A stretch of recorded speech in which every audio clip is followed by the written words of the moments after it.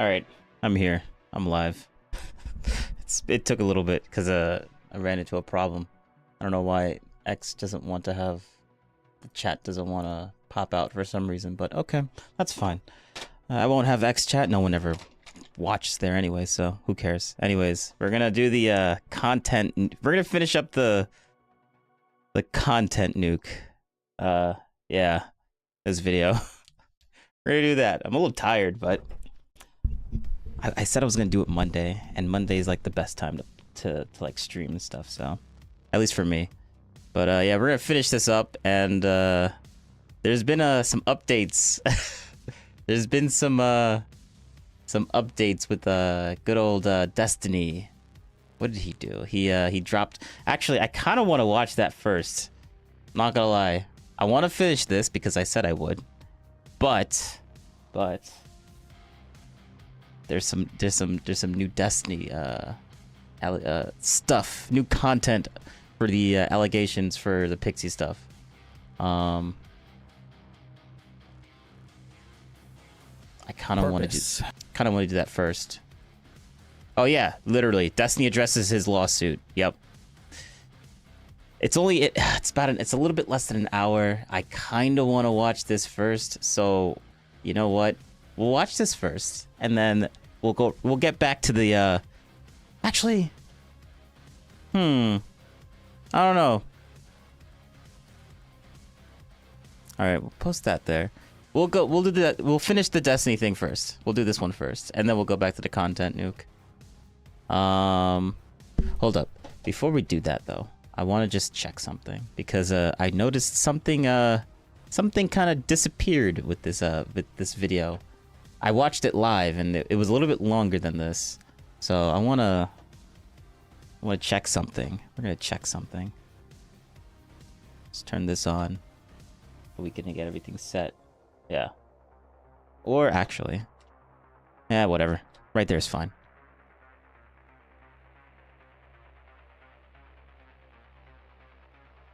Destiny VODs.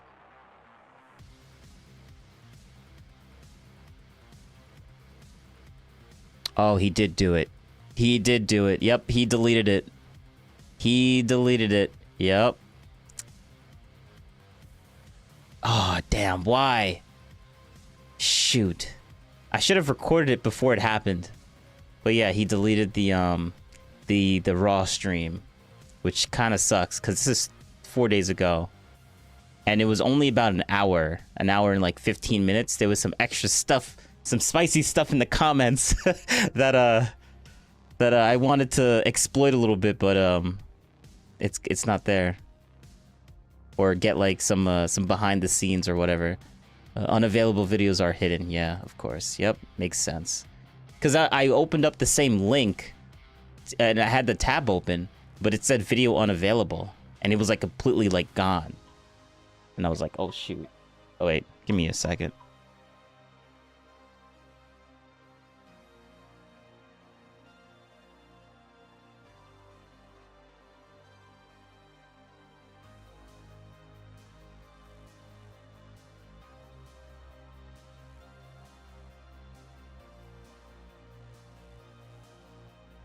That's funny. The auto system that moves my camera around, it even though I mute myself, it still knows that I'm speaking. So OBS mutes it, but I mean, it mutes it for the stream, but not for OBS to still sense it. That's kind of cool. But yeah, started pretty early. Completely forgot that I had an alarm set on one of my phones. So yeah. Anyways, I guess we'll do this first. We'll do this first. Lawsuit.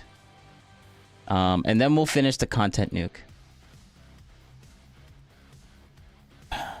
Why write this? On January 20th, 2025, Pixie created a Substack post. But yeah, okay, so when I was listening to this,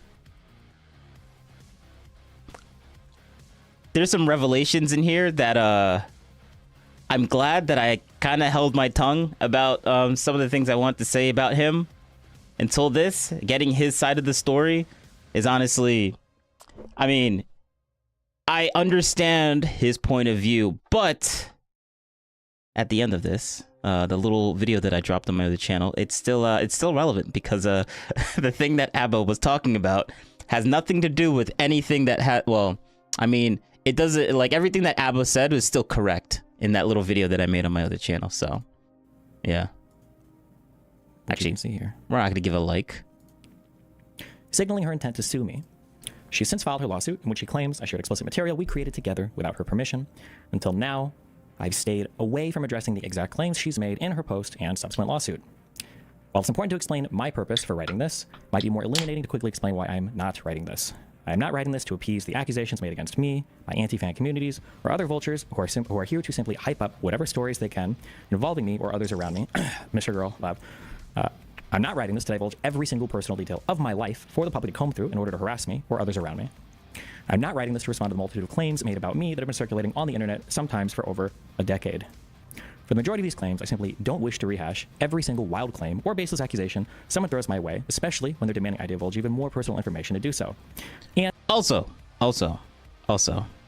because I've been doing a really bad job at remembering this, so I'm gonna say it now, and then hopefully when I'm editing this, I'll see myself saying this and remind myself then as well. So this is kind of for me later than anything else.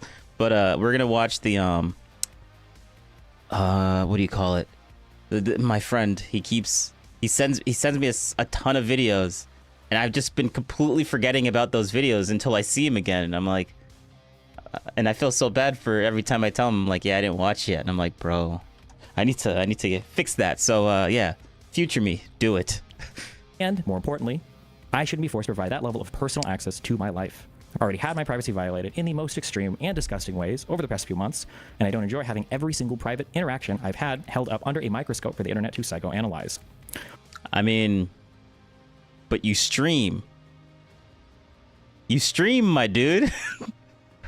Come on, you stream. If you don't want this stuff like to be underneath the microscope, then maybe you should like stop streaming. Arshiv Darayan Themadish. Hello, great streamer. You stream so.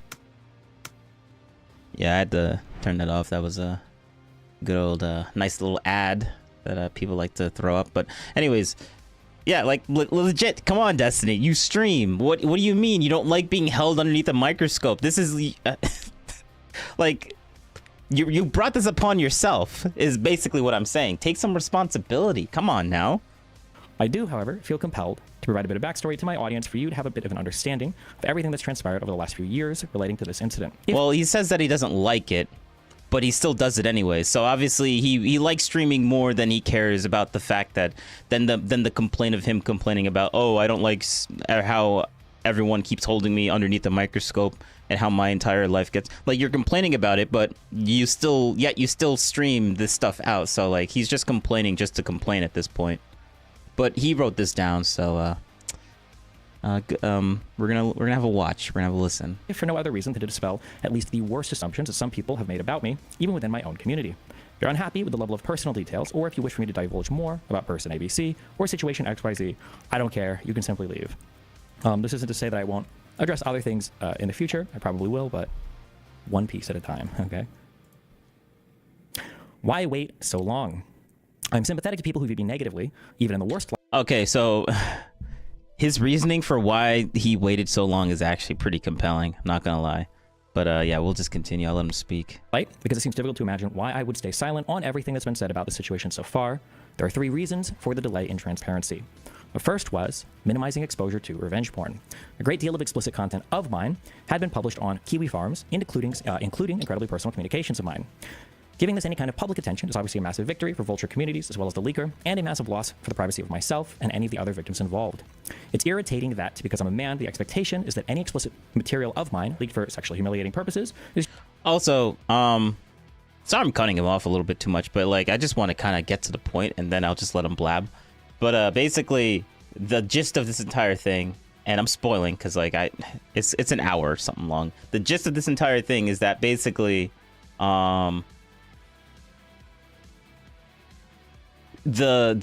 he did get his stuff hacked. So, okay, so the part where he sent some things to people, that happened, and that's 100% his fault, and that's why the whole ABBA bridge burning thing that I did on my channel completely is still not negated, because he only focused on the whole him like sending things to people, and hey, that's what he did. He did do that, and the person that he sent it to ended up getting hacked and then leaked all those materials onto the internet. But so that's basically what happened, and he's luring up and making sure those people that hacked that thing get sued and stuff like that for damages. I think that's what he's doing. But the whole Pixie thing, was like, she was just caught in the rubble, or in the backlash of that hack. Like, it wasn't like, it had nothing to do with her. It's just that they wanted to get Destiny and leak his stuff, and Pixie just happened to be in the leaked material. So yeah, Destiny shouldn't have been like sending it to people, but hey, that other video speaks for itself. Wait, let me see, can I find that?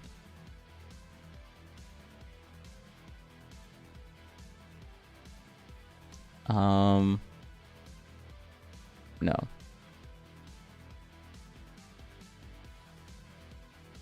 Oh wait, no, not him.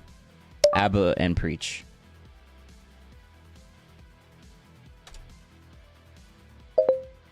You son of a...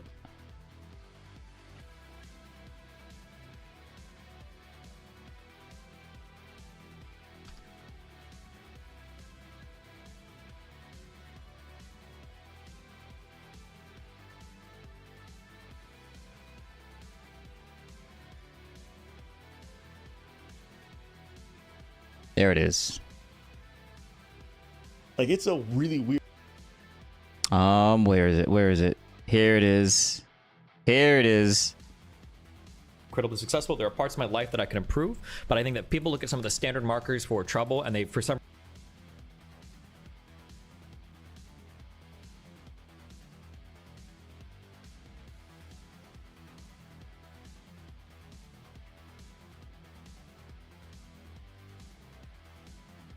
I say the same thing about Destiny. I think he can be self-destructive, and I don't think you would entirely disagree. So I completely disagree. I don't think I'm self-destructive at all. Oh, hold up. I was actually curious. You don't think that to some degree your hedonism doesn't bite you in the ass? Nope. I think I have a really good engagement with most of my hobbies. I think I do it pretty well. I think that my mental functioning is very high. I think my career is incredibly successful. There are parts of my life that I can improve, but I think that people look at some of the standard markers for trouble, and they, for some reason, project a ton of stuff onto me. But I think I'm living like one of the healthiest, fullest lives that I possibly could be. Concept. Well, what more do I have to say? Like, Destiny chose this lifestyle. He chose this. He literally chose it. It's just expected to be laughed at by me while being made into a joke by every community on the internet, including my own. Whether that includes those maliciously lying about our hookups for purposes of public humiliation, or selectively publishing explicit leaked material online, all of it is incredibly disgusting and invasive, doubly so when I've been expected to just roll with it. It's incredibly bizarre how many people are fixated on insisting that I'm not a victim in this when I was the I don't think Destiny should just roll with it, but okay. Primary target of the entire revenge porn posting. While other people were undeniably harmed by these leaks, they were seen as collateral damage to the publisher of the material and the website providing hosting for it, in the goal to attack me, whether it was through reputation, monetary harm, or just some other form of sadistic humiliation. The second point is Pixie's privacy request. Once the leaker published and hosted all of my explicit content on Kiwi Farms, Pixie messaged me and informed me that she didn't want confirmation of her in any part of the material. She said, I'm 100% denying it's me, by the way, since it's not super clear at my face or anything like that. I haven't told other personal people in my life about it. This is me talking, basically, do you have any specific requests about like removing anything? And then it's just her saying, I don't want to testify or be named in anything. As far as people asking me, I'm just saying it's a lookalike. Don't tell anyone privately either if it's me or not, basically. Pixie messaged me and informed me that she didn't want confirmation of her in any part of the material. As such, I made no public statements regarding her appearance in any of the leaked material. She has since filed a public lawsuit, which is why I feel comfortable speaking out now. All of our conversations until December 10th were almost exclusively about contacting law firms, removing any explicit material online, and minimizing her risk and exposure to any online abuse or harassment. Pre-trial settlement, the third reason. The vast majority of cases are settled. I Googled, there's a lot of numbers, it's all 90% plus. Before they ever go to trial, and the vast majority of them before they aren't even filed in court at all. One of the big reasons why lawyers encourage their clients not to discuss their case publicly, especially before it's been filed, is because you lose a lot of leverage that you might have otherwise when it comes to negotiating a deal with the opposing party. If this seems confusing or unintuitive, that's fine. Just keep it in the back of your mind because it will become much clearer later on as I explain this. events.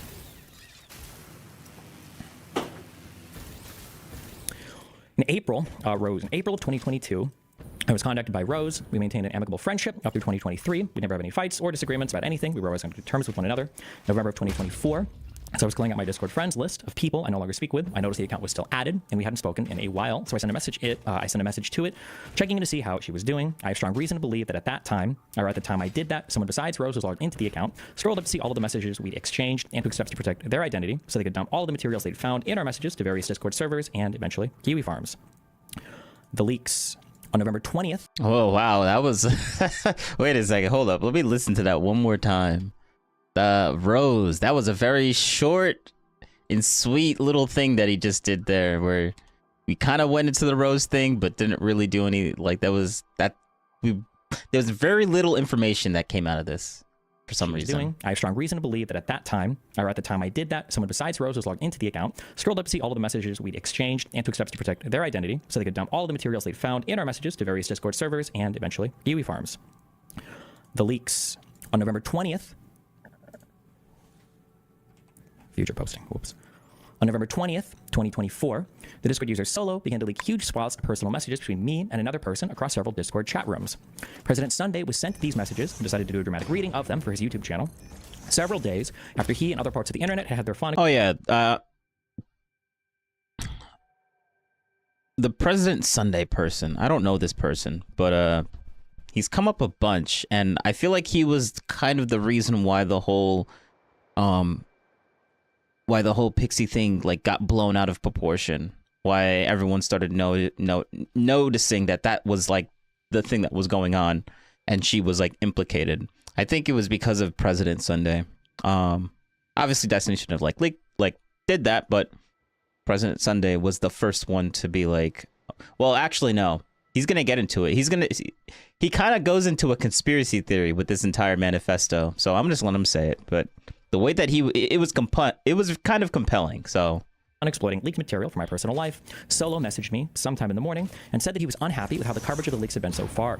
He felt as though people weren't giving it enough attention, so he was going to leak more from my logs with Rose if I didn't allow him to come on my stream and speak with me. I don't exactly remember what the message to me was, as I just woken up, read it, and then responded briefly before going back to sleep. The next time I checked my messages with him, everything had been deleted. On that same day, November 29th, 2024, Solo dumped every explicit video I'd ever exchanged with Rose onto Kiwi Farms. One of these videos allegedly showed Pixie and I engaged in a sexual act, and she subsequently messaged me and informed me of the leak. When Pixie posted on her Substack that she had to contact me about the situation first, this was the first time I was actually even made aware that explicit material of me involving others was being posted on Kiwi Farms. And she puts this in here, note, I had contacted him asking about the situation before he sent me this message. I think I was in the shower when I got this DM, and I didn't even realize it had been posted, but okay. Time passes. I contacted a law firm in New York and began to pursue legal action relating to the revenge porn incident. Pixie made it clear that she did not want to be identified in any way in these leaks, and it's just retreading the same messages. I agreed, and I spoke nothing at all of it publicly and continued to work and stream while pursuing my legal cases in the background. All of my communications with Pixie over the next week pertained to removal of the material and pursuing actions. Actually, I'm not gonna lie. I mean, he didn't actually explicitly say anything about it, but it's... Wait, hold up. What's going on? Alright, it seems that we're not losing any frames, but... Oh, because the game... Okay, alright. Ooh, I gotta fix that. I don't like the fact that my computer is running this game at a very, very... Wait, let me just fix this real quick before I forget. Yeah, we don't need it to be infinite. We're gonna throw this down to... We only need, like, what? Only 100 FPS? Yeah, I don't need anything more than that. Boom. My computer was, like... It was eating away at my graphics card, and it was... I was using what? Let me see. I was using 300 watts, and now I'm only using, like, 270 or whatever. That's better. But anyways, wait. Let me go back. Oh, Destiny. So... He tried... Okay, listen to this one more time. Listen to this one more time. Pixie made it clear that she did not want to be identified in any way in these leaks, and it's just retreading the same messages. I agreed, and I spoke nothing at all of it publicly and continued to work and stream while pursuing my legal cases in the back. that is true that he didn't speak of it publicly, but listening to some of the things that he was saying in hindsight, I'm kind of like, that's why he was talking about the whole optics arc that we're gonna be going on. Like the way that he said it, it seemed like he was kind of scared of something. Cause he's like, yeah guys, optics arc. We're gonna be doing our optics arc. And he said that around like what? January 1st, January 2nd. Like he said that he was basically talking about that around that time.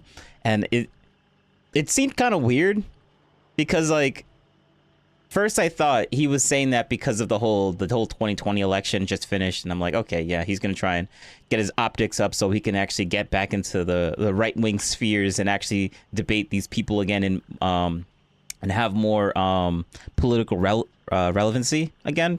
And that's why he was talking about, oh, we need to do this optics arc. But then now that I'm seeing this, I'm like, wait a second.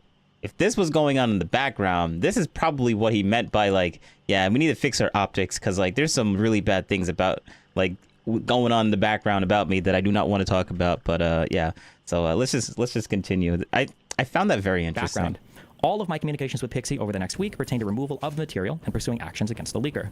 I think I just like selectively went through some of these, but basically it's just me, like how to report comments, like we said if you want it removed, her asking me about updates on the law firm, asking me about updates about getting it removed from Kiwi Farm, stuff like that. Basically it's all of our communications.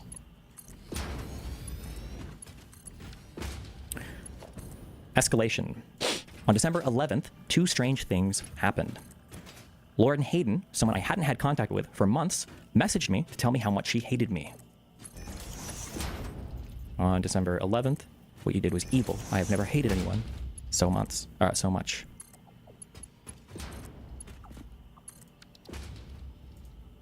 And Destiny has so much receipts. He has so much receipts. Every single thing that's underlined here, receipt, receipt, receipt, receipt, receipt. Like he comes with evidence. He comes with evidence. That's why I said this was really compelling. Because I'm like, okay, this guy really, like, he legitimately, like, does his research. That same day, just a few hours earlier, Pixie messaged me, informing me that she was planning on committing suicide in some manner in which she would expose me after taking her own life. Her message to me was, "Hi, Steven. As my life on this earth comes to a close, I want to ask you to please be more careful with the people who place their trust in you in the future. Life is unfair, but you should do your best in preventing that, not contributing to it." I said, hold up there. What's up? I wasn't actually sure if this was a super serious message or not because I'd never seen anything like this before from her, but I'm just tired of living anymore. It's a matter of time until my family discovers what happened, and I feel like there is no way to obtain justice. I have something to say about this, but you guys haven't hit the relevant information yet, so I'm just going to keep my mouth shut. I don't want to bring a case against you, but I think you'll continue to send nudes of people even without their consent. Bringing a case against you would mean going public, which is the equivalent of a death sentence for me either way. So I feel like the best thing to do is for me to kill myself and schedule a post just detailing my feelings on what happened to try to ensure a situation like this doesn't happen again. I'm not going to kill myself at this second. I'm trying to get some things in order before I end everything. But I don't see a future where I survive for much longer. How can you, what? How does someone nonchalantly say, oh, I'm just not going to do it right now? And I'm like, what type of mental space do you have to be able to like say something like that? That is just wild to me. That's wild to me. Longer. It's better to end things sooner than later and stop the pain than to let it continue. Up until this point, all of our conversations have been almost exclusively focused on removing any material of her on her behalf and updating her on any legal progress, so these messages were very out of character. As a brief aside, Lauren Hayden is someone who's had bitter feelings towards me after we refused to date her about a year ago. She lies constantly, claiming that we dated, sometimes for as long as 9 months. I don't know why she keeps posting stuff like this. Aren't you grossed out by the fact you got smashed by Climber Gremlin Destiny? How does it feel to get dumped by the little midget? Nope, willingly did it for 9 months of dating him. Breakups happen. This is literally a woman obsessed with him. This is what I mean by like some of the things that women do that I just despise. Like I just don't understand. Like why? I mean, no, I get why. Like Destiny's like a very big political streamer and he has a lot of status, but like some of the things that it's just it happens so often and it's so annoying. Like this person is literally obsessed. Like why lie about, I mean, actually, well, no, I understand why you would lie about this, but still, why lie about this? But yeah. Did people forget this? Brad was begging, blah, blah, blah. We dated for 9 months, and he took our conversations out of context when I broke up with him. You can believe a liar if you wish. I don't know why. Oh, I'm sorry. I do know why she's. If this was last year, she's doing this because. That's full on projection. If you don't believe this, if you think I'm lying, then that's your problem. Like, okay, all right, okay, fine, that's fine. I mean, I think she's lying, and that's it. If Lauren is involved in something personally, she cannot help but constantly talk about it publicly as well. You can always tell like what Lauren is up to in her personal life based on who she's tweeting at, because that's just the kind of person she is, and I guess her DMing me as well. I've already posted evidence of this in the past. I think that tweet even included like a video that I'd done on this. I've already posted evidence of this past. Here's an additional conversation I had with a mutual friend last year to put that claim to rest. Lauren came to a hotel room where me and another streamer person were having a conversation basically about her. And then she was very sad, I guess, that we weren't dating, and we were trying to figure out like what was like the gentlest way to deal with her. But this is that conversation, I guess, and she keeps saying that we were dating. This is that person saying, was I too aggressive with Lauren? LOL, I don't care about you. Oh, that's sweet. I don't think so. I'm really glad she brought up some far stuff in front of you, though, with me in the room, so I could clearly demonstrate that she twists stuff like crazy regarding her. Just demonstrating that Lauren fucking lies about everything in person when she's upset. This is just basically a conversation about how kind of like, I don't want to say, but no, I will actually say it, about how pathetic Lauren's situation was. She was like becoming fairly obsessive with me since I'd broken up with Alina, and then had decided that she was going to try to date me, and then when I gave her a firm no, it was like, and basically she went nuclear at that point. And yeah, it's just, we were all silent when she said that in the car. Oh yeah, because she was talking to 2 streamer people. I don't know if I'll give their names. If she wants to deny this, I can invoke those people and they can say something publicly about it. But anyway, just that's our history, I guess. Since threats of suicide from Pixie were now involved, I reached out to a mutual friend, Aaron. Interesting. Interesting. Interesting. Okay.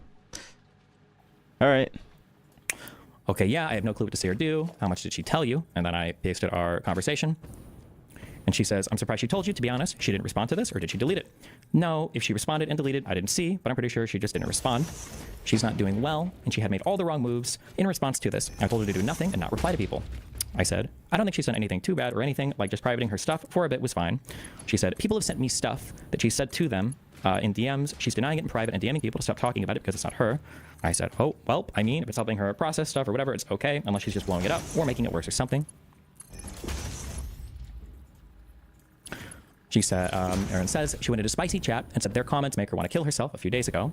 She had told me she would do it if her parents found out because I suggested reaching out to family members that could be trusted to give her emotional support, but she's not really talking to people. Loner messaged me asking if I'd heard from her because she hasn't been messaging. I responded to the comment about spicy chat and I had already received regarding material. Why did I do that? Kind of like, I don't want to say, but no, a case of DMing me as well. Saying pathetic. We were suicide from members that could be trusted. I reached out to a mutual friend, Aaron. Wait, where's Loner Box? He said Loner Box. Anyways, I accidentally click whenever I click to pause the video. I always click to pause the video instead of hitting spacebar. But I ended up clicking the exact dot and then moving it, and that kind of sucked. That's for anyone that doesn't know, Loner Box is the dude that was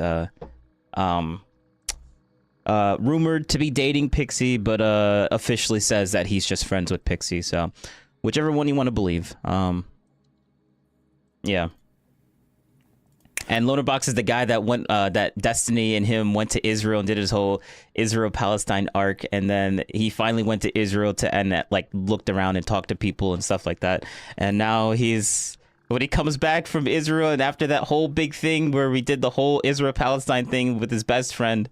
And then now he has leaked, and then this whole leak thing happens and basically ruined that friendship for him. And I'm like, damn, well, feels bad. That kind of sucks. Okay, yeah, I have no clue what to say or do. How much did she tell you? And then I pasted our conversation.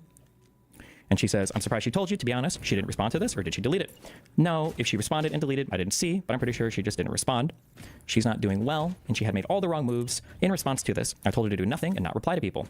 I said, I don't think she's done anything too bad or anything, like just privating her stuff for a bit was fine. She said, people have sent me stuff that she said to them in DMs. She's denying it in private and DMing people to stop talking about it because it's not her. I said, oh, well, I mean, if it's helping her process stuff or whatever, it's okay, unless she's just blowing it up or making it worse or something. She said, Erin says, she went into spicy chat and said their comments make her want to kill herself a few days ago. She had told me she would do it if her parents found out because I suggested reaching out to family members The amount of times this guy keeps saying delete, just say delete. Stop saying the other word. Say delete. You're about to delete my stream if you keep saying that. That could be trusted to give her emotional support, but she's not really talking to people. Loner messaged me asking if I'd heard from her because she hasn't been messaging. I responded to the comment about spicy chat and I said, that is bad. Yeah. Then I messaged her tonight and she said, then I messaged her tonight and that's when she said she thinks that's what she needs to do. I said, well, fuck, I feel like going over there or asking her to just hang out for obvious reasons. I feel stupid going over there or asking her to hang out for obvious reasons, but I don't really know what else I can do, or if I'm even a person who can offer support. Aaron says, I don't know how she views you. When she told me, I wondered if I should tell you and ask you for help, but if she sees you as an abuser, then it seems like the ultimate betrayal to do that. Same with telling her family, blah, blah, blah. This is basically just like, I'm trying to figure out like, okay, well, is there anything I can do? You need to calm the fuck down. Why? Stop. Okay, whatever. I have no clue what I can rectify. His little cat, and jumped onto his little piano onto the right. These are actions I'm taking legally. And then Erin says, this is pure speculation, but I wonder if she was seeing if you'd even reply or if you'd go silent when she sent me that one message, the suicide one.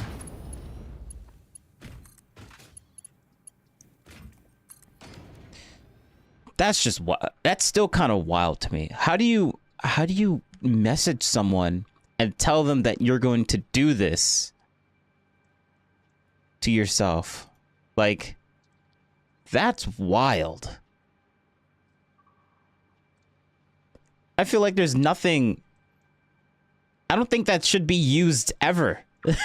Like, even if it's like used as like some sort of negotiation power or whatever. I don't know. Like, people should just never use that as something that's.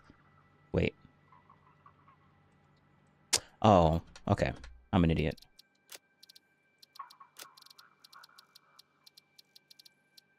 Oh, it's not even on. It's not even on. Never mind.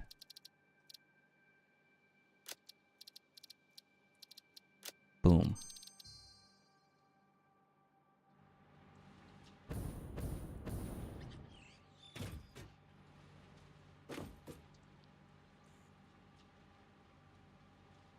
I get random spikes of just GPU utilization for some reason. I don't know why. Memory load. CPU is also exploding. Oh, is it my FPS? I don't know. Whatever. Yeah, we'll just continue. My understanding at the time was that Erin was an incredibly close friend of Pixie, and so sought her advice on what I could do to help. I spoke with Erin while the both of us tried to console Pixie. Erin eventually suggested, approving the exact message even, that I offer her money to help cover at least her therapy or perhaps even payments towards law school. Yeah, maybe not. I don't know what else to do.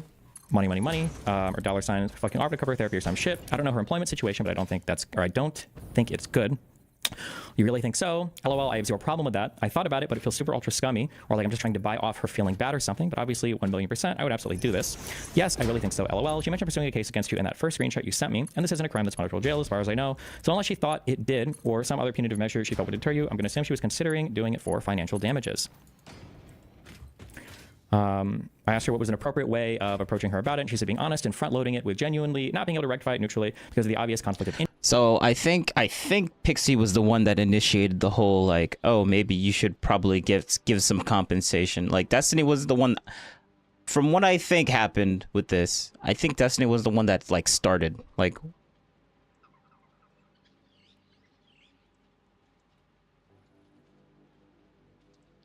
Yeah. Okay.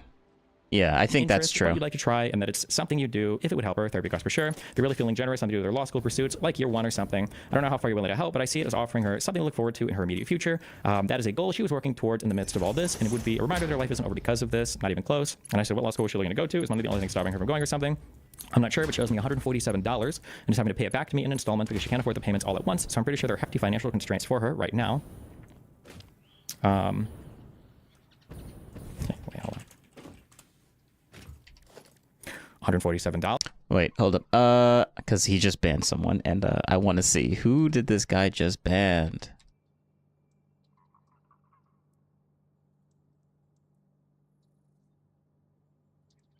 All right, so this aimless whatever. I don't know. Let's see.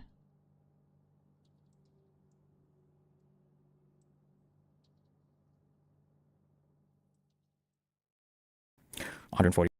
Wait, go back just a little bit. So I'm pretty sure there are hefty financial. Oh, this guy, this dude. So he posted a timestamp 2021 1/6/16. Destiny, why do people keep saying wasn't as, to be two girls and another one was flirting with Destiny? Bob 7? Bob 7? Who the heck is Bob 7? Okay. Whatever this was, he's doing some sort of weird leaking thing, and Destiny's like, yeah, we're not having that in the chat, so we're gonna ban him. That's what happened. Okay. Constraints for her right now. Wait, hold on.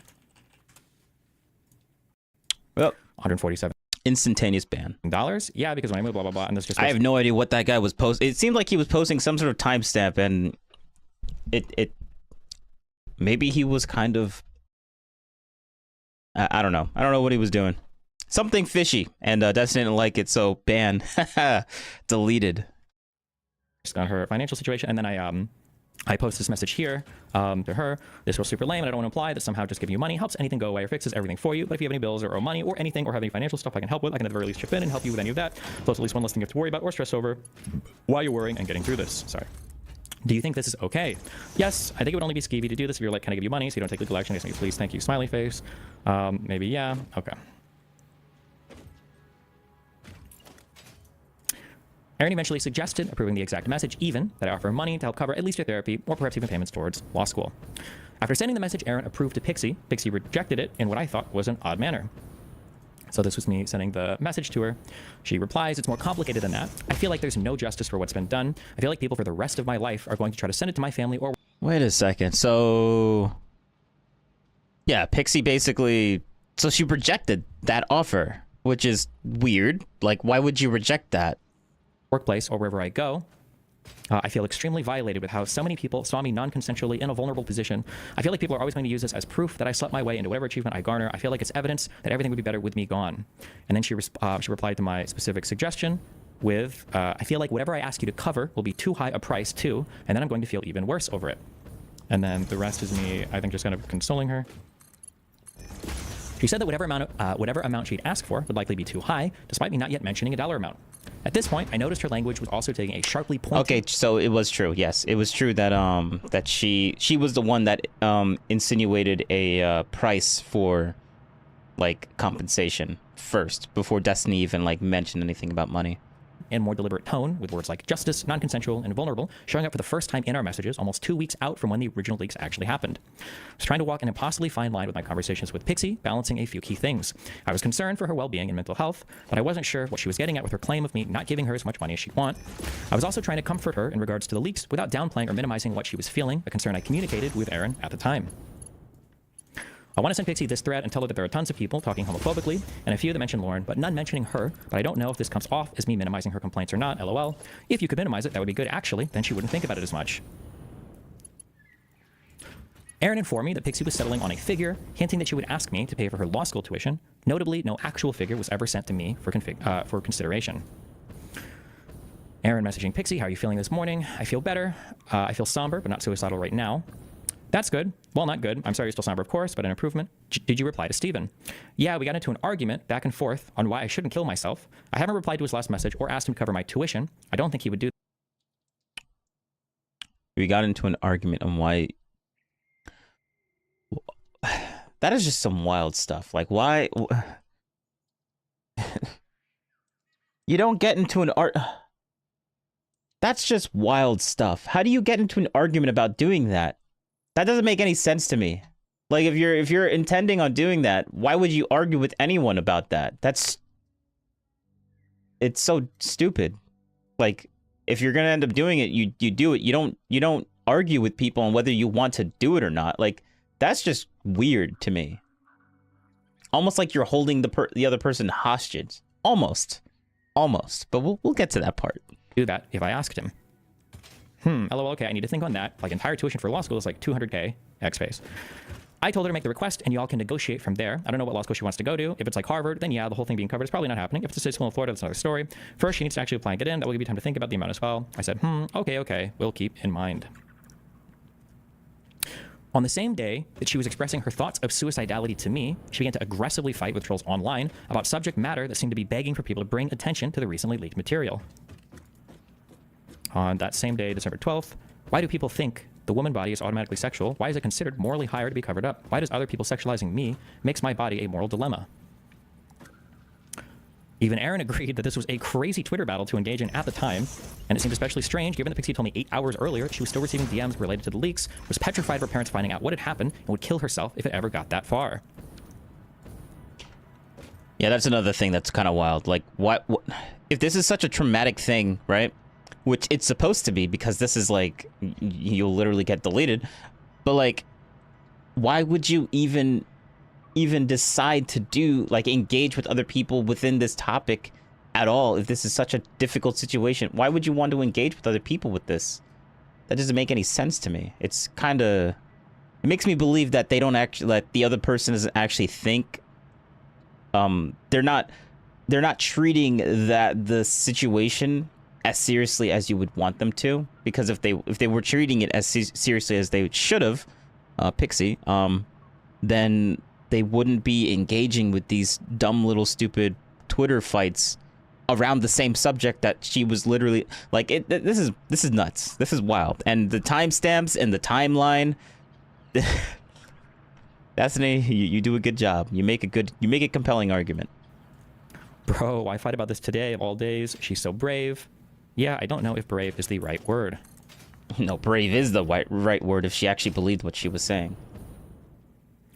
These were her messages to me earlier. I feel like part of the reason why I'm still freaked out about it is because it's been 2 weeks and I still have people commenting on my socials and DMs about it. I feel like Andrew and his fan base as well have some other psychos hate me for being a woman who disagrees with them, and that they'll use it during any opportunity they can to cause harm to me. But maybe I'm wrong. And then this is just us going back and forth over don't kill yourself, basically. That's so... Why is that a thought process? I don't get that. Like... Whatever. And then that she'll never have a job again. You don't think it's realistic that someone might fire me over this, that I might lose whatever future career I work in because the office passed around my sex tape? I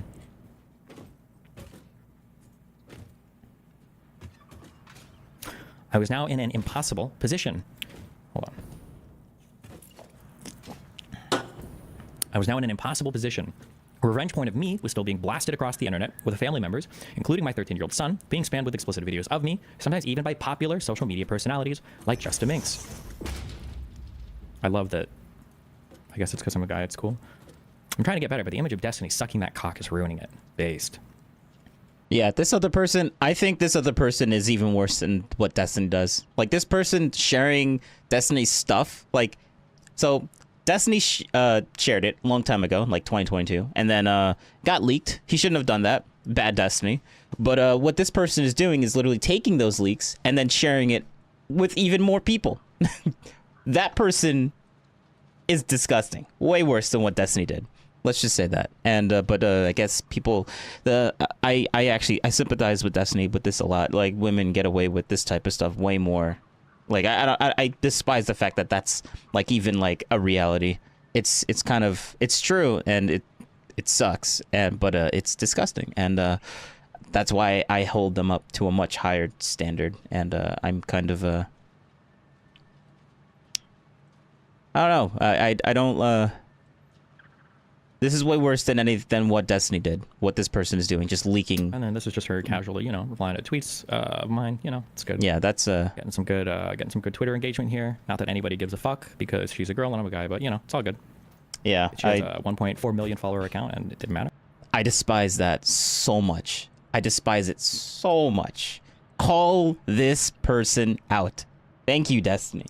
And this probably might be the last agreement that I'll have with him. But yeah.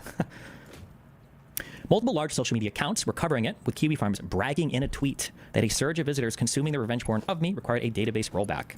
And now, on top of everything, Pixie was coupling threats of suicide and a public note with an implied request for hundreds of thousands of dollars from me to make things right for her. The surge of traffic to the Kiwi Farms related to Destiny's blowjob video has caused a fatal database error, and I will need to do a rollback to a recent backup. No contact. At some point after our conversation on the 12th of December, Pixie removed me as a friend from Discord. From that point onwards, a small bit of communication happened between two mutual friends. One of them communicated with me that Pixie needed me to suffer in order for me to understand that I committed a wrong, as though I hadn't already suffered enormously due to the explosive coverage that. And that was from Erudite. We saw the Erudite leaks. Like Destiny says his friend, but like he ends up saying Erudite because like Erudite did share this on Turkey Tom. Like Turkey Tom did upload this, and yeah, we watched that video a little while ago, and I still stand that Erudite is probably Destiny's one of his best of friends. Yeah, really good friend. She's a really good friend to Destiny, and I appreciate that. And I appreciate Erudite's mental space on how she's treating the whole situation and not just jumping to conclusions, and seeing that Destiny has been doing his thing to get out or making his peace or trying to amend his past wrongs, basically. So she sees it and she's sticking with him. But I also heard that Bridges is not going to be a thing anymore, but at the same time maybe there might be. Already existed of my leaked material. They said to Pixie, if you ever wanted someone to suffer or be dead, my first instinct is to say no, but I feel like an unfortunate byproduct of getting justice from Steven would result in some level of suffering, so I guess the answer is yes. Are you wanting him to suffer, or do you want justice there? I want justice. If I could have justice without the suffering, that would be optimal, but I'm just not sure if possible. She also communicated to a friend that she was essentially ready and waiting to kill herself based on whether or not I responded favorably to paying out a massive amount of money. I think I'm going to decide my next course of action of what to do with myself and him based on how that conversation goes. A conversation my friend was going to have with me. Unless if you decide you don't want to talk to him, that's okay too. Basically, I have my plans / course of action paused, and will choose something depending on if he agrees that he has to make up / repent for the action and wants to work with me to find a way to do that, or if he doesn't feel that way. I don't want to talk to him myself because I feel like I tried explaining what I was feeling and he didn't really understand. I also have a little anxious voice in my brain telling me to prepare for the worst because he probably won't care or doesn't care enough to willingly try to make up for his mistakes, and that means I'll have to start thinking of more extreme / nuclear options to deal with, but I'm trying to avoid spiraling down that line of thought because I'm trying to hold out for hope. And just not to scare you, I'm 100% not going to do anything to myself, no matter what he says during the holiday season, because I don't want to traumatize my friends during a time that's supposed to be happy. And even if he responds negatively, it doesn't mean I'll auto-kill myself. I'm trying to contemplate all different courses of actions, including going public, and then, if I can't take the... What kind of language is this? Auto-delete? What? Oh, it's the holidays. We're not gonna do it right now. Well, how do you say that so casually? That's crazy. Like, what? That's nuts. That's so nuts, man. That's crazy. Pixie, like, what are you doing, Pixie? What is this? I don't understand the mental space right now. I mean, it makes more sense when we're finished with this, but like, that's just wild to me. Amount of humiliation, then killing myself. Versus my plan before of scheduling a note for after I die. I'm still also looking into lawyers, but I just want to see what he says before deciding to do any nuclear option. Can I share this with Steven? He communicated to me that he knows he fucked up. There is no excuse at all. He doesn't know what he can do to make it up for you. I'm trying to bridge between help, blah, blah, blah. Can I share this with him? You can share this with him, or you can share this in anything you want with him. I feel like when we talked, you really understood where I was coming from and can hopefully explain this better than I can. She reiterated that I needed to face consequences for my actions, claiming that she was on a mission to make this the most expensive mistake of my life, again, despite the insane amount of harassment I had already received regarding the leaked material. My friend had listed out what is it exactly you want. Yeah, because the only problem is number 3, because even with removal of the video and getting the guy hacked charged, Steven has to face consequences proportional to his actions. I want this to be the most expensive mistake of his life, and I'm essentially asking him to self-punish himself in a way I don't think he will like or agree to without the law involved. I don't have a dollar amount from the top of my head. It just has to be enough that for the rest of his life, if he thinks of the word nude, he associates it with the amount of money he lost. Obviously, I don't want to make him destitute, but it should be large enough that he does feel upset about it and is not easily recoverable.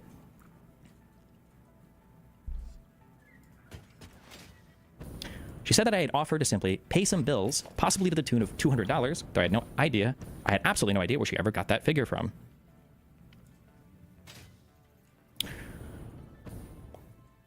Yeah, honestly, I feel comfortable sending him these messages and asking him, what does he think this would look like if you're telling me of that he's comfortable with the idea of proportional penance and how that would look like. I just feel like he didn't understand when he said he would pay some bills for me, because it makes me feel like he's telling me, oh, I'm sorry that happened. Here's $200. Hope you feel better, which I think really underestimates the gravity of the situation, to put it lightly, and somehow makes me feel like a cheap prostitute, or it makes me feel like that's how severe he perceives his actions to be, LOL. After assurances from my friend that I was willing to pay a lot more than she had originally thought, she informed me that she was finally ready to reach out to me, using this conversation as a starting point. I think he was worried you would feel he's paying for your silence, but did want to help, but didn't want to overstep. I think he's offering a lot more than how you read it, but I totally understand why you read it that way. Okay, that makes me feel a lot better. I think I'm ready to reach out to him using this conversation as a starting point, if you're okay with that. Like, I'll send him the conversation/texts so he can see where I'm coming from. Sure, but what I would outline isn't a clear ask, but a question of what you feel you need from him and what he's willing to give. Yeah, that makes sense. I really hope we can figure out a compromise and what works for both of us.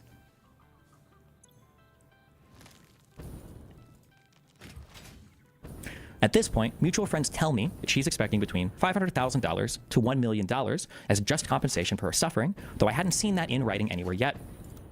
At this point, I felt incredibly uncomfortable establishing any direct contact. Threats of suicide, paired with requests for huge sums of money that seemed to hinge directly on whether or not I was willing to self-punish enough, paired with threats to expose me publicly if I wasn't willing to make the right choice, left me in a very rough position. I was still dealing with the mountains of harassment my family and I were receiving, 5-figure legal fees in my pursuit against the original leaguer, and now I was facing a decision about whether or not I needed to fork over some huge sum of money to prevent someone from either killing themselves or exposing me to the public. D-Day. On January 20th, 2025, while flying back from the studio in New York, I was notified that 2 videos were going live that seemed to be centered on recent events. A video titled Destiny, Predator Unmasked by Coben Seeth, and Exposing the Destiny Abuse Machine by President Sunday. Both of these videos included a multitude of messages between different parties behind the scenes that I was totally unaware were coordinating with each other. In addition to these 2 videos, Pixie dropped her Substack statement about me, Lauren Hayden launched a Give, Send, Go for Pixie in order to raise funds to sue me, and other members of the Anti-Fin Discord made claims about me, sharing material on Twitter. All of these events happened within 12 hours of each other. Basically, every internet friend I had publicly denounced me. Other streamers and YouTubers responded almost instantly to cover the statements, and a slew of videos went up with a variety of claims about me, the worst of them heavily implying I was a rapist. Yeah, this dropped on Trump's inauguration. I was watching Wick TV, and because he was covering the inauguration, and he just randomly covered this Pixie thing, and I was like, wait, what? What's going on here? And I was like, wait a second, I'm seeing this live. That was the wildest thing I've ever seen in my life. That's funny. I'm like, you know what? I'm gonna do some election stuff. Why not? Inauguration day, everything just drops, and Destiny just gets deleted, and then a bunch of bridges just get burned. And honestly, the ABBA bridge burn, that was actually pretty legit. Like, I'm not gonna lie, that was pretty good. Rapist.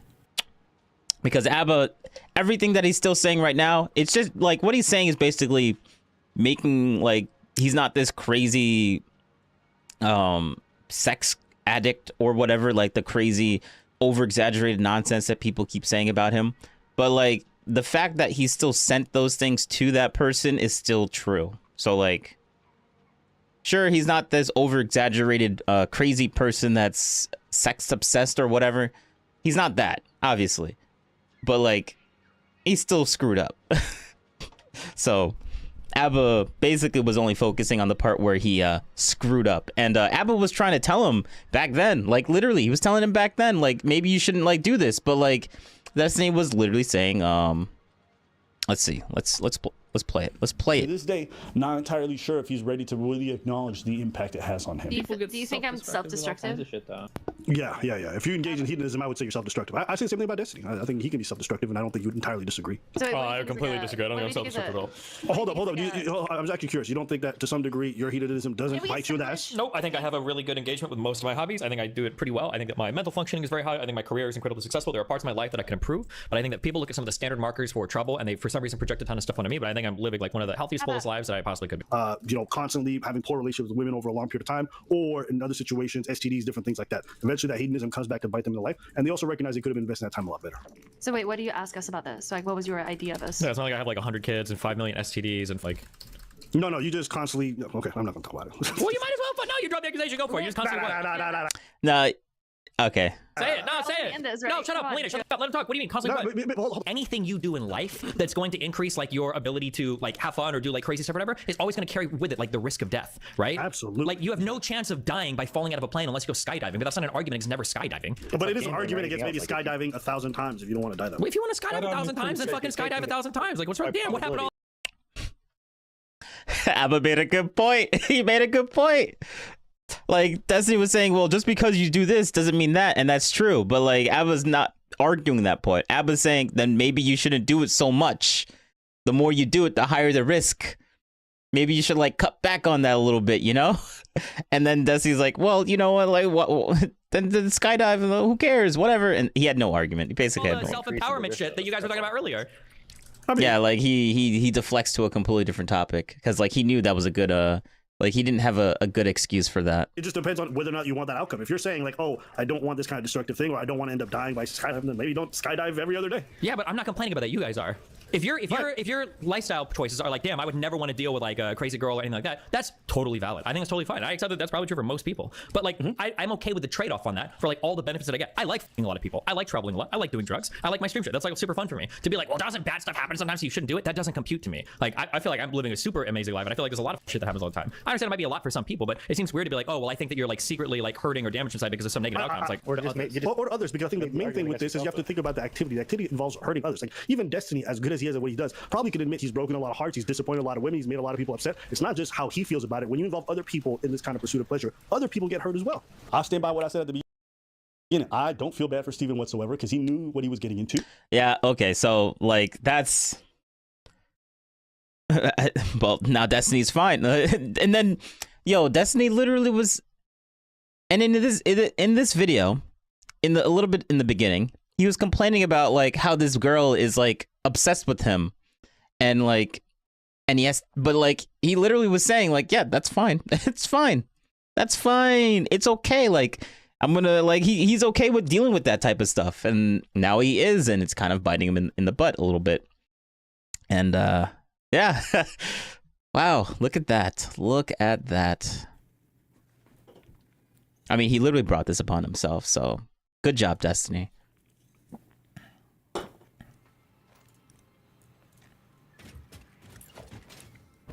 All of this included refreshed, all of this also refreshed the attention on all of the leaked material, mine and Pixie's included, and brought awareness of it to a much, much wider audience than ever before, leading to an exponential increase of harassment across every social media platform I'm on. Lav, someone who proudly spread revenge porn of me in the past and admitted to it. How dare I want the person who made my life hell for a year want to be humiliated? What the heck is wrong with me? It was advantageous for that to be leaked publicly, but it never was. This is in regards to something that happened like 6 months ago, where supposedly some material of mine had leaked onto a Discord server. I didn't want to get in trouble, and I felt bad doing it, so I didn't. And I encouraged Nico Sam to spread it and not get caught because I thought it was deserved. It's not a felony to send a picture of a leaked sex tape to your friend, bro, Limfeo. We were drawing things on it. Oh yeah, this Lav girl, another girl that's obsessed with Destiny. Very obsessed. Like women, Destiny has a lot of obsessed women with him, but it's because he chose this lifestyle, so he has all this baggage with him. So yeah, My dick. Yeah. Back and forth like the Doom worm. I sent it to people who Nico had already sent it to, supposedly. I made a screen grab of his foreskin, my profile pic, and a private Discord server. That's it. I wasn't sending it around. What? I got a picture from a random person on Discord. What? That's a zoomed in image of the image of your cock she was sending. Based.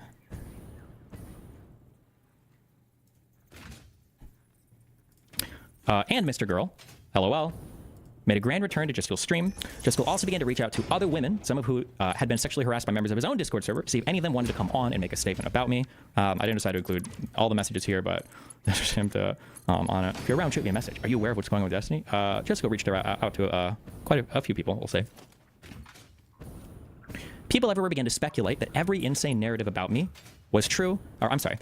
People everywhere began to speculate that every insane narrative about me that had ever been spun had now been prophetically fulfilled, and I crashed to my couch for 3 days to contemplate retirement.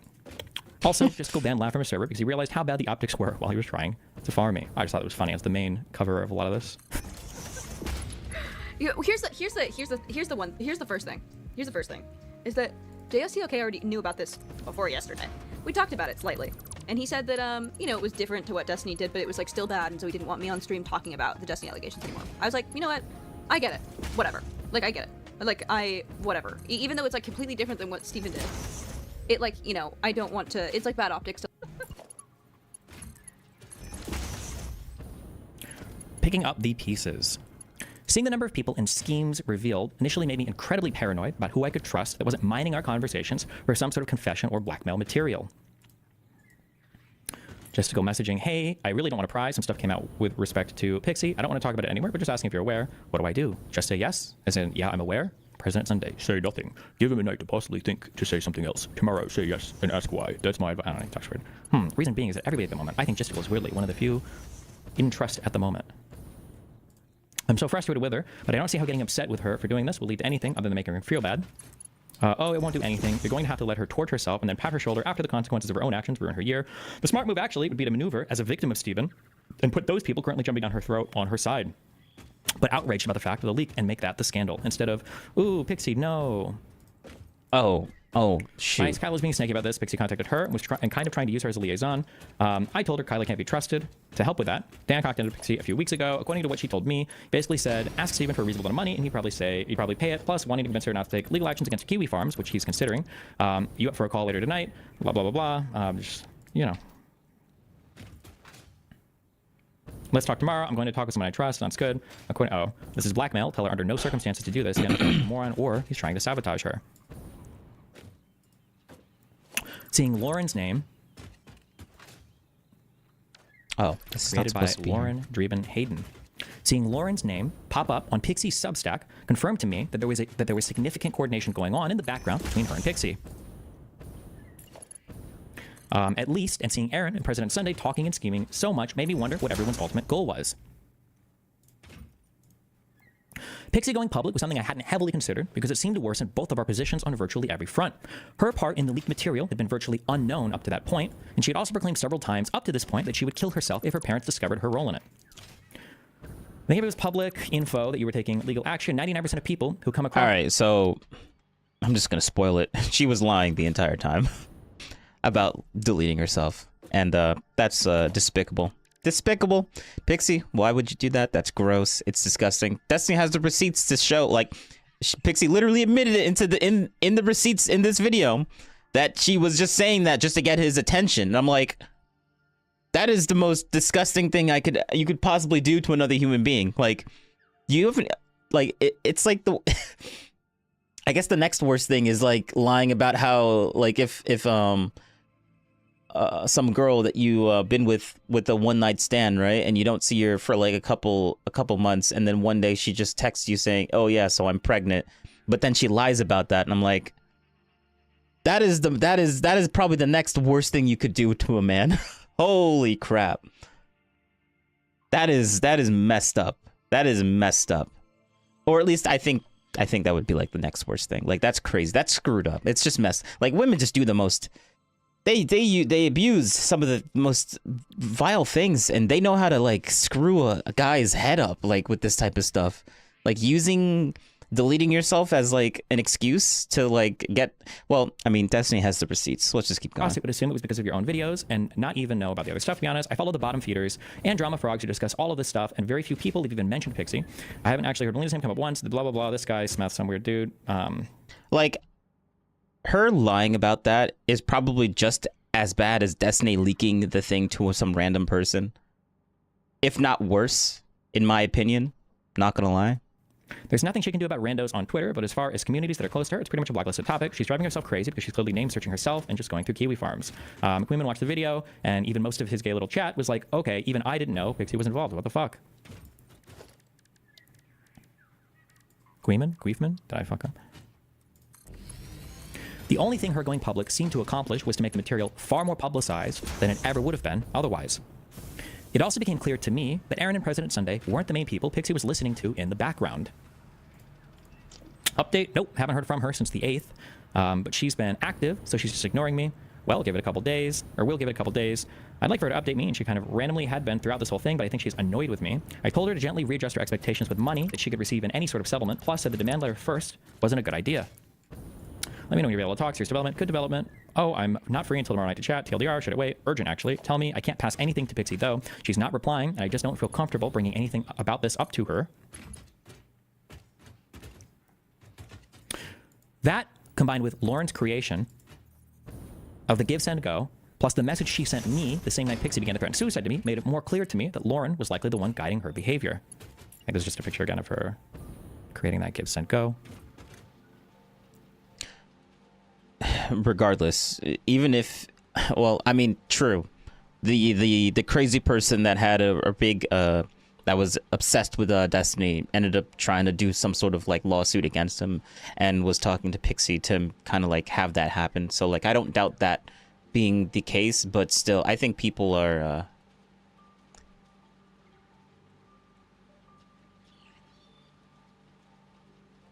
I think people are. I got distracted. I still think the fault is like on Pixie. Like, Pixie shouldn't have done all that. Like, she cooperated with this. She was the one that put all this information. Like, just saying that this person was pulling her behind the string, like behind the scenes, is like absolving her from a little bit of responsibility, which I think all of them are responsible, like at the exact same degree.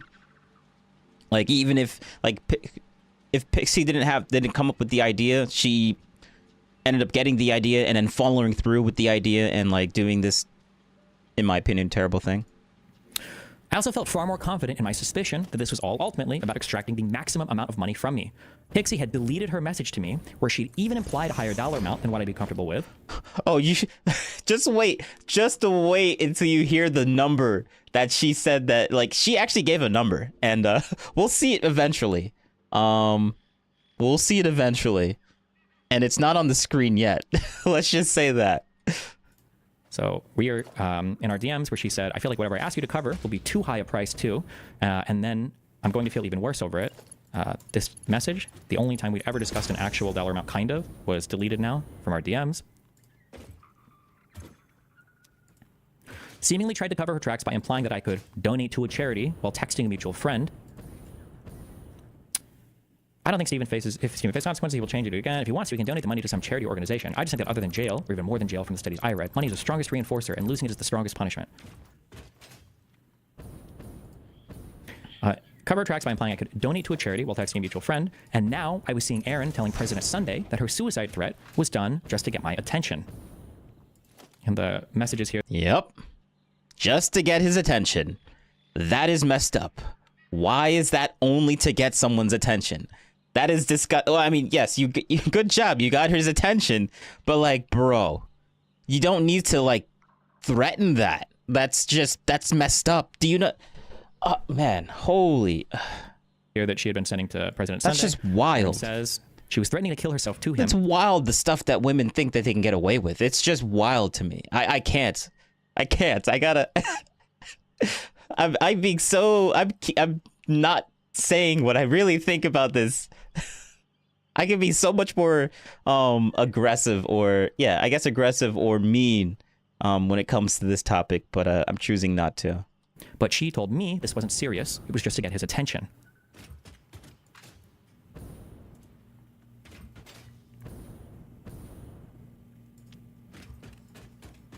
I also saw that she'd put together the statement that she published on her Substack at least 12 days earlier, and perhaps unknowingly to her, actually exactly outlined her schemes and messages to Erin that looked similar to texts she'd sent to Kyla. Update, she sent me a statement she wants to publish, but it's terrible. This was on the 8th of January.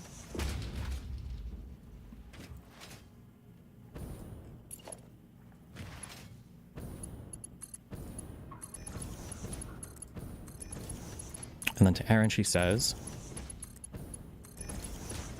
what day were you thinking about releasing it? I mean, the most I can think of is the Virginia stuff or Nas, but I have trouble seeing how he would do that in a way that doesn't make him look worse for trying to deflect. I don't know what she's talking about here. If she thinks I would, like, attack her friends. I don't know. I'm going to talk to my lawyer first, send a demand letter, and based on his response to said demand letter, release it. I originally wanted to do it by next week, but it seems unlikely. This was on January 8th.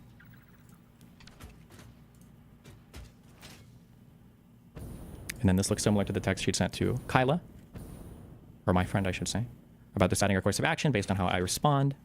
It's Kyla.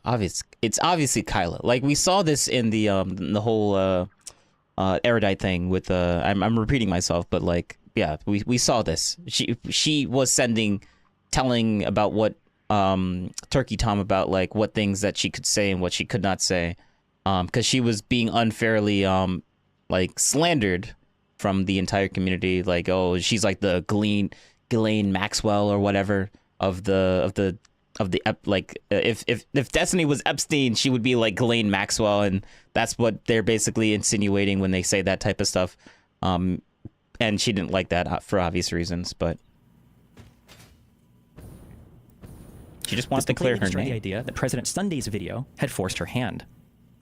Ironically enough, President Sunday seemed to understand the extortion angle as well, though he was incorrect in saying that it was Pixie's first impulse to do this, as that seemed to develop sometime around or before December 11th, which is when, I'm guessing, Lauren began coaching her more ardently. This is his take on everything, but I don't know if it matters to get his take, but... I also finally saw, in writing, confirmation that she was indeed seeking a payout of at least $1 million in order to prevent her from going public. At least $1 million. After all this, we got a number. At least $1 million. Okay. That's not the final number. These were messages Kyle and Pixie exchanged on December 18th. Kyle was telling Pixie that she would talk to Steven IRL about the whole ordeal, but then she said scheduling issues were another conversation. She also says every time she's tried to ask for details via messages, he's not engaged, but I think that's a lie, obviously. And for context, Pixie wanted to sue for a lot of money, literally $1 million plus, but I told her that amount isn't realistic. If she did that, which I doubt, that would be incredibly misleading. She's wanted an incredible amount of money from the start. I repeatedly but gently told her that she will not get the sum she wants. There's no legal basis for her getting $1 million payout, which she repeatedly discussed with me. Aaron thinks, for whatever reason, I guess, that I'm lying about having talked to Kyla, but every single person close to me, I basically said, hey, I'm not talking about this with you. We're not discussing this, except for the things in relation to the communication through Pixie, because I had no idea who was talking to who, and I just didn't want to be the mastermind manipulator or anything, so I didn't give instructions, talk to anybody, say anything, do anything, unless they were communicating things to me from Pixie. Sharing videos. As a quick aside, and to get way further into my sexual life than I'd ever publicly want to, trading nudes or videos with someone isn't done to impress anyone, as Pixie writes in her Substack. In my world, it's generally just fun to see someone you're speaking with engaging in sexual acts. When the idea of making recordings comes up with someone, there are a few different categories that people tend to fall into. For people who are extremely concerned with their privacy... Oh, I just remembered another revelations? No. Revelations. What is that word? I don't know how to say it, but like it's like the beginning of something, or something that they've just like, something that just appeared and became like known to me. And I was like, there's no way. That's crazy. There's no way that actually happened.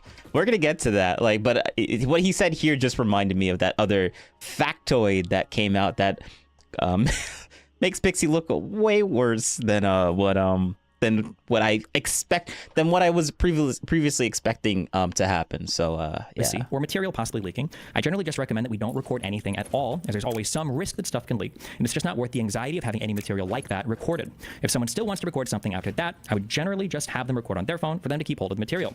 Other people don't view it as a catastrophe, the material leaked, and have already made recordings of themselves and others and exchanged them with other people.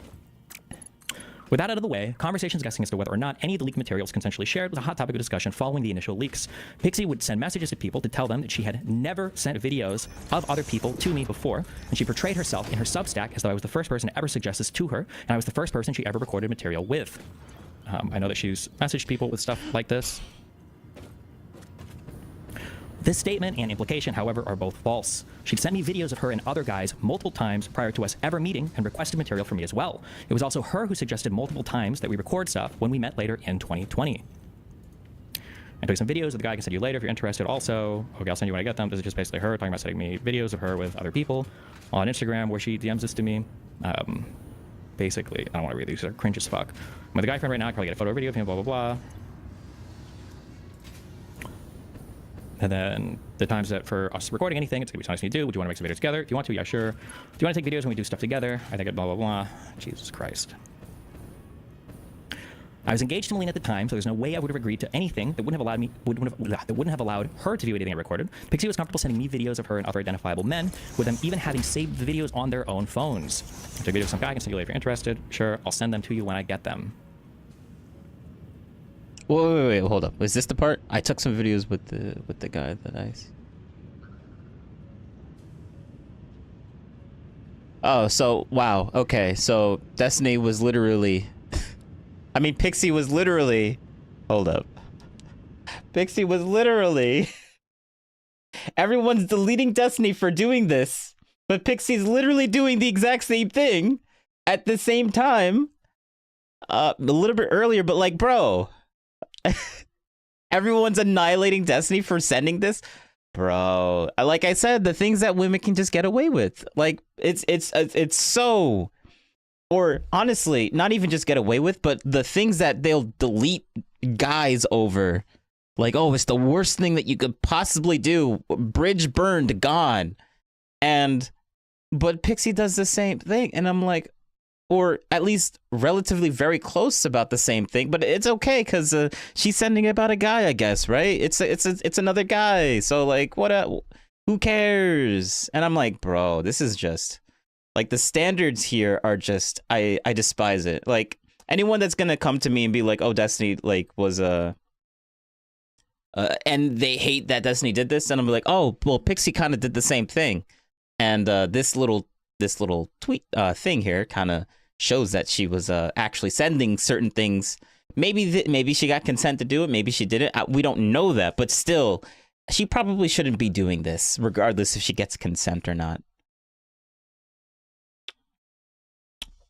But like, people should be just as mad, or at least 90% as mad as they are with Destiny doing the same thing.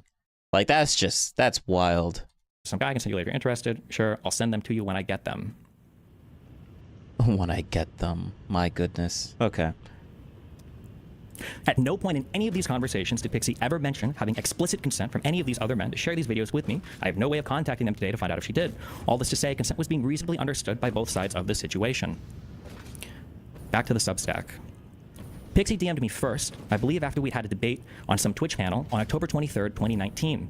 She told me multiple times that she was 20 years old. You're 20, right? Yeah, I am 20. I had a fake ID, blah, blah, blah. I'm 20, yeah. Oh, look at that. So she lied about her age. Okay. All right, Pixie. Good job. So I'm not entirely sure why she said I was hitting on her when she was 19. By the time we met in person, she was 21. Based on my interactions with her, I find it odd that she describes herself as extremely sexually inexperienced and sheltered as well. When I was 19, over 5 years ago, I was extremely sexually inexperienced and sheltered, being severely terrified of leaving, blah, blah, blah. In several places, Pixie deliberately uses language that makes it sound... Man, the amount of receipts that this guy has, holy crap, man. As though I'm simply sending explicit material containing only her to another person. Pornographic content of me online. So you can imagine my surprise when I discover he distributed pornographic content of me without my consent. Yes, you read that right. He sent pornographic content of me, was trying to fail using my body and my privacy. This is not the case. The material in question is an explicit video of me and her together. I would never just send around explicit material of another person on their own. Any material I've exchanged is done so because I'm in it, not to impress someone by using someone else's body. She also repeatedly claims that the main purpose of the statement was about preventing me from harming other women. If that was the case, why did she contact me at all prior to releasing it? Why was her publishing this statement contingent on my response to her and how much I was willing to pay her? One of the most irritating and conspiratorial claims she makes against me is that I was sending material to a person intentionally hoping they would leak. This all comes from her statement. I don't think I need to explain just how unbelievably baseless, callous, and malicious this point is, as I have suffered irreparable privacy and reputational harm due to all of the publicization of the leaked material. Similarly, I find it both incredulous and ludicrous that she would imply that I was somehow attempting to intimidate her based on comments I'd been making about Hassan. I have never at any point in this process told her that she had no right to take legal action against me, nor denied her any right to pursue whatever justice she felt was reasonable. On the contrary, she has been the one threatening me with going public and with suicide the entire time if I wasn't willing to pay her a massive sum of money. She also manages to twist every conversation we had in the most malicious way possible, claiming that I was downplaying my actions, when in reality I was trying to talk her off a ledge from killing herself with the advice of her friend. See, that's some wild stuff there. Like, what do you... How is anyone supposed to, like... The amount of, like, landmines for someone to just accuse you of that, and then when... you can't say or do anything because anything that you do or say just makes everything worse for you. Like, they were called, like, if Destiny didn't say anything, oh, he's just fortressing, oh, he doesn't care. Oh, well, if Destiny says something, oh, he's making excuses for his actions. And I'm like, there's nothing, he could do nothing, he gets bashed. He says something, he gets bashed. And he also doesn't want to say anything because if he doesn't know how serious this Pixie is when she says this type of stuff, so he has to treat it very seriously. And this is just, it's so wild that this ended up becoming. And someone in the chat said, "Oh, if you want to win debate, you just say that you're gonna delete yourself, and there you go, debate win." And I'm like, bro, honestly, kind of true, not gonna lie, because like he had his tongue tied for like almost a month when this dropped. In addition to the misrepresentation and lies in her statement, she is also sure to link directly to any tweets involving other high-profile figures I spoke with, likely with the goal of getting others to tweet her statement at them. She also makes it explicitly clear that her goal is to simply inflict as much damage onto me as possible. Also, the wording of her Substack tweet heavily implies that I was also publicly posting revenge porn of her. On November 29th, the streamer Destiny accidentally shared my nudes, making me a victim of revenge porn. I'll be suing him in federal court. I'm not clicking these links. They're just like links to her quoting her Substack, basically. Negotiations begin. On January 31st, 2025, I received the first written demand from Pixie's law firm. This time, the letter was citing Florida Civil Statute 784049 for sexual cyber harassment, which requires malicious intent for publishing images. Well, obviously she's not going to win that. Saying that you're sending these for no legitimate purpose with the intent of causing substantial emotional distress to the depicted person. Thankfully, the demand to settle our dispute was a reasonable one. That's so stupid. That's so stupid. Wow. With the intent of trying to... Bro, his stuff was leaked. He didn't... Yeah, the intent of him leaking it to... Actually, you know what? He did give it to someone, so maybe they could get it on that one instance. But for it to leak online, that's not his fault. Like, it was the hacker. So, like, his intent to leak it to the public is not true, but his intent to leak it to that one individual person, well, was true. So I'm not sure if he'll actually get deleted in law for this or not. See, only request. He actually might win the defense for that. Oh yeah, there's the number. There's the number, guys. My head's blocking it. There's the number, guys. There you go. That's what they wanted. Bro, negotiations begin. That's the number we want, guys. And I'm like, bro, that's wild. That is wild. $15 million plus legal fees in order to come to an amicable settlement. Notably, there was no request for any of this money to go to charity. As a result of this violation, my client has suffered considerable harm, including but not limited to severe emotional anguish, damage to personal relationships, and public humiliation. The unlawful actions have disrupted my client's personal and professional life, and we are now compelled to seek monetary compensation for these damages. In light of the foregoing, we hereby demand the following: immediate monetary compensation for the damages caused by the unauthorized disclosure of intimate images. Specifically, my client is entitled to at least $15 million in at least for the following things. That's wild. A formal written apology from you acknowledging your role in the unauthorized disclosure and the harm it caused, immediate cessation of further things, reimbursement of legal fees, failure to resolve this matter within 5 business days. All right.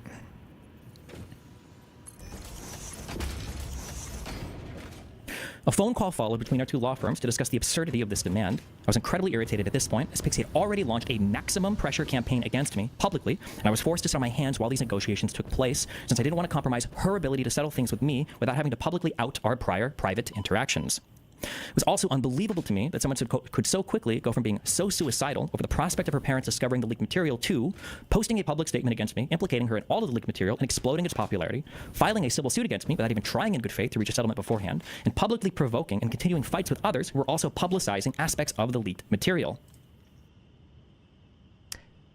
If this is not a content, well, it's not a content nuke, but if this is not like a character like nuke against like Pixie, then I don't know what is. Like this is actually insane. This is actually insane. Just randomly bashing some dude's physical appearance. You look like a hard-boiled egg wearing a toupee, and you think you're qualified to comment on someone else's looks. And then him bringing up, obviously, the leaked material. Sir, you flirt with one. And then her quote tweeting it and responding about it.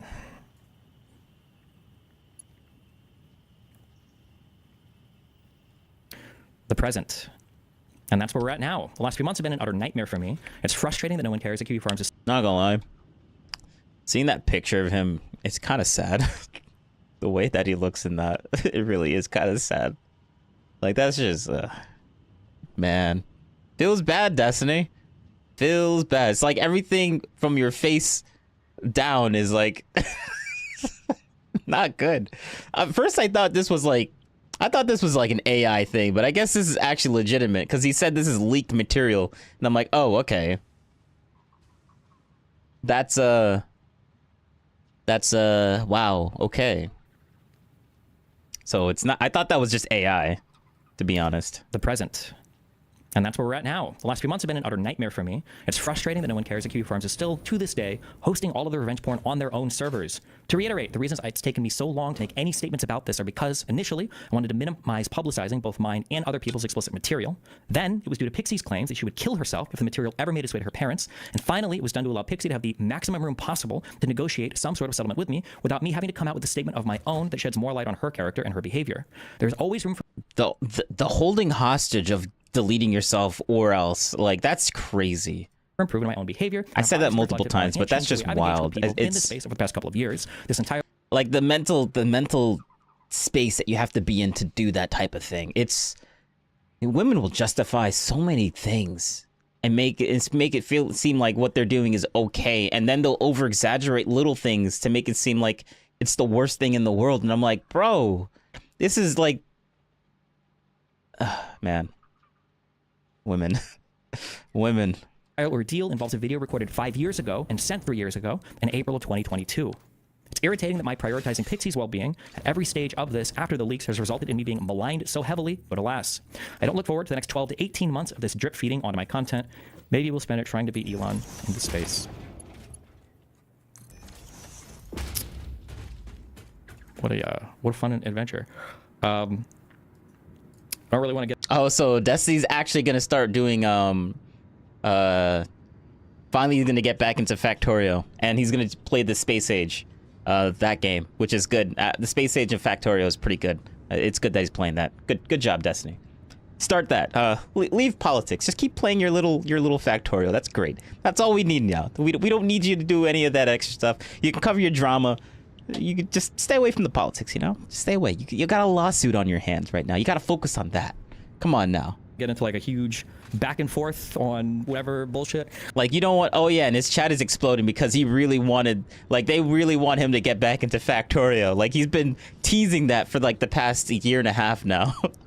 And, yeah, maybe he might actually do it. I know there are other situations and things that people have made, other accusations or claims. They're all entirely fucking baseless. But I'm trying to do this one piece at a time because I'm managing multiple stuff, especially stuff that might become legal. I just have to be careful with exactly what I say about the other person, so I don't invite further civil action in the form of like, oh, now he's defaming me or blah, blah, blah. So,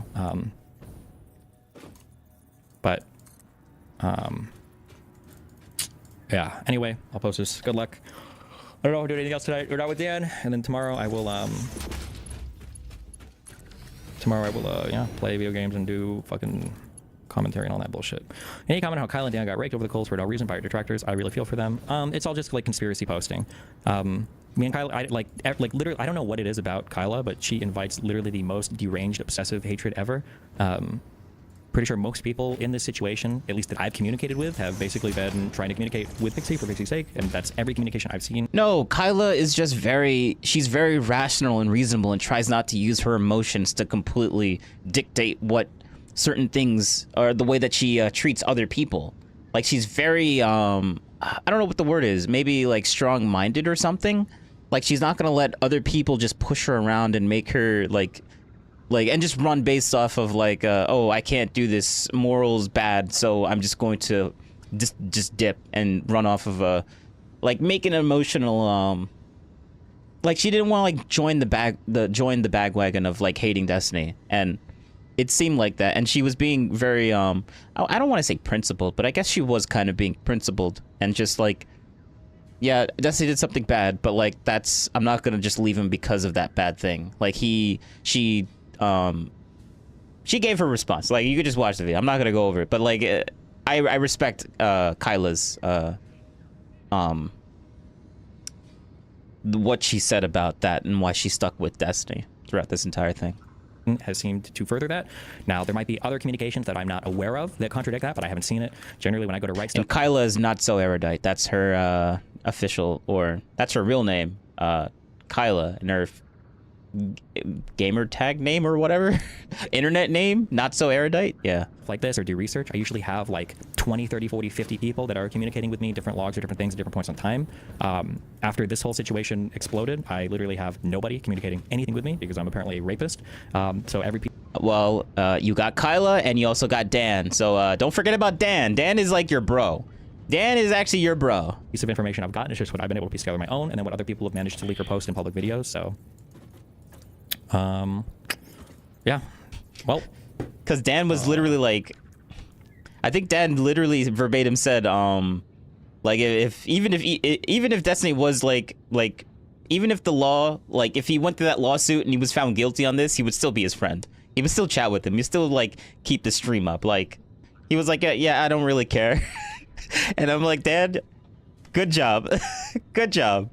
You're not gonna leave him because of this wild leak thing that came out, that happened, like because some guy hacked some random account and got like this stuff. Like, like, obviously that's not his fault. Like, you shouldn't, like, if you're best friends with a guy and then some guy, like, his stuff gets hacked and then just leaked out, like, are you really gonna blame him for why everyone knows this now?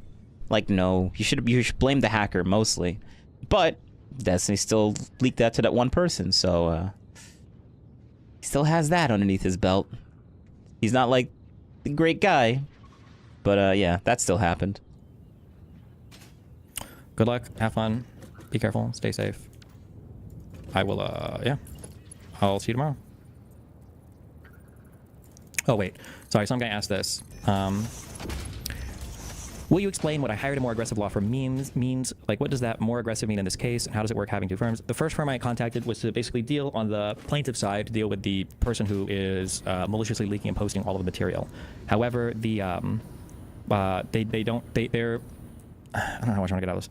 If you have a good law firm, they usually specialize in certain types of things. That law firm is, I would say, specializes in plaintiff stuff. Like, they go after people who do certain things, but they don't really specialize in defense cases. It's just not really what that law firm does. So I retained a second law firm that specializes more in defensive stuff against people making claims against you, hence the second one. But yeah. All right. Well, have fun. Be careful. Don't die. Well, yeah. All right. Well, let's get back and finish that content new. Oh no, not this one, not this video. But actually no, we'll play this one more time because remember, Destiny did ask for this. Destiny did ask for this for the third time. Do you think I'm self-destructive? Yeah. If you engage in hedonism, I would say you're self-destructive. I say the same thing about Destiny. I think he can be self-destructive, and I don't think you would entirely disagree. So wait, I completely disagree. I don't think I'm self-destructive at all. Hold up. I was actually curious. You don't think that to some degree your hedonism doesn't bite you in the ass? No, I think I have a really good engagement with most of my hobbies. I think I do it pretty well. I think that my mental functioning is very high. I think my career is incredibly successful. There are parts of my life that I can improve, but I think that people look at some of the standard markers for trouble and they, for some reason, project a ton of stuff onto me. But I think I'm living like one of the healthiest, fullest lives that I possibly could. Constantly having poor relations with women over a long period of time, or in other situations, STDs, different things like that. Eventually, that hedonism comes back to bite them in the life, and they also recognize they could have invested that time a lot better. So wait, what do you ask us about this? Like, what was your idea of this? Yeah, it's not like I have like 100 kids and 5 million STDs and like. No, you just constantly. Okay, I'm not gonna talk about it. Well, you might as well. But no, you drop the accusation. Go for it. You just constantly. Say it. No, say it. No, shut up, Melina. Shut up. Let him talk. What do you mean? Constantly. Anything you do in life that's going to increase like your ability to like have fun or do like crazy stuff or whatever is always going to carry with it like the risk of death, right? Absolutely. Like you have no chance of dying by falling out of a plane unless you go skydiving. But that's not an argument. It's never skydiving. But it is an argument against maybe skydiving 1,000 times if you don't want to die that way. Well, if you want to skydive 1,000 times, then fucking skydive 1,000 times. Like what's wrong? Damn, what happened to all the self-empowerment shit that you guys were talking about earlier? I mean, deflection. It depends on whether or not you want that outcome. If you're saying like, oh, I don't want this kind of destructive thing, or I don't want to end up dying by skydiving, then maybe don't skydive every other day. Yeah, but I'm not complaining about that. You guys are. If your lifestyle choices are like, damn, I would never want to deal with like a crazy girl or anything like that, that's totally valid. I think it's totally fine. I accept that that's probably true for most people. But like, I'm okay with the trade-off on that for like all the benefits that I get. I like f***ing a lot of people. I like traveling a lot. I like doing drugs. I like my stream shit. That's like super fun for me. To be like, well, doesn't bad stuff happen sometimes so you shouldn't do it? That doesn't compute to me. Like, I feel like I'm living a super amazing life, and I feel like there's a lot of shit that happens all the time. I understand it might be a lot for some people, but it seems weird to be like, oh, well, I think that you're like secretly like hurting or damaged inside because of some negative outcomes. Like, or to others, because I think the main thing with this is you have to think about the activity. The activity involves hurting others. Like even Destiny, as good as he is at what he does, probably can admit he's broken a lot of hearts, he's disappointed a lot of women, he's made a lot of people upset. It's not just how he feels about it. When you involve other people in this kind of pursuit of pleasure, other people get hurt as well. I'll stand by what I said at the beginning. I don't feel bad for Steven whatsoever because he knew what he was getting into. He was brazen about it. When he was warned, when he said, hey, this is a bad idea, this is a bad lifestyle, he said, I don't care, I want to have fun. It's fun for me. That's why I like these mentally ill women. That's why I like doing this stuff. That's why I can't keep my dick in my pants, because it's fun. Well, I'm like, all right, then. When it fucking inevitably blows up in your face, I'm not going to have no sympathy for you. You can be my friend, my worst enemy, I don't give a fuck. Wait. If you engage in behavior repeatedly after you're warned, fuck around and find out, and that's what Steven's doing. But I don't want to make it just sound like a... True. That's all. That's it. Now we're gonna get back to that was the final words. Now we're gonna get back to the Destiny content nuke. So yeah. Slow moving individual. Best view ERZono and streambo.com. Yeah, no, thank you. That's great. Good job for you. Yeah, whatever.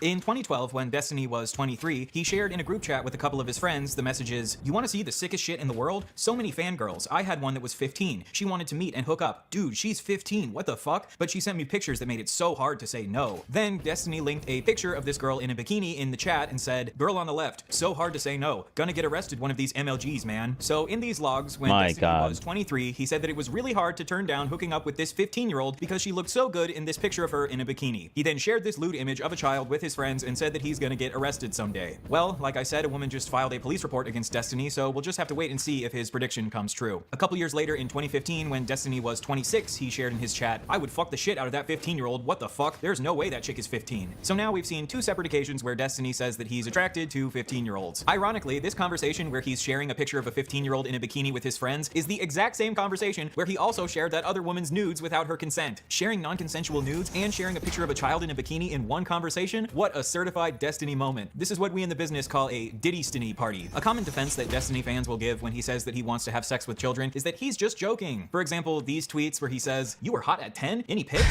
My God. My God. Holy. Okay. DMs. "Jesus, I've never wanted to bend someone over the hood of their little tyke so bad." I do think these tweets are jokes, very strange jokes, but I don't think that him saying he wanted to hook up with this 15-year-old Very was a joke. strange You know that classic prank where you send your friends pictures of kids in bikinis and say how hot you find them as a joke? And to help prove that this wasn't a joke, here are some clips of Destiny doubling down on his attraction to this 15-year-old in a debate with someone named Mr. Medicare. Of this chat log, I was talking with a bunch of other esports guys, and we were basically talking about how crazy the fucking jailbait is in the gaming communities. It's ridiculous. I think I said something along the lines of like there are 15-year-old chicks that are like hot as fuck that will like try to send you pictures to like fuck you at events and shit, and it's like you have to be really careful when you navigate that. Wait, what? He's not, why would he call it jailbait if he's condoning this? Or this is something he thinks is good? Why would he call it bait if this is something that he thinks this is good? He shouldn't, like, this is supposed to be a content nuke, not a nitpick and say what he thinks or frame what he's about to say in like the most negative way possible, and then play the clip, and then people are already predisposed to what was supposed to be said already. And then now when Destiny says some of the key points of what the person was saying without actually listening to everything that Destiny was saying in that clip, they come out being like, oh, so Destiny this is proof that he's actually did say what the person said previously, which it's not necessarily, like, it's evidence to it, but like he's saying bait, as in like this is something that you need to be careful with. You need to stay away from this. This is not a good thing. So what is the admitting to A bunch of Destiny doubling down on his attraction to this 15-year-old in a debate with someone named Mr. Medicare. Of this chat log, I was talking with a bunch of other esports guys, and we were basically talking about how crazy the fucking jailbait is in the gaming communities. It's ridiculous. I think I said something along the lines of like there are 15-year-old chicks that are like hot as fuck that will like try to send you pictures to like fuck you at events and shit, and it's like you have to be really careful when you navigate that. So what is the admitting to jerking off to 15-year-olds then? What is that in relation I never to? admitted to jerking off. I think I just said like this. I think the log is something like this 15-year-old chick was trying to send me, sending me pictures of herself, and she's hot as fuck. It's like really hard to like turn down some of these people. I think Wait, how old was she? She said she was 15. So you did get pictures from a 15-year-old. That's not him doubling down on this. That's him literally saying it's difficult to, like, he's complaining about this. Like, this is a bad thing. He's not saying this is a good thing. He's not saying that it's okay for him to do this. Like, okay. I mean, he talked about it and he said this is something, he's only saying that this is something that happened. Like, he's not saying we should do this or this is okay or it's fine that this is happening. Like, he's not condoning this at all. Not nudes though. Sorry, I should specify. I think a couple pics of her like at the beach or some shit. But in swimwear. Yeah. So you're getting swimwear pics from 15-year-olds. Yeah, hell yeah, dude. This shit is fucking crazy. Shit is fuck. So in these clips, he says that some 15-year-olds are hot as fuck, and he admits to sharing a picture of this 15-year-old in a bikini to his friends. So is Destiny a pedophile? Well, he admitted that he finds some 15-year-olds hot as fuck, and he sent his friends a picture of a 15-year-old in a bikini because he found her so attractive. A lot of arguments with Destiny about pedophilia end up getting wrapped up in semantic debates about labels instead of focusing on the facts of the matter. If you call Destiny a pedo for being attracted to a 15-year-old, he'll launch into a tirade about how pedophilia is the attraction to prepubescent children and 15-year-olds are post-pubescent. So therefore, by calling me a pedo, you have slandered me. So then you go, okay, I guess you're not a pedophile, you're an ephebophile because ephebophilia is the attraction to teenagers aged 15 to 19. So then he'll go, no, ephebophilia is the primary attraction to mid to late adolescents. I'm mostly attracted to adults. I'm just a little bit attracted to children. There are 15-year-old chicks that are like hot as fuck. So therefore, I am not an ephebophile and you have slandered me yet again. Also, there's nothing inherently wrong with ephebophilia. Yeah, Destiny does do actually. He does, like, he literally is the culmination of like the crowd that says, well, technically speaking, this is what this, like, he literally is the person that does that. He is that guy. And then when people do it in his comments, he bans them and he's like, oh, well, actually, and he hates that crowd But Destiny literally does it to every single person that he disagrees with. He's like, well, like whenever someone like when he's debating someone like with Trump people, right?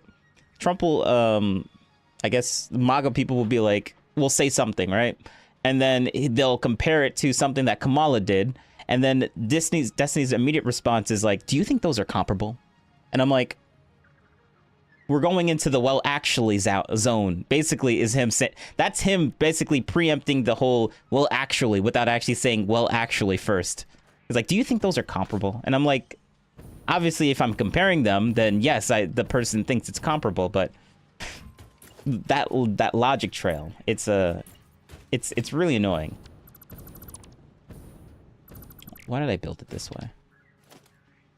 Because 18-year-olds and 19-year-olds fall under the category of ephebophilia, and there's nothing wrong with being attracted to adults, so your normative position condemning ephebophilia in its entirety is already a flawed premise. And even if I was a pedophile, there's nothing wrong with being attracted to children. It's only bad if you act on that attraction, so therefore you have slandered me in countless ways, and my community will now harass you for years. See how you've now had an It sounds so bad, but I mean, Destiny's not wrong. I mean, he literally isn't wrong, but it's an argument you don't want to make.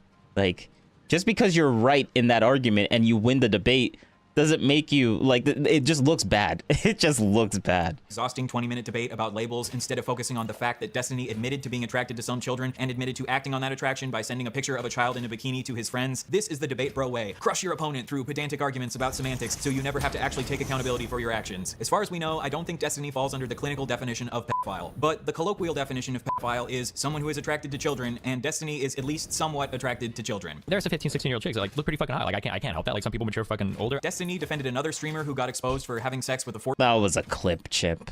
Come on, man. Play the full clip like you did before. Play the full clip. You can't just have him say that with zero context from before or after. Like, he only said, like, what, 4 or 5 words?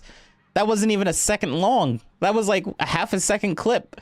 Like, that's just wild. But okay, I mean, this is supposed to be a content nuke of Destiny, so whatever. 14-year-old by saying, even if he did bang a 14-year-old, no, that's not what pedophile means. Go look it up. Seriously, if you don't understand the difference between being attracted to someone that happens to be young and being attracted to someone because they are young, you have absolutely no business whatsoever commenting on the issue, period. It makes you look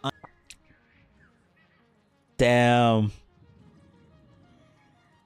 Another well actually thing. Like we're not talking about this specific thing, but like every other thing, and just change one word. And that, yeah. Okay, whatever. Like, this is the well actually, basically, what he did uneducated. I really want to see someone use this argument in court. Your Honor, I didn't have sex with that baby because I'm attracted to babies. I had sex with that baby because it just so happened to be a really hot baby. Most babies are not hot, but every once in a while, one of those extra special babies rolls their stroller on past my goon cave, and I just can't help myself. But this does not make me a pedophile. You My look really God. uneducated right now. You know what, Destiny? You can feel free to have your pedantic definition of pedophile that only applies to being specifically attracted to prepubescent children because of the fact that they are prepubescent, and I can say that I think you are a freak for saying as a 26-year-old that some 15-year-olds are hot as fuck, and for as a 23-year-old sharing around a picture of a 15-year-old in a bikini. Deal? The next child-related Destiny incident is when him and his friends, the Bro Squad, watched an 8-year-old boy shake his penis for them on a live stream.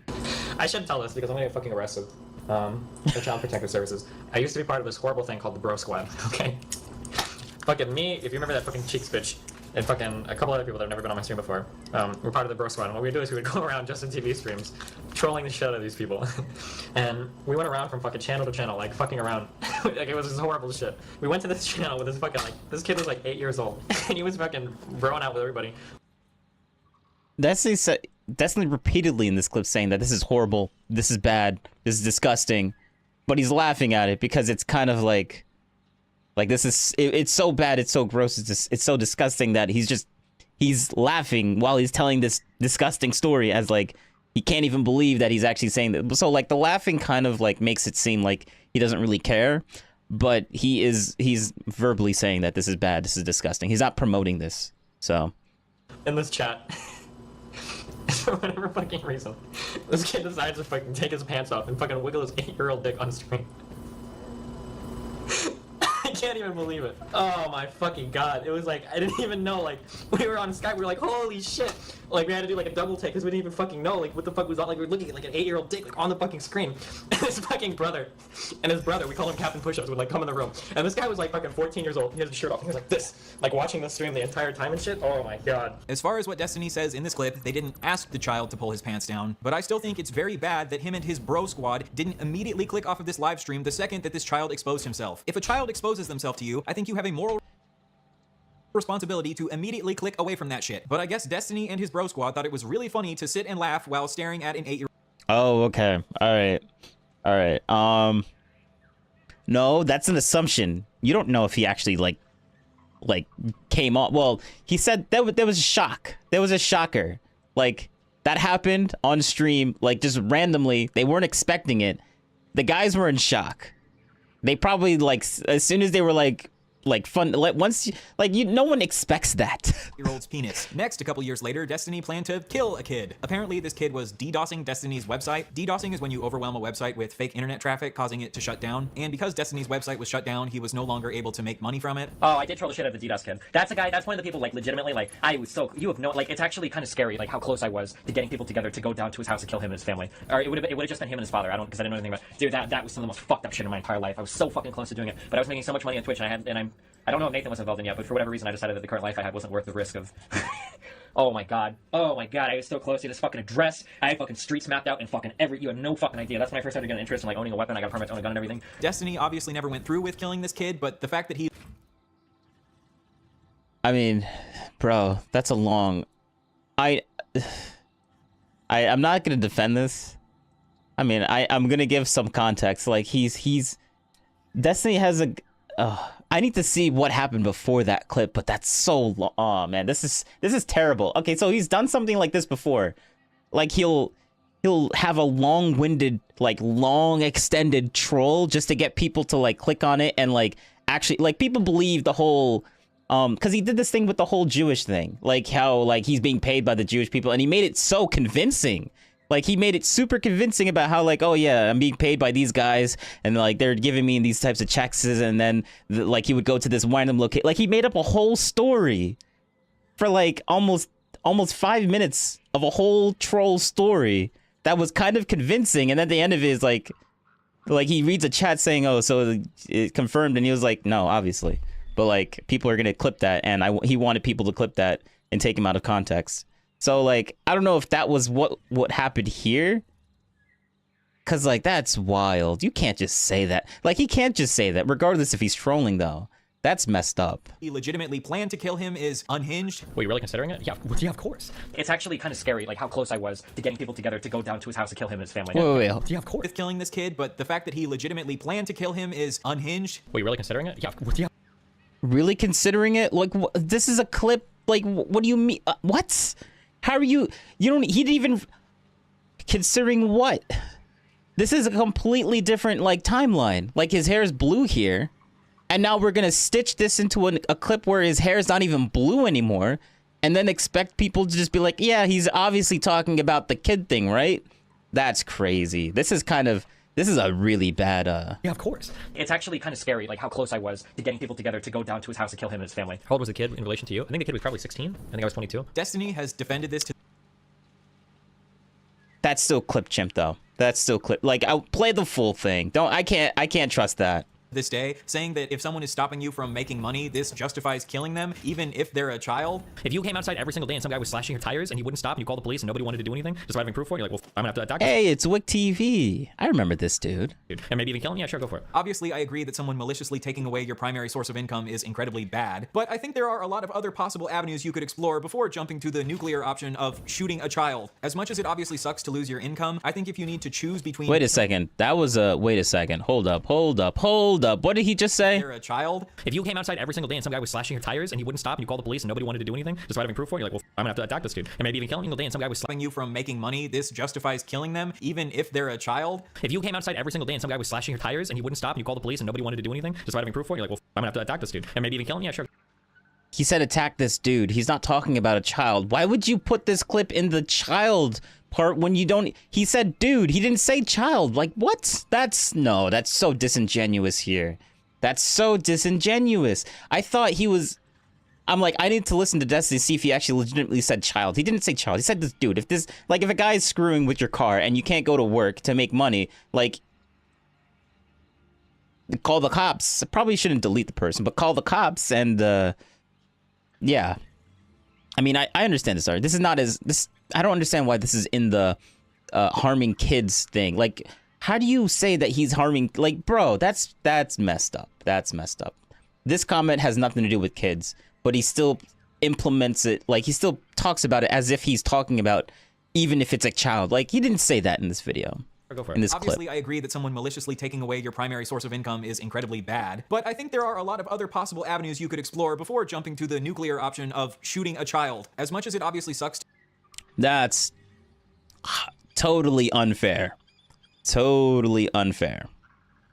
To lose your income, I think if you need to choose between killing a child in cold blood and losing your Twitch revenue, you're just gonna need to put the fries in the bag and get a new job. The next child-related Destiny incident is when he encouraged an infamous lolly or drawn CP artist to draw a picture of his 6-year-old child. This artist is a man named Shadman. You might recognize Shadman from the recent controversy with Ava Chris Tyson from Mr. Beast, who was a really big fan of Shadman's work. Shadman has a long history of drawing pornographic images of actual children, including Keemstar's daughter, and because Destiny was aware of this, he encouraged Shadman to draw a pornographic image of his 6-year-old son. This controversy started because Destiny had been insulting the YouTube animation community. In response, Shadman made this drawing of Destiny to make fun of him, so Destiny then responded to Shadman by tweeting, "Hey, at Shadbase, if drawing fan art of me is a tad uncomfortable, you could try drawing my son. He's only 6, so it should be easier for you." To try to be good faith to Destiny, this tweet was obviously a joke, and he didn't actually want Shadman to draw a picture of his son. However, I still think that goading a known CP artist into drawing CP of your own son is incredibly irresponsible, because imagine if Shadman took him up on his request and did go ahead and make the drawing in the same way he had drawn Keemstar's daughter. Then, Destiny's son would have had to deal with the fact that there would be drawn CP of him floating around the internet for the rest of his life. If there was a known child murderer and you decided to tweet at that child murderer, "Hey, how about you come murder my child, lol," I think we would all agree that that would be incredibly irresponsible, even if that was just a joke. In the same way, I think it's incredibly irresponsible to encourage a known CP artist to draw CP. This is a legit valid criticism. There is zero defense. This is actually like 100% legit. I agree with this point 100%. Like, bro, you have a kid, you don't, oh my god, that's nice. That's, wow. Okay. Of your child, even if it's just a joke. Thankfully, Shadman did not end up drawing Destiny's child like he had drawn Keemstar's child, and Destiny got to have fun making his little joke. What a great comeback. Even though this joke could have come at the expense of his 6-year-old son's safety. Even though a lot of these situations involving children happened quite a while ago, I still think Destiny has been spreading harmful rhetoric around children even quite recently. A couple years ago, Destiny said that a 30-year-old randomly sexting a 14-year-old would not be grooming. Let's say there's a person that's like 30 years old and tries to like randomly sext like 14-year-olds and 15-year-olds. That wouldn't be, I don't think that would be considered grooming. So, I mean, doesn't Destiny think that the whole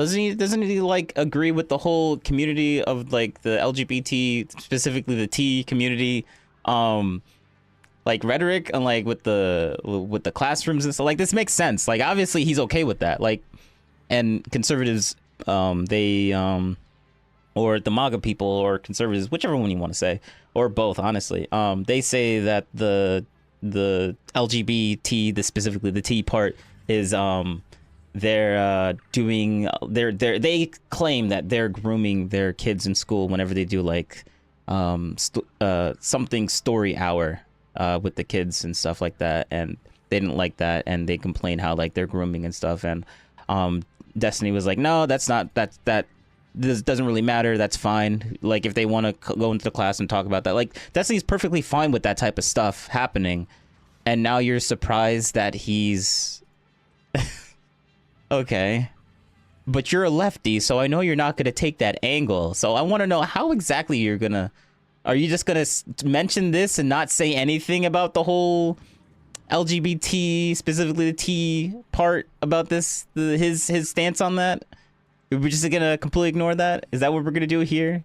Oh, that clip sounds pretty bad, right? But we don't want to approach Destiny in bad faith or take him out of context, so let's try to understand the actual argument that Destiny is making. I don't think that would be considered grooming. Now, let's say there's a person that's 30 years old and they're specifically seeking out like 14, 15-year-olds to kind of just like talk to them about their school life, figure out what their problems are, you know, be cool because you're old, you have experience, and then you kind of weasel in like sex. That's like grooming, right? That would be like grooming. So Destiny's argument is that a 30-year-old randomly sexting a 14-year-old isn't grooming, but if a 30-year-old tries to weasel their way into a 14-year-old's life and slowly manipulate them into sexting them, this would be grooming. But this argument goes against the definition of grooming. The definition of grooming is the action of attempting to form a relationship with a child or young person with the intention of sexually assaulting them or inducing them to commit an illegal act. Guess what, Destiny? Nowhere in that definition does it say that grooming has to be a slow process. Grooming is just forming a relationship with a child for the purpose of sex. I was about to make an argument, but then I realized I can't make that argument because there's no, like, if you're underage, it's automatically by law. It doesn't matter if you consented or not. You can't consent when you're underage. So, like, I was gonna say, well, if they consented, but you can't consent when you're underage. So, I mean, but in the law specifically, I mean, they morally or logically they could, but like they can't underneath the law. So I was about to make the argument like actually, but like no, that doesn't work in this situation. So whatever. A lot of times grooming is a slow process because they have to slowly break down the child's boundaries in order to get them to have a sexual relationship with them. But sometimes grooming can happen very quickly. For example, in situations where the child already has some established level of trust with the person who is grooming them. In this clip, Destiny is talking. Wait, you just contradicted yourself. Like it happens slowly, but like sometimes it can happen almost instantly. And so, but then his example is that, well, when after you do the whole thing of like doing the whole grooming process, people could just flip on a dime. Is that what he's about to say? But like, wait, hold up. That's a contradiction. This argument goes against the definition of grooming. The definition of grooming is the action of attempting to form a relationship with a child or young person with the intention of sexually assaulting them or inducing them to commit an illegal act. Guess what, Destiny? Nowhere in that definition does it say that grooming has to be a slow process. Grooming is just forming a relationship with a child for the purpose of sex. A lot of times grooming is a slow process because they have to slowly break down the child's boundaries in order to get them to have a sexual relationship with them. But I think it's always a slow process. You can't just automatically, unless the child is like very the child is kind of like their parent situation is very screwed up, so like they're gonna be screwed up, and then it would be very easy to manipulate people that are already screwed up because of their parents. Sometimes grooming can happen very quickly. For example, in situations where the child already has some established level of trust with the person who is grooming. How do you get that established level of trust if you weren't grooming in the first place? Like that's such a bad example. Like, oh, this is an example of it happening really quickly. Well, after the fact that they have establish that trust, it's like you're saying, oh, it wasn't grooming until after that, like that whole process. Like what? Grooming them. In this clip, Destiny is talking about influencers who sext their underage fans and saying that these influencers sexting their fans wouldn't necessarily be grooming because grooming is a slow process. The reason that influencers are often able to groom their fans so quickly is because their fans already have an established parasocial relationship with the influencer. If a teacher wants to groom a student, this usually happens more slowly because the teacher doesn't have a pre-established relationship with the student. But because influencers already have a parasocial relationship with their fans, grooming can occur much more quickly. Maybe Destiny's argument is that the very first time you sext a 14-year-old, this wouldn't be grooming yet because you haven't established a relationship with them yet. But this is still a stupid argument because in this context, randomly sexting a 14-year-old for the first time would be the first step in attempting to groom them. You're acting like everyone else is so stupid for not understanding grooming while you don't understand grooming. Destiny would claim that he just cares about definitional specificity, but the specific definitions you're promoting aren't even accurate. I'm not saying that Destiny is making this argument because he wants to groom children, but when you combine him saying that some 15-year-olds are hot as fuck, with him sharing around pictures of 15-year-olds in bikinis, with him saying that 30-year-olds sexting 14-year-olds isn't. You got yourself a conspiracy. Yes. Okay. All right. That makes sense. Good job. Necessarily grooming, it starts to paint a very strange picture. Destiny also got really mad that people were labeling Drake a pedophile. He even had a debate about why it's totally fine for Millie Bobby Brown at 14 to be texting Drake about relationship advice. When you say he's texting her and he wants to give her dating advice, what if she's the one that brought it up first? Should he say something like, I'm sorry, but it's inappropriate for me to talk to you about high school boys? Or what? Like, Yeah, you do it all the time. When some young person comes up to you and starts saying some weird stuff, you just sit there with this 13-year-old and you start having conversations extended about them about dating. Yeah, I have before. What do you mean? No, would I tell if a young person came up to me and they were asking me questions about some like boy problems or some shit? Yeah, I'd probably say, yeah, of course. What do you mean, a 35-year-old man? Of course I'm gonna have better advice for them than some fucking random high school person. Yeah, of course. Wait. If a 15-year-old girl comes up to me, she's like, there's some weird shit going on with a boy in my high school. I say, oh no, don't talk to me, honey. Go ask another 15-year-old boy, or ask your fucking mom and dad who are gonna tell you to never talk to any boys ever. No, what the fuck? Hold up, do you think you should be talking to them about sex? It depends on the context. I don't give a what do you mean? If a 15-year-old asks me, she's like, I think I'm gonna this guy at school unprotected. Yeah, I'd probably say, bro, you're 15. Don't destroy your life. Make sure you guys use protection. What the fuck? Why would I not say this? Okay, and do you think that most parents find out you're talking to their kids about? Yo, actually, like Destiny's making some good points. It's supposed to be, bro, what? Like, he's not wrong here. He's not wrong. Like if you're gonna bro, if you're gonna ask, obviously you probably should ask your parents. You should go to your parents first. But like, that's crazy. That's crazy. About sex and giving them advice. You think they would take it well? I don't know. I don't give a. They should be talking to their own kids about it. So apparently Destiny has given children relationship advice in the past. Destiny is famously really great at relationships, so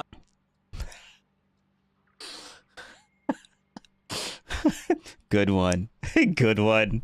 I'm Good sure these one. children really appreciated his sage words of wisdom. But if there's one thing that nobody would ever say about Destiny, is that he makes good Oh, he took the ABBA stuff, close friend. Oh man. personal life dating decisions. Destiny also says that he thinks he would give better relationship advice than a child's retarded parents, and that he would give a I'm not child gonna lie, the whole ABBA, this video alone is a content nuke for Destiny. 100%. Just listen to what he was saying, like the whole Vyvanse thing is like, oh, it's a coming to God moment for druggies. That one killed me. I'm like, wait a second, that's actually kind of true. Like, oh, we're on Vyvanse now, so we're not doing this anymore. We're going on a better path now, guys. Oh, bro, that's actually that's like legit. Like, it is literally like people like the comparison between Destiny having like a coming to Jesus moment, but like he uses Vyvanse as like his Jesus moment. Like, oh, we took Vyvanse now we're all good guys. Come on now. It's like it's the same people. Like it just absolves them for all past issues. Like that's kind of like the way that Destiny was saying it in the other video. But like, yeah. Decisions. Destiny also says that he thinks he would give better relationship advice than a child's retarded parents, and that he would give a child sex advice even if this would upset the child's parents. Who cares if parents don't want you to talk to their kids about sex? Destiny understands your kids better than you do. Destiny, you're a rule utilitarian, right? You believe that we should establish moral rules based on what generally leads to the least amount of harm. But you don't think that it would be good to establish a general rule that it's not safe for 31-year-olds like Drake to be texting 14-year-olds like Millie Bobby Brown about their relationships? Of course, there can be hypothetical situations where this isn't harmful and the adult actually does have good intentions, but in general, I don't think it's safe for children to be having these sorts of private conversations with adults. And I think it is totally reasonable to side-eye. When did Destiny say it had to be private? A nice little thing you added there. Drake for having these sorts of conversations with Millie Bobby Brown, especially because he kissed a child on stage. I owe you. I can't go to jail yet, man. 17. Why do you look like that? Now, is Drake a pedophile? Well, like I said, he kissed a child on stage, but Destiny would probably explain that this child was post-pubescent, not prepubescent, and kissing one child doesn't prove that he has a primary attraction to children, so therefore, we don't have enough evidence to label Drake a pedophile. Oh god, can you see how exhausting this is? Some people actually enjoy to listen to this shit day in and day out on Destiny's stream. Maybe Destiny just really wants to show Drake good faith because Drake has dropped so many bangers over the years, or maybe he's defending Drake because he sees himself in Drake because of his own personal relationships with young people. Enter Rose is Coming, Destiny's 19-year-old e-girl Discord. Oh shoot, they talk about this? Damn. This is literally a content nuke. Holy crap. A couple years ago, Destiny was simultaneously married to a woman named Melina while having an affair on Melina with a white nationalist woman named Lauren Southern and sexting this 19-year-old. Wait, that actually did happen. Okay, so that did happen. Wow. Now we got even more confirmation. I kept thinking that was just a rumor. Bro, I mean, he's even able to get MAGA people on his side. Damn. Destiny's so good at picking them up. He can even get people that are completely politically and diametrically opposed. That's crazy.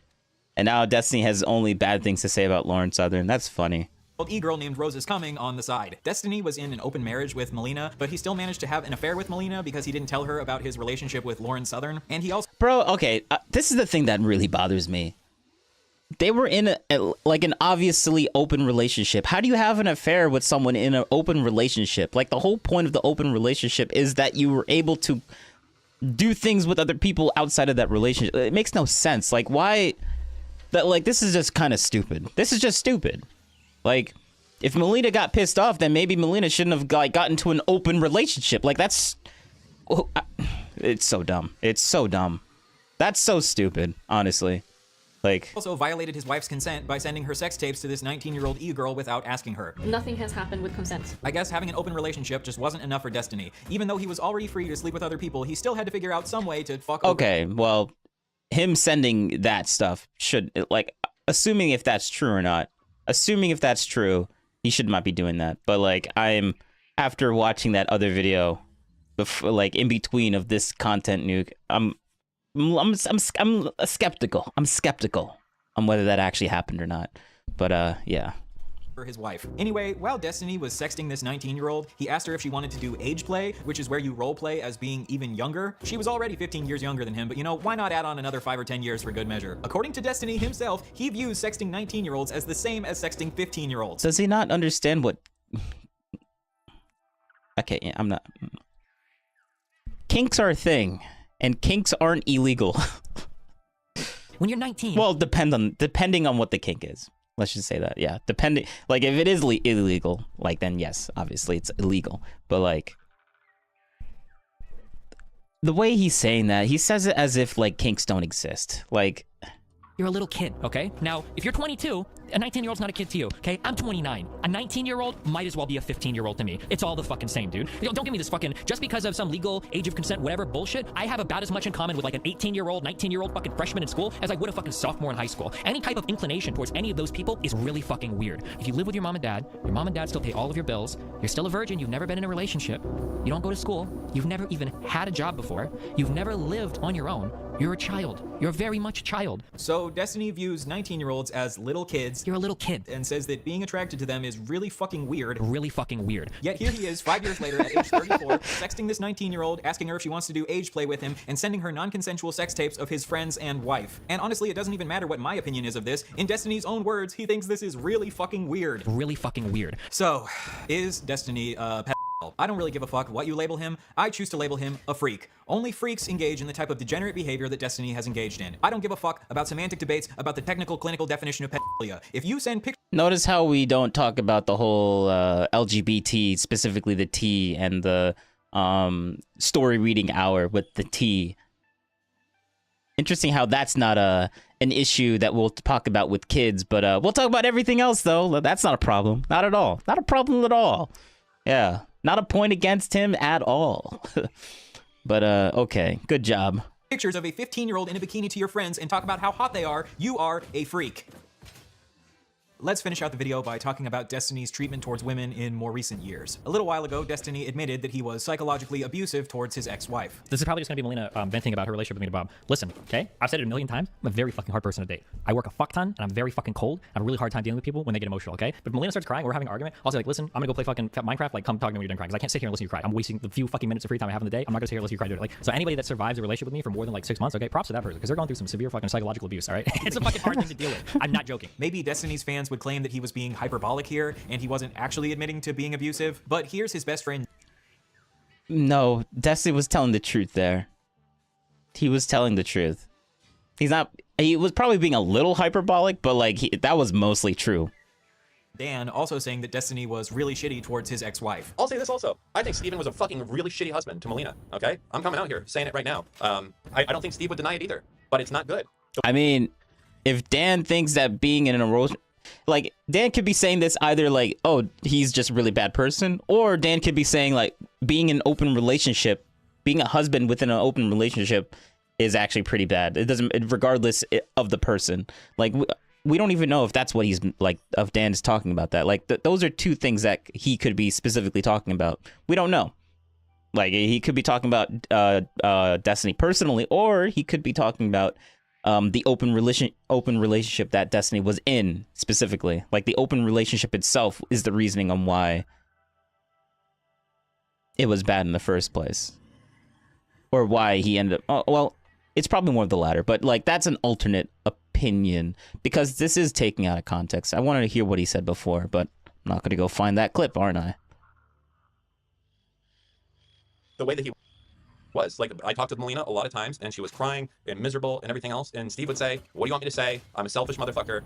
That's why I'm in the relationship that I'm in, the way that I do things that I'm in, and Melina, like, really was hurt by it, and I think, like, she was like, you know, what should I do? Should I leave? And I'll tell you this, I never was like, I was never like, no, you should stay and make things out. I told her multiple times, like, listen, if you feel like this is an abusive relationship, get the fuck out of there immediately. Melina herself has also accused Destiny of being psychologically abusive towards her. I'm irritated by a couple things. One thing I'm irritated about is that my ex-wife has reached out to a ton of people. At least 5 mutual friends have alerted me. I have no idea how many other are affected. I remember this video. This is when I started. This is the time when I started watching Destiny, and the whole breakup between him and Melina. This is when I started watching. This is right before the whole Israel-Palestine stuff and the this was like maybe like a month before October 7th, 2022 or 2023. And that was when he started his whole online the whole Israel-Palestine arc basically. That was this was kind of wild. This was weird. Like this didn't really. It was interesting to see this because like I didn't know any personal stuff before this, but whatever. Basically saying that I lied about a ton of stuff and that I am abusive. So Destiny has said that he was psychologically abusive towards Melina. Melina has said that Destiny was psychologically abusive towards Melina. And Destiny's best friend Dan also seems to think that Destiny was psychologically abusive towards Melina.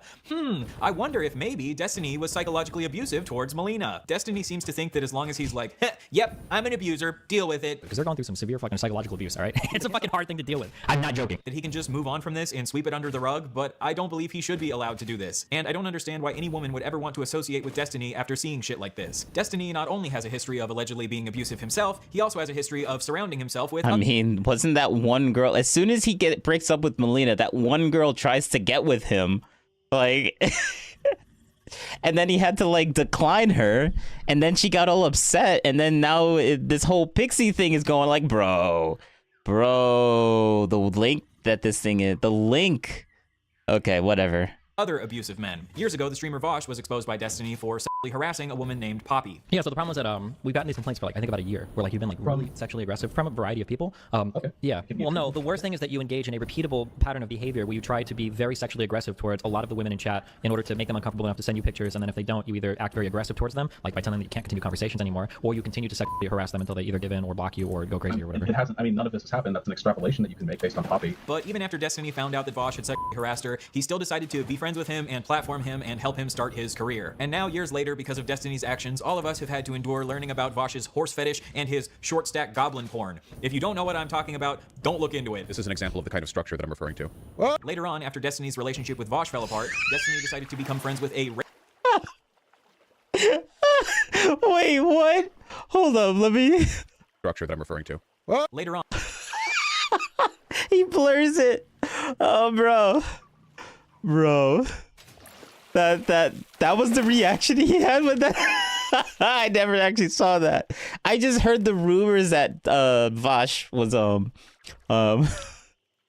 that's wild. Whatever. After Destiny's relationship We're just gonna with keep Vosh fell going. apart, Destiny decided to become friends with a racist named Mr. Girl. And Mr. Girl is not allegedly a racist, he is a racist. He posted a video openly admitting to raping a woman. A couple years ago, I matched with a woman on Tinder. I say woman because she was 46. Anyway, we got frozen yogurt. She came over. We got naked. I got naked. Then we both got naked. We started making out. Sex kind of makes me anxious, so I don't like a ton of foreplay. To me, it should be like turning off a Band-Aid, right? I'm trying to be patient. Finally, I get her on top of me. I put my dick in place, like right at her vagina, and I'm like, all right, let's do this. She holds perfectly still and says, I'm not ready. Clear as day, no mistaking her meaning, she doesn't consent.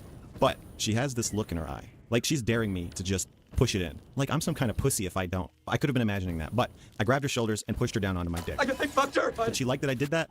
I think so. She probably had mixed feelings about it. Was it rape? What am I listening to? Can we just skip this?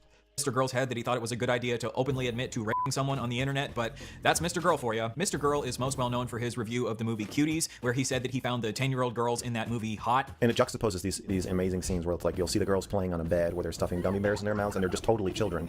And then you'll see them shaking their booties on this stairway as they make this this viral video. And bro, this the movie that he's talking about, the movie that they're talking about, that's on Netflix. That was on Netflix.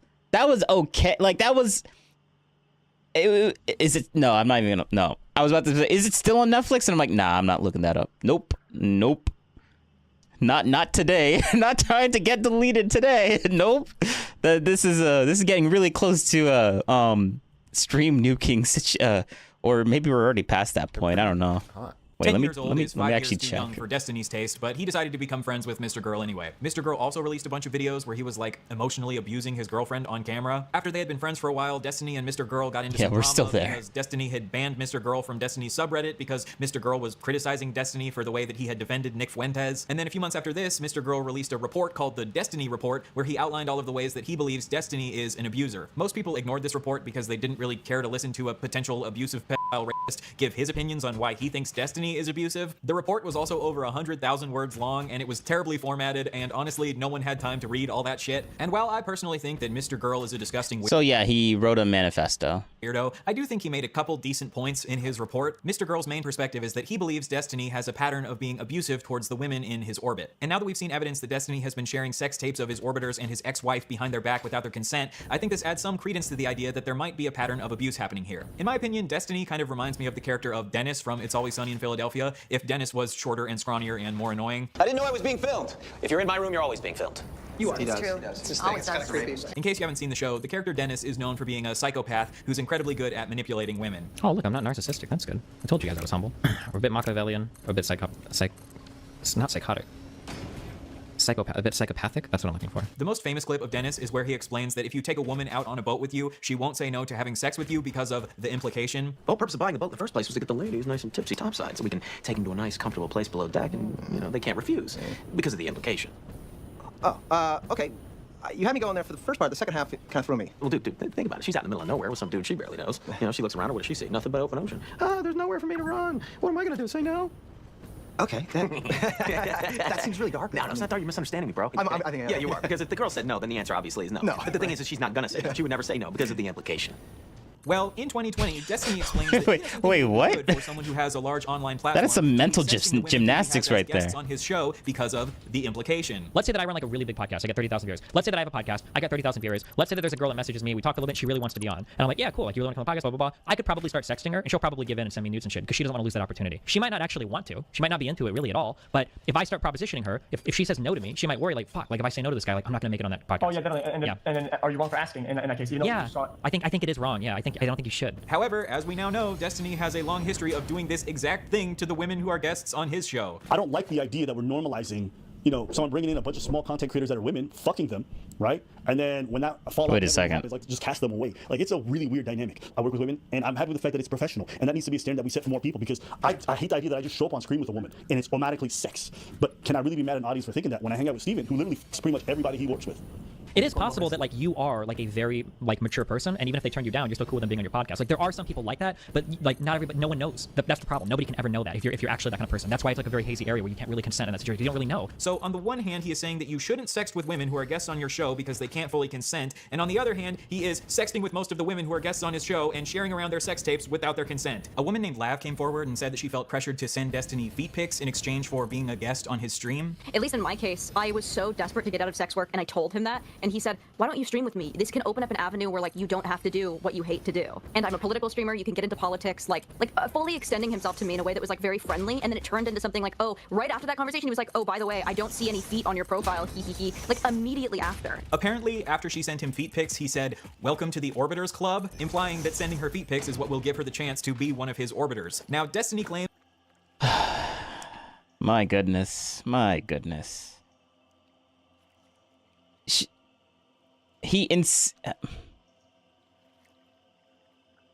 I mean, literally Destiny said what was going to happen. Like he knows whatever. claims that this was a... It's not good, but like you didn't have to send them. Like he didn't ask for it. You just did it because you knew if you didn't do it, you probably wouldn't. Like grow a spine, honestly. Completely ironic joke, and it wasn't meant to be taken seriously whatsoever. But if Destiny himself has said that he shouldn't be sexting his orbiters because of the implication... Bro, but that's so much plausible deniability on his part. That's why I keep defending, because like the little bit of plausible deniability, I'm like, okay, I can see it, how it's not 100% like deleting him for it, but like You shouldn't be saying that type of stuff. He texts his orbiters and then says, "Welcome." And to the he's Orbiter aware Club. of the I'm struggling to manipulation. see how this is a joke. And even if it was intended as a joke, like Destiny explained in this previous clip, you shouldn't be making jokes like this because the person on the receiving end might not understand that you're joking. It seems strange to me that Destiny had this incredibly nuanced view of consent a couple years ago, but then once he wanted to start sexting people, all of these rules that he set for himself went out the window. Now again, there are exceptions. Maybe you're friends with this person for 10 years or some shit, and you guys have like some like there could be like very niche. I don't want to say like every single time, but like as a blanket rule, if you even have to stop and think about this, you should just not do it. It's just a bad idea. Later on, Lav accused Destiny of being the Harvey Weinstein of YouTube because she felt like Destiny had a pattern of manipulating the women in his orbit into doing sexual favors for him, and because she felt like it was emotionally abusive that every woman who came on Destiny's stream would inevitably be flooded with hate comments on his subreddit, which Destiny would refuse to take down. If you come onto Destiny's stream as a woman, you can be pretty safe to assume that you are going to get a bunch of hate comments on Destiny's subreddit. But according to Destiny's community, it's not because they hate women, it's just because these particular women all happen to be too stupid to debate their daddy Destiny. One time, Destiny's head moderator of his subreddit named Forethought sent one of his female orbiters the message, "Kelly Jean, stop pretending like you're hurt by sexism. You're..." Oh no, this Kelly, no. Kelly Jean, holy, okay, yeah. The Kelly Jean person, she deserves every bit of hate that Destiny gives her. That's all I'm gonna say about that, but yeah. Her greatest aspiration was being an esports victim. Holy fuck, no wonder you wish you got raped. You've got literally nothing going on to be doing this at 40. After seeing these messages, Destiny refused to remove Forethought as a moderator of his subreddit. But the whole idea is that there's no wrong way to treat Kelly Jean or whatever. If that's her mentality when it comes to her, who's to say that doesn't expand to other people? Like, can we just why is it okay to do whatever you want to Kelly Jean? Oh yeah, you have to ask Destiny that. I mean, it's Kelly Jean. That's not yeah, but if you have that mentality, Destiny, then yeah, he's gonna copy it, isn't he? I wonder why women don't always feel comfortable on Destiny's subreddit. At the time, Destiny and his community absolutely tore Lav to shreds because they didn't think that she had enough evidence to substantiate the claim that Destiny was the Harvey Weinstein of YouTube. One time when Lav was in the hospital, Destiny sent to his public chat, like, "I wish this person would just kill themselves already or fuck off from my shit forever." Destiny even one time shared with his public chat that there was a Kiwi Farms thread being made about Lav. In case you don't know, Kiwi Farms is a message board that is famous for doxing and harassing people they don't like. So by sending Destiny's community to her Kiwi Farms page, Destiny was essentially doxing her. To be clear, I'm not trying to 100% defend Lav here. I think that some of the negative comments about her debating were accurate. I don't think she's a particularly good debater. I also Some of them? Nah, Lav is obsessed with Destiny. Lav is obsessed with don't him. think that she necessarily had enough evidence to back up the claim that Destiny is the Harvey Weinstein of YouTube. Although these days I do think there is a lot more evidence pointing to that being the case. She also one time claimed that Hassan had slept with a 17-year-old, which she didn't have any evidence to back up, and then Hassan ended up tearing her to shreds for that. And since then she has become a TERF who says a bunch of racist and transphobic shit on Twitter. However, I do still think that the treatment she endured from Destiny's community was insane. Being a bad person does not disqualify you from being abused. And if a woman feels like she's being abused by you and your community, I don't think a good way to prove that you're actually not abusive is by telling her to kill herself and doxing her. Destiny's community wrote off Lav as mentally unstable and insane, and because both her and Mr. Girl were widely hated by most people on the internet, most people ignored their allegations that Destiny was abusive. Destiny has a long history of bringing mentally ill women onto his stream, to the point where it's a meme in his community that all of the women on Destiny's stream have BPD. Destiny himself has said that he's most attracted to women who he considers mentally unstable. This dude really has a penchant for going after mentally ill women, okay? Women with like severe depression, and a lot of them got like self-diagnosed BPD or some bullshit. Like, he just likes that. I don't know. To me, the fact that there's a pattern with a lot of these girls is a bit weird. But the question is, does Destiny just happen to attract a bunch of mentally unstable women to his stream, or does he purposefully attract mentally unstable women because he knows they are more easy to abuse? Another mentally ill woman that Destiny had a long conflict with was a woman named Anna. Just like with Lav, Destiny also encouraged his community to go to Anna's Kiwi Farms thread, and he encouraged them to post in her thread. Oh, okay. Also, heads up. This is my only non-media blackout time, okay? This is my only non-media blackout time where media blackouts, okay? Somebody on Kiwi Farms has made a thread of Anna. So if you are obsessed with Anna and you want to talk about her all the time, you, chatter, you can actually go to Kiwi Farms and you can go and post all you want, read all you want, go there, post about it, talk about it. People put a lot of effort into categorizing and archiving everything. There you go, okay? And in the thread about Anna that Destiny encouraged his fans to go message, they doxed Anna. And it was later revealed that at this time, Destiny was secretly in an ongoing sexual relationship with Anna. So you acknowledge that you've been texting with her for a year? Yeah, we've had on and off, sure. In response to this, Anna texted Destiny, "You literally ruined my fucking life. You just doxed me on your stream. Fuck you. You put me in danger." And Destiny responded to this by saying, "You're doing it to yourself and you're going to keep doing it to yourself." This is one of the most insane things I have ever seen in my entire life. Choosing to dox a woman you are actively sexting with just because she pissed you off. I guess if you want to live life by Destiny's rules, if your wife or girlfriend or friends with benefits ever pisses you off, why not just dox her to hundreds of thousands of people? I also want to be clear that I'm not defending Anna.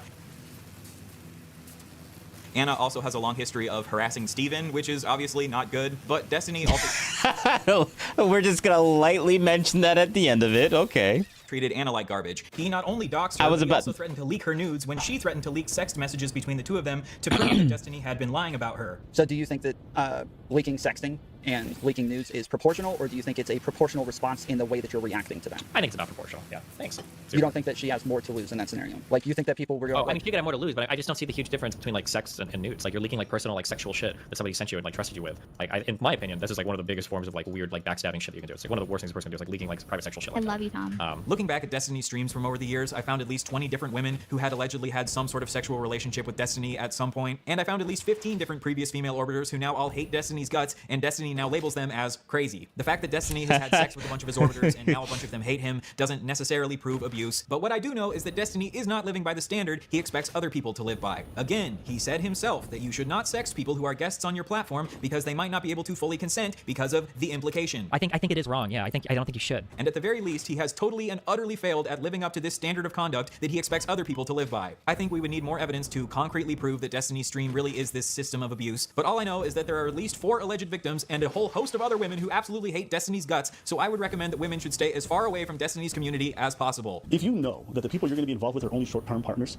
and you constantly see the after effect of most of your hookups and your interactions leaving a trail of broken hearts and disappointed people, that's a moral failing. Alright, let's recap all of Destiny's treatment towards women. Destiny sexually assaulted a woman. Destiny has a long history of sharing women's nudes and sex tapes without their consent. Destiny allegedly recorded a woman having sex with him without her consent, and in his messages to his Discord kitten Rose is Coming, he sent her audio recordings of men that he had slept with from Grindr and said, I went out and sucked the guy off a few nights ago and recorded the audio. It's really scuffed in my pocket, lol. Did I ever send it to you? If he was recording the audio from his pocket, it sure doesn't sound like that audio was recorded consensually, does it? Maybe he did ask if he could record him, but then he put the phone back in his pocket where the audio would sound terrible for some reason, but I highly, highly, highly doubt that. And if he was recording men from Grindr without their knowledge, it's I mean, sometimes you just need more than one hand.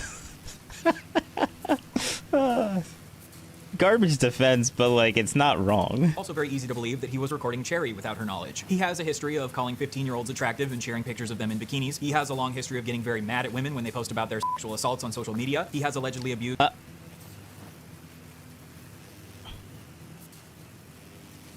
You know what? I'm not even like, if you assume that, that's your problem. if anyone assumes that, and if then I'm not. I don't care. And was psychologically Whatever. abusive towards his ex-wife, and he also admitted to My last comment sounded kind of off, and you know what? I'm gonna let it stay off. In self-defense. Because you better fucking believe I had to fucking choke her out a few fucking times. Finally, Destiny has a history of doxing and threatening to leak the nudes of women that get on his bad side. I find this incredibly ironic because in his Keppel's manifesto, he says that progressives believe there's no such thing as bad tactics, only bad targets. And what comes with the belief that there are no bad tactics, only bad targets? Well, if you ask me, doxing women and threatening to leak their nudes is the definition of bad tactics that you should not be doing even if you think that woman is a valid target. If you add up all of these allegations, I think it's time to consider that maybe Destiny is just not a good fucking person. Maybe he's your typical male feminist and all of the liberal bullshit that he spews on his platform is just him trying to get into women's pants. Before it had been publicly exposed that Destiny had shared Pixie's sex tapes without her Destiny's not a male feminist. That's just not true. The way that no. He gives bro, he's not a feminist in today's standards. Destiny's male feminist. That's kind of garbage. If anything, he's like he gives women too much agency to be a male feminist. Let's just say that. For today's standards. There's no way. There's just no way. In private, he acknowledged that he had severely, at the very least psychologically, damaged her. But once Pixie came out with her allegations publicly and announced that she was planning to sue Destiny, he went back to his old defensive ways and took accountability for nothing. He posted to his subreddit, "Legal arc beginning in mysterious ways. Such wow," which is the most millennial cringe way possible to respond to allegations of sex crimes. In this post, he never takes direct accountability for sharing Pixie's sex tapes with Rose is Coming without her consent, and instead he focuses on how he's a victim too because his nudes were also leaked by the hacker that apparently hacked Rose is Coming. Obviously, Destiny is also a victim in this situation, but I struggle to find empathy for him because he refuses to take accountability for sharing the sex tapes non-consensually in the first place, which led to this entire mess. He also True, and true.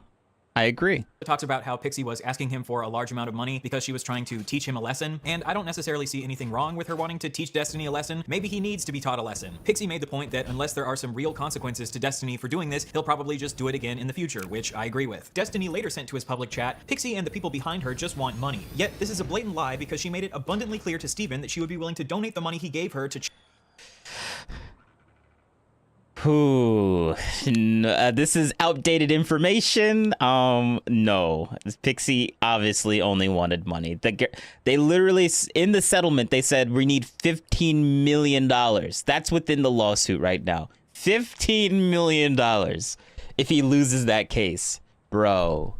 And there's no mention about the charity thing. Like that was said in the beginning, but then when the lawsuit came out, like that's actually what's going on right now. That's a little bit insane. There we go. Look, misinformation right here at its finest. Charity. But this is 3 weeks ago, so like he didn't even have the new information that we saw from the actual like Destiny addressing the allegations. So that came out like what, 3 days ago? Well, Destiny is attempting to smear his victim in order to silence her, even though in my opinion Pixie has done absolutely nothing wrong. And I think this shows incredible moral character on Pixie's part that she's even willing. Oh, bro. Pixie, nothing wrong. Okay, I know he has no information, but that is I can't let that just be said. Nothing wrong? No. Pixie was literally using the quote, "I will delete myself," to force Destiny to not say anything. That's insane. Like she was using that as a what do you call it? As a threat. And that is so messed up on so many different levels. It is to donate this money to charity. So, saying that Pixie did nothing wrong? Okay, no. Nah, that is not... I heavily disagree with that. I don't think she has any obligation to do this. But even with Pixie being basically the quote-unquote perfect victim, Destiny still decides to smear her. My favorite sentence from this post is when Destiny says, "I have been trying to move on from covering drama content as it has had an increasingly negative impact on those in my life." Bitch, you loved covering drama content when it was other people's heads on the chopping block, but now you want to stop covering drama once your head is on the chopping block. Exactly. After this, Destiny sent some messages to his chat that were even more defensive. "I have never done anything maliciously, as any of the fucking insane allegations say. That's fucking retarded. My only crime was being too much of a gooner in 2023 and earlier, 100% sure. Though again, I can't say anything specifically because everyone wants to come at me in court now, I guess." When he says that he didn't do anything maliciously, I think he means that he didn't intend for Pixie's nudes to ever get leaked to the public, but I would argue that non-consensually sending her sex tapes in the first place was malicious in and of itself. And again, I think Destiny would agree with me that sharing the nudes in and of itself... Yeah, and that right there might make him lose his case. Hello, great streamer. You stream so well, that's why I follow. Yeah, that's great. You literally sent the exact same thing as the other person did. Good job. Is malicious because he said that when Bob 7 allegedly did the same thing, this should be life-destroying. But I do believe that these are relatively life-destroying revelations. And you are not fucking stupid, Destiny. You know that if you're sending around sex tapes to random 19-year-old e-girls, eventually something is going to get leaked. You know, actually one of the craziest parts about this whole story is the fact that Destiny trusted a 19-year-old Discord lady, okay, named Rose is Coming, with sex tapes of other people in his life. Nigga, if that's not compromised judgment, I don't know what the fuck is, okay? Also, true. Too much of a gooner? Destiny's just a little bit of a goofy gooner. It's not like he committed any serious sex crimes. He's just a little gooner goblin. Look at my gooner goblin over there in the corner gooning. As usual, every single thing that Destiny says is an attempt to downplay, and refuse to take any fucking accountability. Then Destiny sent this to his chat. "Bro, if I need to go on the sex offender list, I'm taking like 20 other streamers with me, okay? Lol W." Again, trying to deflect from taking responsibility by saying that a bunch of other streamers have done the same shit. If other streamers have done the same shit, then yeah, maybe they should be on the sex offender registry. Recently, another clip of Destiny resurfaced where he talked about how he knew that a bunch of different streamers had committed sex crimes against children, but he just didn't care to expose any of them. Like, everybody's gotten pics and more from underage chicks, depending on what you've heard in different communities. No, let me finish. In the esports community, okay? Everybody has been involved in that shit, okay? And there have been people that have gone way farther than that. Do you know people in the esports community? Yeah, but I'm not going down there. There's tons of... No, wait a minute. If you're saying you have knowledge of a crime and you're not willing to bring it forward... Well, people talk about it, but like, I don't have the means to go acquire the evidence to like name names and name victims. Break the Dorito gate right now, Destiny. Come on. This is not my job. Listen, okay, I'm gonna be frank. I'm not gonna suicide my fucking career to go on some fucking vendetta against a bunch of fucking video game guys, okay? This is not my life. But now that his head is on the chopping block, I guess maybe he'll finally expose these abusers that he's been covering for years. And the last thing that Destiny has posted at the time of this... Oh, shoot. That's actually... Damn. That's actually...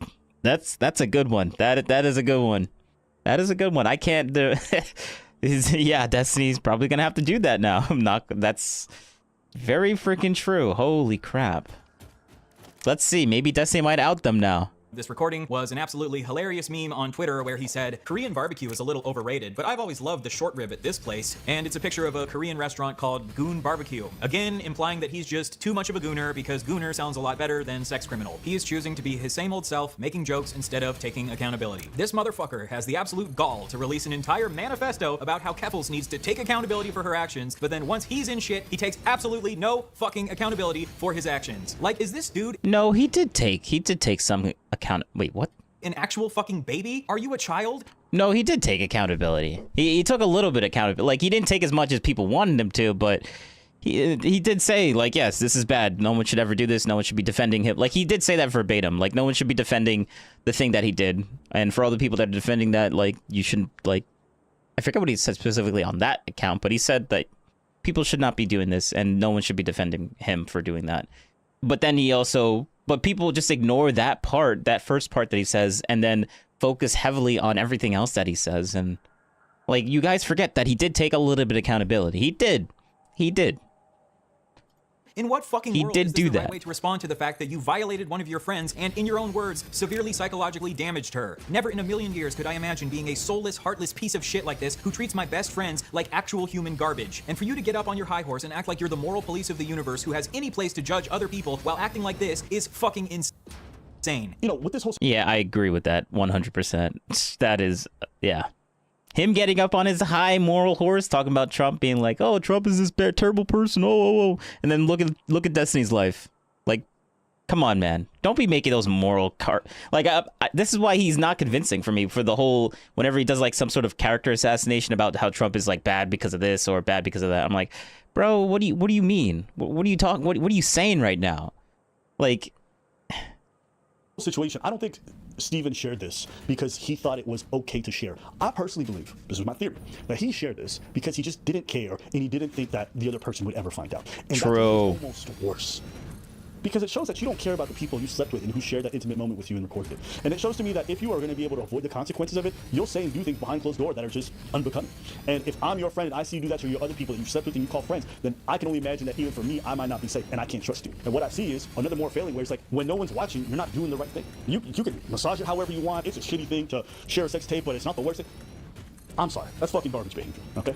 It just is. Call it a spade. It's garbage behavior. Don't mush it over because you like your favorite streamer. Don't mush it over because you think he's important politically. It's garbage behavior. Right before uploading this video, important politically, that makes me came out laugh. with allegations that Destiny shared explicit material of her without her consent, and a woman named Denims just came out with an allegation that Destiny had recorded her without her knowledge. This recording was non-sexual, but apparently it's illegal to record people without their knowledge in that state. Destiny chose to ignore Stasia's allegations for some reason, but in response to Denims' allegations, he sent messages to his public chat threatening to leak the recordings of her in an attempt to silence her, showing that he is still engaging in the exact same behavior as always. So now we have 4 different women who Destiny allegedly shared nudes of without their consent, 1 woman that Destiny sexually assaulted, 1 woman who felt pressured into sending Destiny feet pics, 1 woman who Destiny allegedly recorded sexually without her knowledge, 2 men on Grindr who Destiny allegedly recorded sexually without their knowledge, and 1 woman who was recorded non-sexually without her knowledge, for a grand total of 10 different victims that we know of so far. And this is of course not including the 15-year-old girl that Destiny shared bikini pictures of, or the 8-year-old boy whose penis Destiny stared at. When will Destiny's community, DGG, wake the fuck up and realize that Destiny is just not a good person? I know that I said that I wouldn't focus on my personal beef with Destiny in this video, but I wanted to just point out one thing. I found it really funny that in his Vosh manifesto, he cries about how people online have attacked him for identifying as non-binary in the past. Many have attacked me in the past for identifying as a non-binary. I no longer identify this way, even though I've considered different sexual or gender identities and discussed it at length at various points in my stream. Destiny and his community have been harassing me for years about identifying as non-binary. He said that he doesn't think my identity is real, and he tweeted that I'm faking being trans for clout, and I've had a bunch of his fans come and make fun of me anytime that I post about being non-binary, which made me feel like I had to go back into the closet at one point. But when people attack Destiny for being non-binary, many have attacked me in the past for identifying as a non-binary. It really hurts his feelings. This is just another example of Destiny being a hypocritical little bitch who cries when people are mean to him and then turns around and does that exact same shit to other people. If you want to be an asshole to non-binary people, be an asshole to non-binary people. But then don't be a weaselly little bitch who turns around and cries when people are an asshole to you about being non-binary. Destiny is the perfect example of rules for thee, but not for me. He says Bob 7 should have his life destroyed for sharing nudes without consent. I'm not running around screen sharing people's nudes. Then he shares nudes without. Says Bob 7 should have his life destroyed. Oh.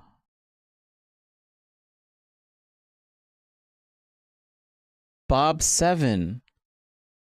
You remember in the video with Destiny where he banned the guy because he said something about Bob 7. What? Wow.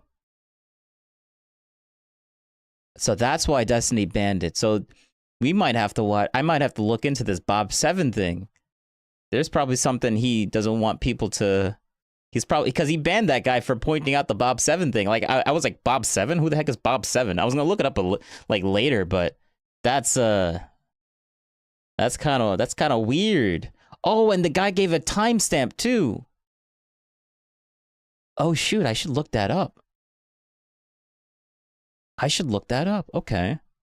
Destroyed for sharing nudes without consent. I'm not running around screen sharing people's nudes. Then he shares nudes without consent. He criticizes Keffals for being a bully while he's the biggest fucking bully on the internet. He cries about how people on the internet have doxed him, and then he turns around and doxes a woman who he is secretly in an active sexual relationship with. He says it's not good to sext women who are on large streams. I think it is wrong. Yeah, I don't think you should. And then he turns around and sexts every single fucking woman on his large stream. He says it's super weird to sext 19-year-olds because they're basically children. You're a little kid. And then he fucking sexts a 19-year-old. He says we need to hold Keffals responsible for her actions, and then he takes absolutely no fucking responsibility for his actions. My worst crime was being too much of a gooner. If you go back and rewatch this entire video, do you agree with Destiny that his worst crime is just being too much of a gooner? Destiny, you are not too much of a gooner, you are a sex criminal. To this day, Destiny is still refusing to fully take accountability for his actions, as he has done through every single fucking step of his— I think saying that he's a sex criminal is still an over-exaggeration, even after listening to all this. But, like, he has some really bad, if anyone's gonna, like, take him seriously, like,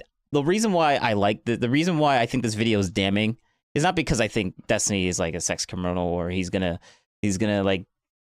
like this terrible bad person that should like, go to jail and for all these crimes. Like, no, that's not what I got from this. What I got from this is that no one from the DNC is gonna want to be associated with a guy with a past like this.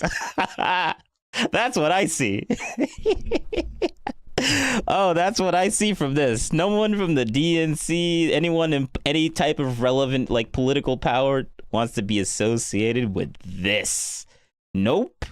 Nah, they ain't touching this. And that's honestly all that I care about with this whole thing. That's the thing that's most like I know that this guy he's like trying to point out all the things that he thinks is bad with a lefty bias. But I'm looking at it with a right bias, and I'm like, or a righty bias, or whatever you want to call it, or with a MAGA bias, sympathetic to that movement. So I'm like, a lot of people in political power they're gonna see this, and they're gonna be like, yeah, Destiny's not a serious political person. No, he has too much baggage. He does all this thing, and then they're gonna write. It's so easy to write him off as like, oh look, a typical Democrat. Because like people on the MAGA people, they're gonna use this bad characterization that they probably shouldn't use.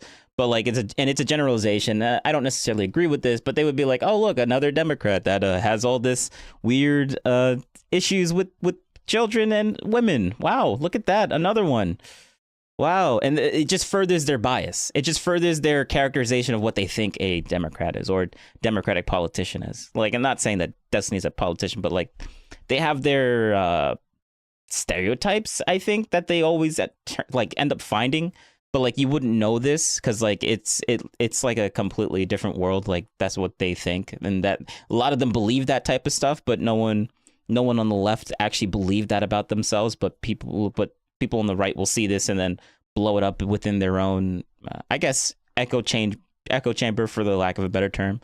And yeah, and just that's just how it is. His career. According to Destiny, he really hates weasels. He even has a weasel emote that people spam in his chat whenever someone is trying to weasel their way out of an argument or is refusing to take accountability for their actions. Well, Destiny, I think you should get this emote tattooed on your fucking forehead. You are a weak, pathetic little weasel, and I hope that everyone has finally opened their eyes to how much of a wriggling little weasel you always have been. I hope that after this, you take a long look in the mirror and you realize that you actually have a lot more in common with Keffals than you would ever care to admit to yourself. You have both lied to and scammed your audience. You are both massive bullies. You both aren't afraid to use harmful tactics to get what you want. And most of all, you both have a pathological need to avoid ever taking accountability. So from now on, I shall be referring to you as Keffals Denis. How's that for a nuke, buddy? Keffals Denis. Anything else? Really quick before the video ends, I've anything else to sue Destiny. That's a good one. Anything else? That's funny. Below. If you would consider donating to that, I would appreciate it. So the reason why it's funny is because like Dan, his friend, Dan's Destiny's friend, that is they're still friends and they're still doing the podcast, but their podcast is called Anything Else. So like, yeah. So much. If this lawsuit is successful, maybe this is finally an opportunity for Destiny to be held accountable for his actions. I've also linked accounts for Pixie, Cherry, Lav, and Melina down below and recommend you give them a follow. I think in situations like these, victims can end up being kind of just used as ammo for different people to fling shit at each other, and these— No, wait, who did he say to follow? Like these victims can end up Pixie, Cherry, Lav— yeah, all four of them I would not follow. Nope. Nope, they don't know. Nah. Melina might be the closest one because I'm not 100% sure on what's going on with her and how, like, for feeling bad, but, like, bro. Oh, she's using the exact same microphone as me. That's funny. But, like, Lav and Cherry, they're those two are kind of obsessed with Destiny. This Pixie is the only thing, like, if I didn't watch that other video, if I didn't watch the addressing lawsuit thing, then I would be a lot more sympathetic with the Pixie stuff.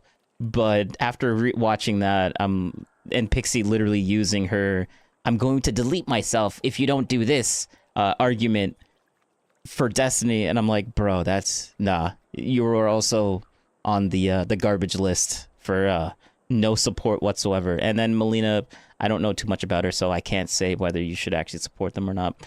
Probably, maybe. She did have a rough time with being with Destiny, 100%, but I don't know. She left Destiny for another guy, and now she's trying to sue that other guy that she left, and trying to get, like, some sort of divorce stuff coming out. So I'm like, yeah, it's just, yeah, that's just wild. The women that Destiny's been with are just wild. That's crazy.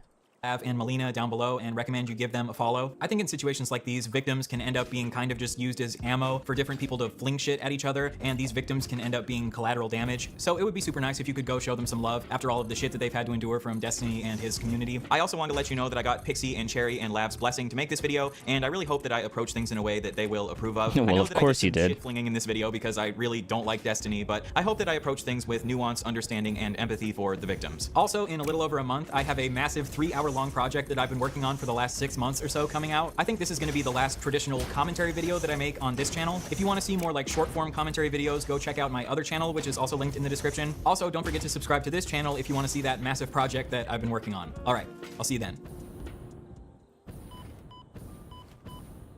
Wow. Well, let me find a place so I don't die. That's not gonna work. So, yeah, we already watched that.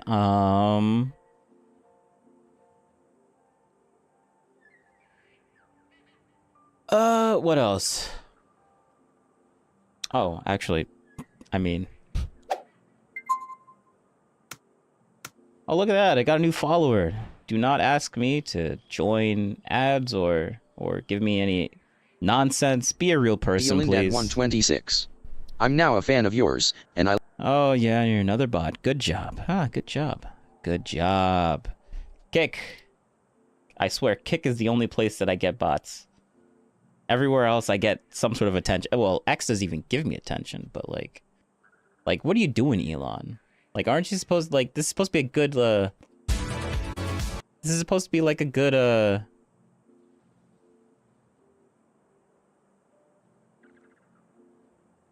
yeah, that's wild. I don't know what they're doing. Whatever. I don't care. But, let's see. What do I want to do next?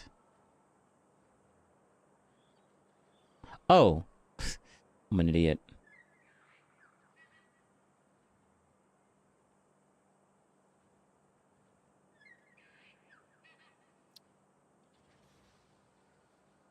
I have a whole list of things that I want to... Oh, yeah, I did want to watch this. Good job, me.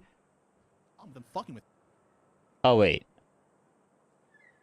Oh, we're gonna watch this guy talk about actual Justice Warrior.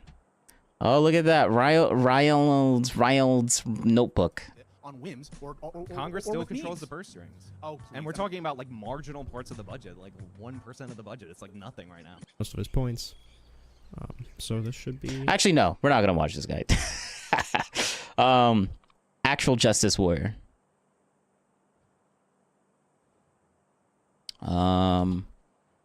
Destiny. Yeah, this. You're a crime Wait. guy. How do we do... No, not this. Not this. 1 week ago. Was it this one? Read Biden versus Nebraska for the case. Did I read the case? No, of course not. You're laughing. You're laughing. It's completely true. He didn't read it. He doesn't know what's in it. He doesn't know if it's defined in the court. And because the truth is, the court said that was acceptable. So it's so It's not acceptable when you're using it to subvert in order to the same you racial. read the case and you're telling them what's acceptable under the case. What the fuck you are? And then obviously there's a You're all on that time, but the Taliban attacked American troops. They blew them up at the base. 13, I believe, Marines died. Oh, and the reason why we're watching this is because if you look at the title, it's called Actual Justice War Gets Destroyed in Heated Debate, and that's not actually what happened. So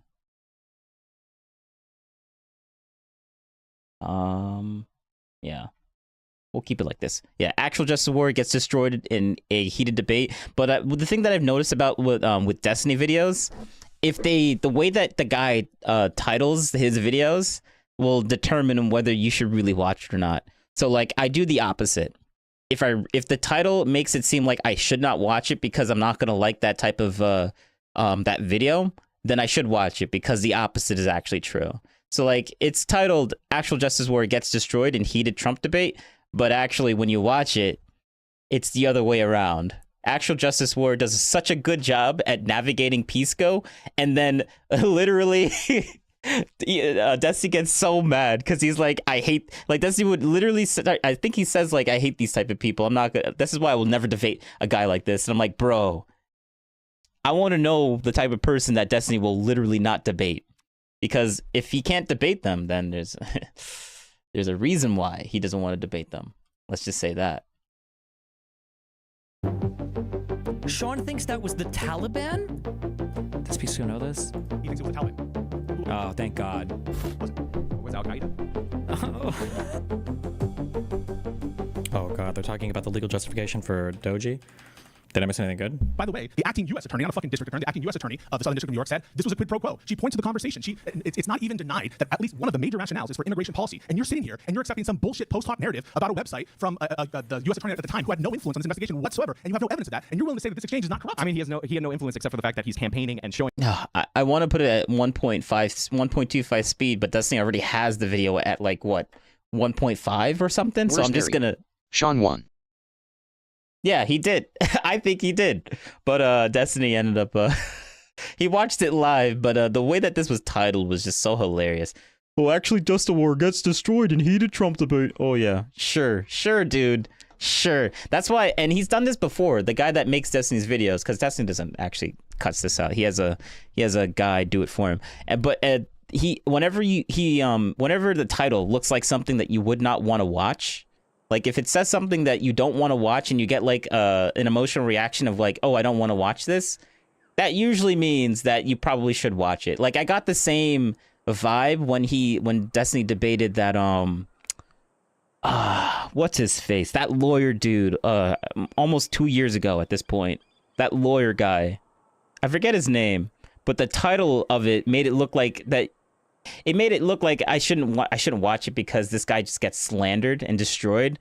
But then when you watch it, you realize that Destiny couldn't even he didn't even understand what was going on half the time. And I'm like, oh, bro, why was it titled in such a way to make it seem like I shouldn't watch this? Because he doesn't want people that actually like the other dude to watch this. He wants to title it as if like only Destiny fans should watch it because Destiny want to see Destiny like win a debate. And in their perspective, they probably thought that Destiny won the debate. But yeah. I forget that other lawyer guy's name. He got like, didn't he get like arrested for like having cocaine or something? I think. Yeah. He took a weird turn after that. Showing himself at the press conference where they're announcing the indictments, but okay. So just to be clear, so you're buying. Did either of them read the memos? Did Pisco read the memo? They Bovie very clearly said he was not making any statement on the authenticity of any of the... Hold up. When was this? I think I'm going to find the original clip. We're going to do that right now. Where's Neri? I do like AJW, so I am biased, but this guy is rude. Oh, Ricotta or something. Yeah, Ricotta. That was his name. Ricotta. Yeah. The lawyer dude that I was talking about. But the way that the Destiny's editor titled it, it made it seem like I shouldn't watch it. But then when I did watch it, I'm like, oh, the Ricotta guy actually held his own and taught Destiny some lessons about like law and stuff, and within that debate, and I'm like, okay, it's actually not too bad. And that was when that's when I started realizing like, if depending on how biased the title is, will determine whether I should probably watch it or not. In one direction, because usually the opposite is true. That's what I've seen so far with how he titles the video. Or Ricada, not Ricotta, Ricada. Yeah, I'm gonna look for the actual VOD. Destiny VOD. It was 2/16, so that would have been like what, 7 days ago, maybe? Where's Neri? That's the bunny. The bunny?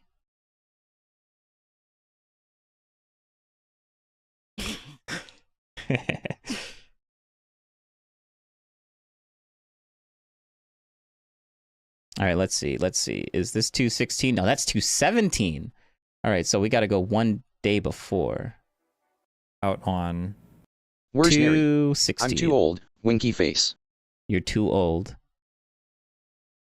Oh, you did a reference that I didn't. Okay. I understand now. All right, we found it. We found it, boys. Now we just need to keep scrolling through until we find. This is 7 hours. My God, he streams for a long time. So when did they start watching the Peace Ghost thing? Oh, right around here. Right around here. Oh, he actually watched the Jubilee thing? If you feel on some deep level that you're really a woman, then you are really a woman. He actually watched this? All right, then we'll watch that later. But like, I'm gonna.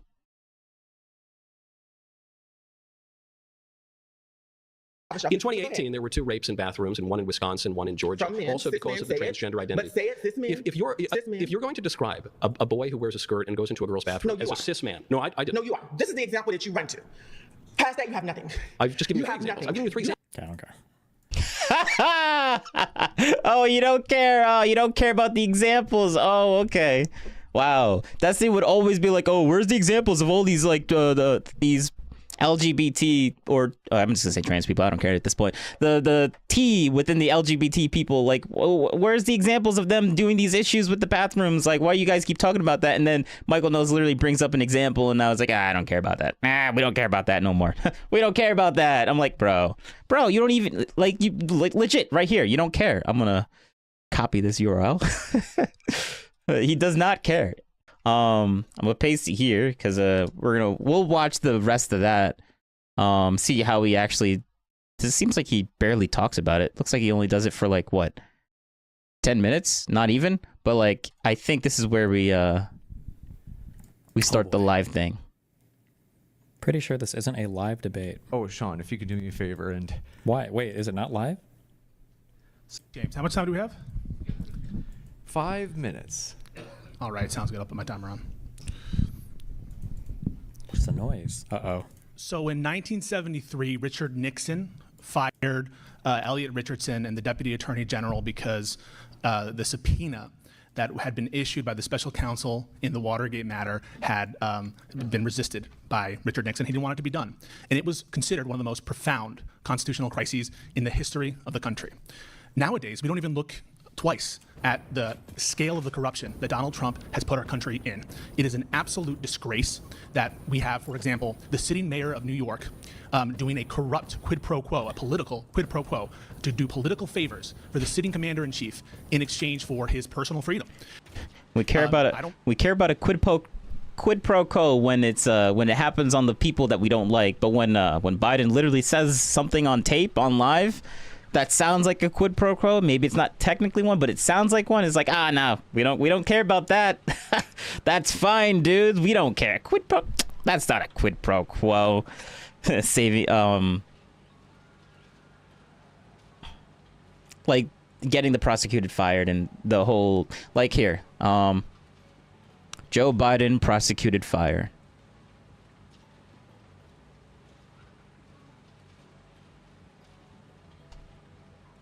Bro, I can't spell.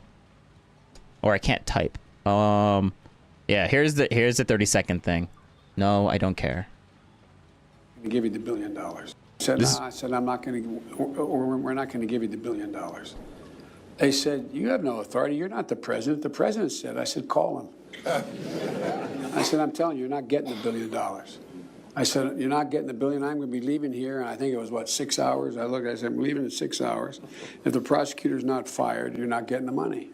And this is when Joe Biden was the vice president during Barack Obama. Why did it auto mute? What? Hold up. Son of a bitch. If the prosecutor's not fired, you're not getting the money. Well, son of a bitch. Got fired. And they put in place someone who was solid at the time. Wow. Okay. Yeah. So, obviously not a quid pro quo, because we like our dear friend Biden, but now we care about quid pro quos because of like, this guy started following Trump, so now it's a quid pro quo because he followed Trump and he's sympathetic to Trump and he's a Democrat. So like, yeah, he obviously quid pro quo, right, guys? Hear Sean to defend the mayor in terms of his corruption. Sean will acknowledge that Mayor Adams is corrupt, and yet Sean is quite all right, quite fine with, or apparently willing to say that. Well, that it's was not Biden. It's fine then. Yeah, true. Obviously. That this corruption. Biden can do no wrong. Political preference. It is. I guess that's why. Biden pardoning him and his entire family. I mean, maybe. Obviously now it shows that Biden did do something. Why would he pardon him and his entire family up to 14? No, I think it was only Hunter Biden up to 14 years in the past. So all the way up until 2012, before they started the whole Burisma stuff, they're like, yeah, we don't need to. We're pardoned for everything that happened between then and now. That's insane, and it's a blanket pardon too, so it's everything. That's wild. And I'm like, they're like, Biden can do no wrong. He couldn't pardon himself. Oh, he couldn't pardon himself? I thought he did pardon himself. Absolutely scandalous. And his entire family. Infiltration of the executive branch into the legislative prerogatives, deleting wholesale agencies like the CFPB, deleting U.S. aid that was statutorily approved. You mean USAID? Might disagree, for example, with some of the funding decisions by your Congress people, but those are Congress people's decisions to make. Donald Trump's decision to completely halt all federal funding, all spending whatsoever. This is a infiltration. It is a attack on our Constitution, and nothing that Joe Biden did in his. It's an attack to stop spending, to stop wasting money. Good one. Good one. It's a waste. We're attacking the Constitution, guys, because the Elon Musk is stopping the government from wasting the money of the taxpayer people. Yeah. Okay. His entire 4 years in office pales at all in comparison to what's going on there. They told us because Biden didn't do anything for the last 4 years. Handbook, what they were planning to do. What they want to do is centralize authority. And relative to what Trump was doing. Not just his family, their family, everyone on the January 6th committee, but as president he couldn't himself. Oh. No, Trump was the one that did the whole January 6th pardon. That's what Trump did. Biden explicitly did, I guess, only his son and his entire family, but I guess not himself. I just assumed it was just himself, but Trump was the one that did the January 6th one. And I'm like, oh no, wait, no, sorry. January 6th committee. Yes, he did do the January 6th committee. Yes. Sorry. I saw January 6th. The committee too. Yeah. The committee. Yes. I just read that again. Sorry. Yeah. And that's exactly what they're doing. They're doing illegal firings of inspectors general. They're doing illegal firings of independent agencies. And why? To make the functioning of the bureaucracy stop. What Donald Trump wants to do is make it so he determines what his money is spent on. He determines whether or not people are investigated politically. Well, yeah. Wait, what? Yes, Trump wants to cut the spending of the government. Yes, this is what... he debated on this. Yes, he debated this. He ran on this. So, the second part, he wants to choose. He's the executive. He controls the DOJ. So, yes, obviously, if you're running to become president, you're running for all the perks that comes of being president. So, I like how he says this as this is a bad thing, when literally Biden had the exact same power and was using that power. I would argue abusing that power with the whole Trump getting randomly just suddenly getting all these weird allegations and just court stuff popping up during when you decide to run for election again, like all that stuff that happened between 2023 and then now, or no, and the summer of 2024 before he got like that whole immunity ruling thing that all the lefties got like blew up their skulls over. I'm so glad that Trump got that whole immunity ruling, and then all the lefty people were like, what? That's not fair. He can't do that. And I'm like, bro, he didn't even do it. Like, he just appealed, and then the Supreme Court was like, you know what? You got a point there, Trump. Joe Biden never. But like, it's funny because like it worked. It also happened for Biden as well. So Biden is also immune, and every president before him is also immune because of that ruling. But everyone's like, oh no, Trump. It's all a Trump thing, and I'm like, okay, all right, whatever. Oh wow, he actually watches this for like a long time. A very long time, almost 2 hours. Ever did anything like that. I am willing and happy to acknowledge certain actions that Joe Biden did that I do not agree with, that I've even called corrupt. I've called his pardoning of his own family corrupt. I'm willing to do that. But think about this. The sitting commander-in-chief... Yeah, we can't do that. God forbid, man. God forbid if Pisco says, you know what? Biden shouldn't have, like, pardoned his family. That's corrupt. Like, nah, we can't say that now. We can't say that at all. We can't say anything. Biden could do no wrong, according to Destiny. Or at least that's what I think he's insinuating right now. The United States let out 1,500 terrorist thugs who attacked our capital. Possibly the single most corrupt action taken by a president in the history of the Union. We have a president who supported. Nah, I think pardoning your entire family is probably the most corrupt thing you could do as president. Like, Trump, those are Trump's, like, fans. But, like, I think something that's closer to you is family versus, like, what's closer, fans or family?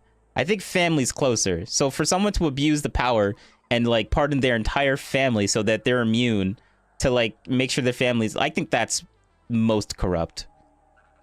The pardoning of the January 6 people, I wouldn't say that's really that corrupt. Because, like, Trump said that he was going to do that before. Like, he was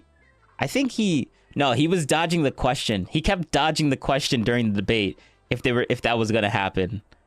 Or maybe either he was dodging the debate, that question, or he said, only the good ones, and that's what he said. I forget the verbatim quote that he had, but I know for a fact that Trump didn't say he wasn't going to do that. Because then that would be a lie, obviously.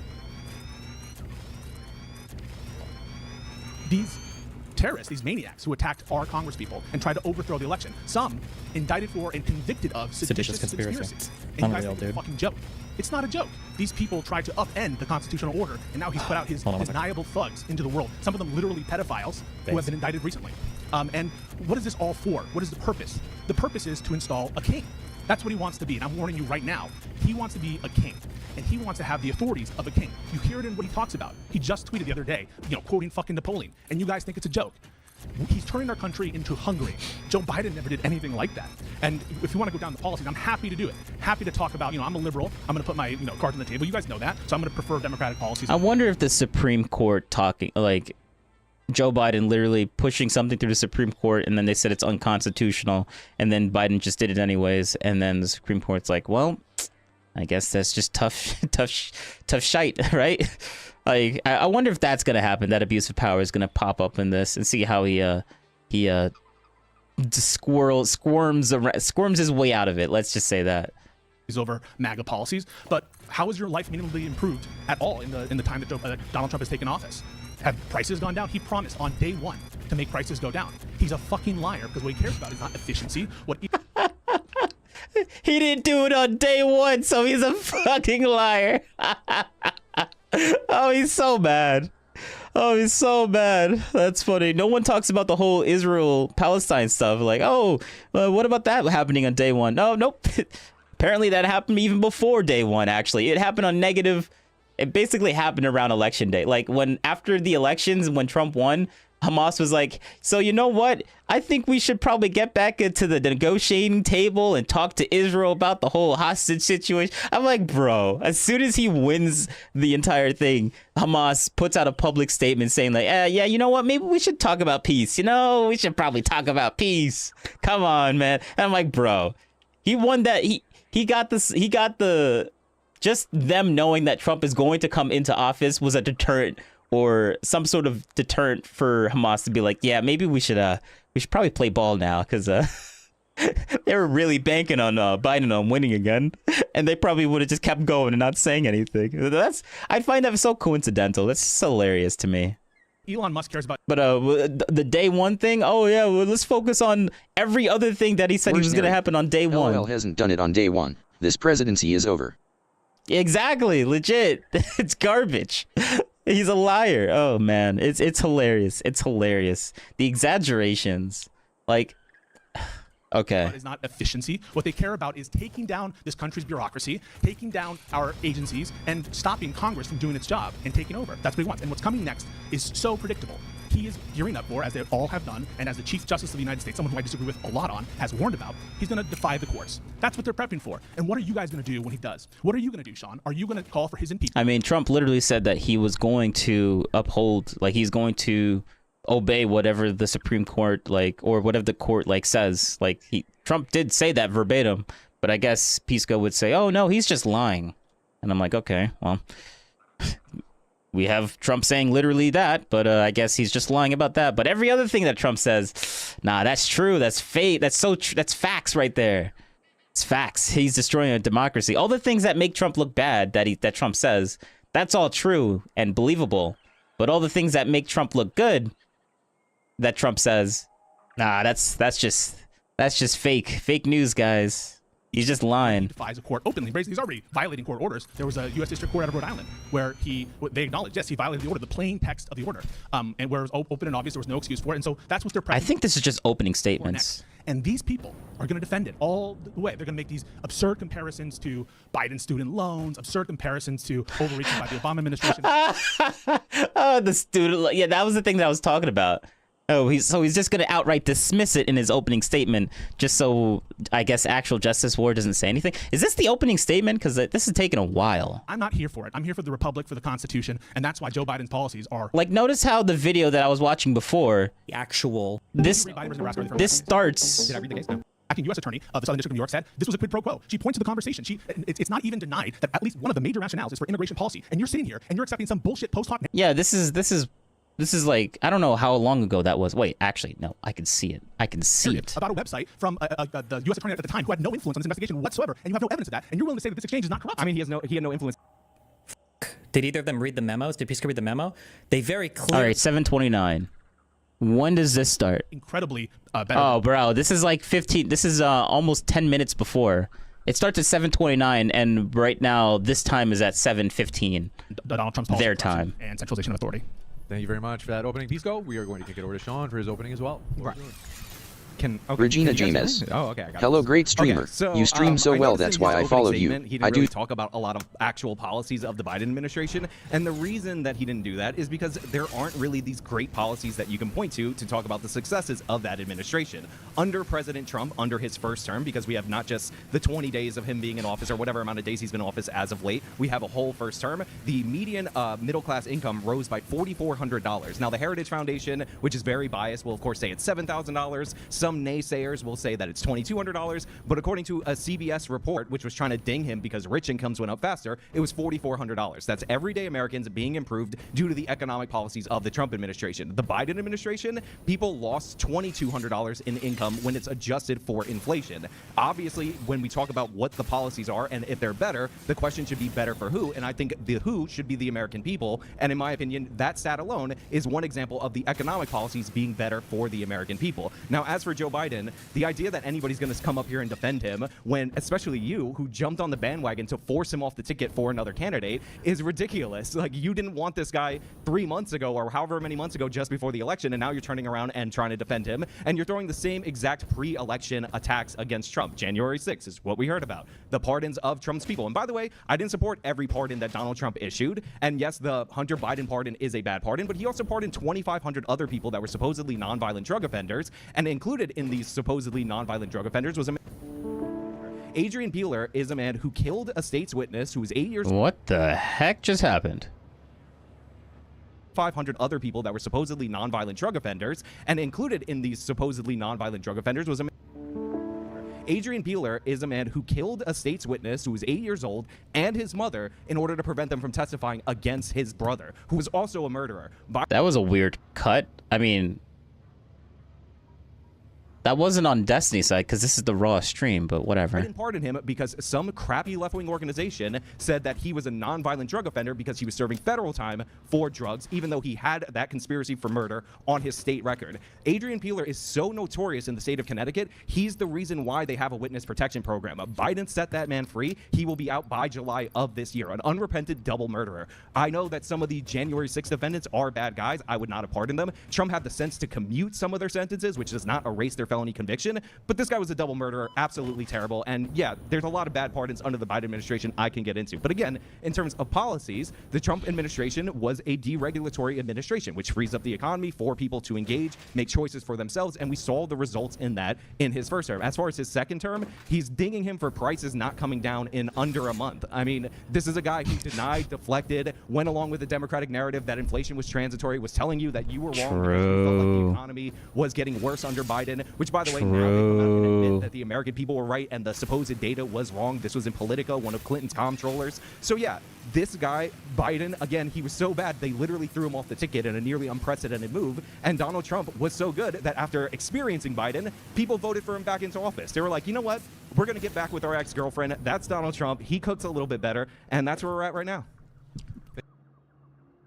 Also, Trump did not even participate in any of the primary debates. Trump just never showed up. There was Ron DeSantis, there was Vivek Ramaswamy, there was Nikki Haley, there was the Florida guy, Ron DeSantis, and then the guy from New Jersey, the fat dude that kept getting I forget his name.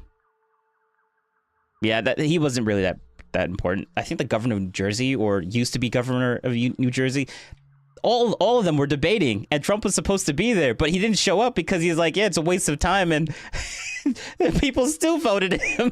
He still won the primary for the Republican Party. That's hilarious. Like, everyone keeps forgetting that Trump didn't even go on any of those debates. The only debates that Trump did was the what do you call it? The presidential one. He debated Biden once, completely annihilated him, and then he debated Kamala, and that was more of a close call. That was more of a close, you could, depending on who you liked, you could argue that one did better than the other. Trump got a little flustered because she kept on hitting him where the ego hurts, and kept getting him off guard. But you can also say that Kamala didn't really answer questions the way that people wanted her to answer. She did a really bad, she didn't do it. Everyone knew Trump. Everyone knew what they were going to get with Trump. But Kamala did a really bad job at saying, if we voted Kamala in, what would you do for us? Kamala just focused on attacking Trump on his character over and over and over, and attacking, and not actually giving any perspective on what Kamala would do for them. All she had was attack Trump. See, Trump's bad. That's why you should vote for me. And that's not good enough for some people, or a lot of people, apparently, because no one really voted for her. But yeah, let's keep going. Thank you very much for that opening as well. We'll bring it right into the open dialogue, gentlemen. The floor is all yours. Will you condemn the corrupt quid pro quo of Mayor Adams and the Trump Justice Department on the stage, yes or no? Yeah, so I'm not a yes or no. I'm not a fan of Mayor Eric Adams. I never supported Mayor Eric Adams. I know this is your big get, that Will you you tweeted condemn out it? about. Let me answer the question. Yeah. So I would have pursued the corruption charges against Mayor Eric Adams 100%. I do think he's guilty, but unfortunately, I read some of the rationale for postponing this past the election, and even though you're trying to frame it as a corrupt quid pro quo, it turns out that there's a little bit of an issue in that the state's attorney, Damian Williams, is actually using this, or was supposedly using this. The district attorney for the Southern District of New York was actually using the Adams prosecution, which his office filed, as a way to run for mayor of New York City. So this is the bullshit concern propaganda by that administration. Do you condemn it or not? Do you condemn it? You can condemn it. You can go to Damian. Do you condemn the You can go to DamianWilliamsOfficial.com and see his very much not a campaign website. Are you willing to condemn? And this is the quid problem. pro So quo yeah, now? I definitely disagree with them postponing. Just say no, because I swear, like, people that like Destiny, which is Pisco likes Destiny, but people that are around Destiny, they have this like autistic debate strategy of just saying the same thing over and over again as if it's going to change anything. Like, oh, I need a yes or no. And at a certain point, you need to just say no. That's fine. And then move on with like why you're going to say no. But like, Pisco is just being really aggressive right off the bat. This is kind of nonsense. Like, there's no point. Like, you just keep asking the same question over again. You just look like he's answering it the way that he wants to answer. He doesn't want to just give a yes or no answer. But I guess Pisco's debate strategy is like, oh, if he doesn't give a yes or no answer, that means I win. And I'm like, no. If anything, it just makes Pisco look like he has a mental issue. Not gonna lie. Do you condemn it as corrupt? Well, I don't believe it's corrupt. You don't believe it's corrupt? Okay, so you don't think that they were doing it in exchange for immigration policies? I don't think so. No. So you believe? I think they're trying to make it. I think they're trying to make something seem. I think they're doing something that I hate in American politics, which they found this guy who's going to run for mayor against Mayor Eric Adams was one of the architects of this prosecution. I think the case is solid, good, and should be pursued. But in order to avoid the perception of this being political and biased, they're going to postpone it because they have not dismissed the charge. Look at the lengths that they'll go through to defend this corrupt administration. We have a corrupt Democratic politician. He acknowledges that he's corrupt, and it's alleged. He's not convicted. You don't think Mayor Adams is corrupt? Oh no, I definitely do. Okay, so but that's not. You agree that Mayor Adams is corrupt? That's correct, right? Yeah, I think he is, but he's not 100%. convicted. Yeah. So we both agree that he's fucking corrupt. And Donald, and you're saying that when the Justice Department comes out and says, "Hey, we're doing this so he plays ball with us on immigration," you're saying you don't believe them. That's not exactly what they said. Give me a fucking break. In the memo. So Tom Holman comes on on Fox News and says we have an agreement. And by the way, the acting U.S. attorney, not a fucking district attorney, the acting U.S. attorney of the Southern District of New York said this was a quid pro quo. She points to the conversation. It's not even denied that at least one of the major rationales is for immigration policy. And you're sitting here and you're accepting some bullshit post hoc narrative about a website from the U.S. attorney at the time who had no influence on this investigation whatsoever, and you have no evidence of that. And you're willing to say that this exchange is not corrupt. I mean, he had no influence except for the fact that he's campaigning and showing himself at the press conference where they're announcing the indictments. But okay. Just to be clear, so you're buying the narrative that this entire thing was a witch hunt? No, I didn't say it was a witch hunt. Was it? I said a corrupt investigation? I said the exact opposite. Was it a corrupt investigation? Was it a corrupt investigation or not? Is English not your first language? Was it a language? corrupt investigation or not?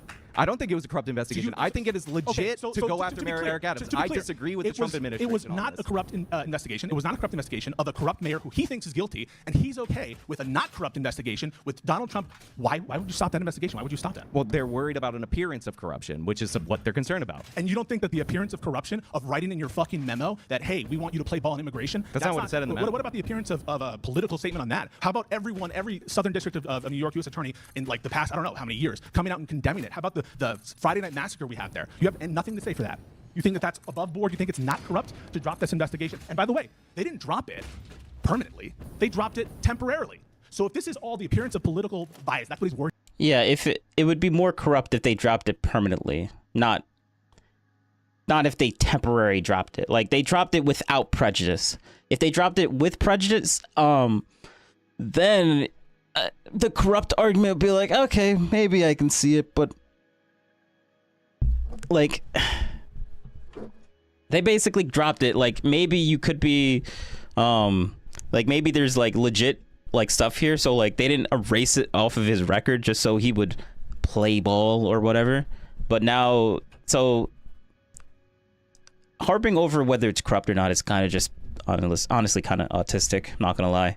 Like, both sides can argue either side is corrupt, and like, so I'm like, okay, cool. You found your evidence of why you think the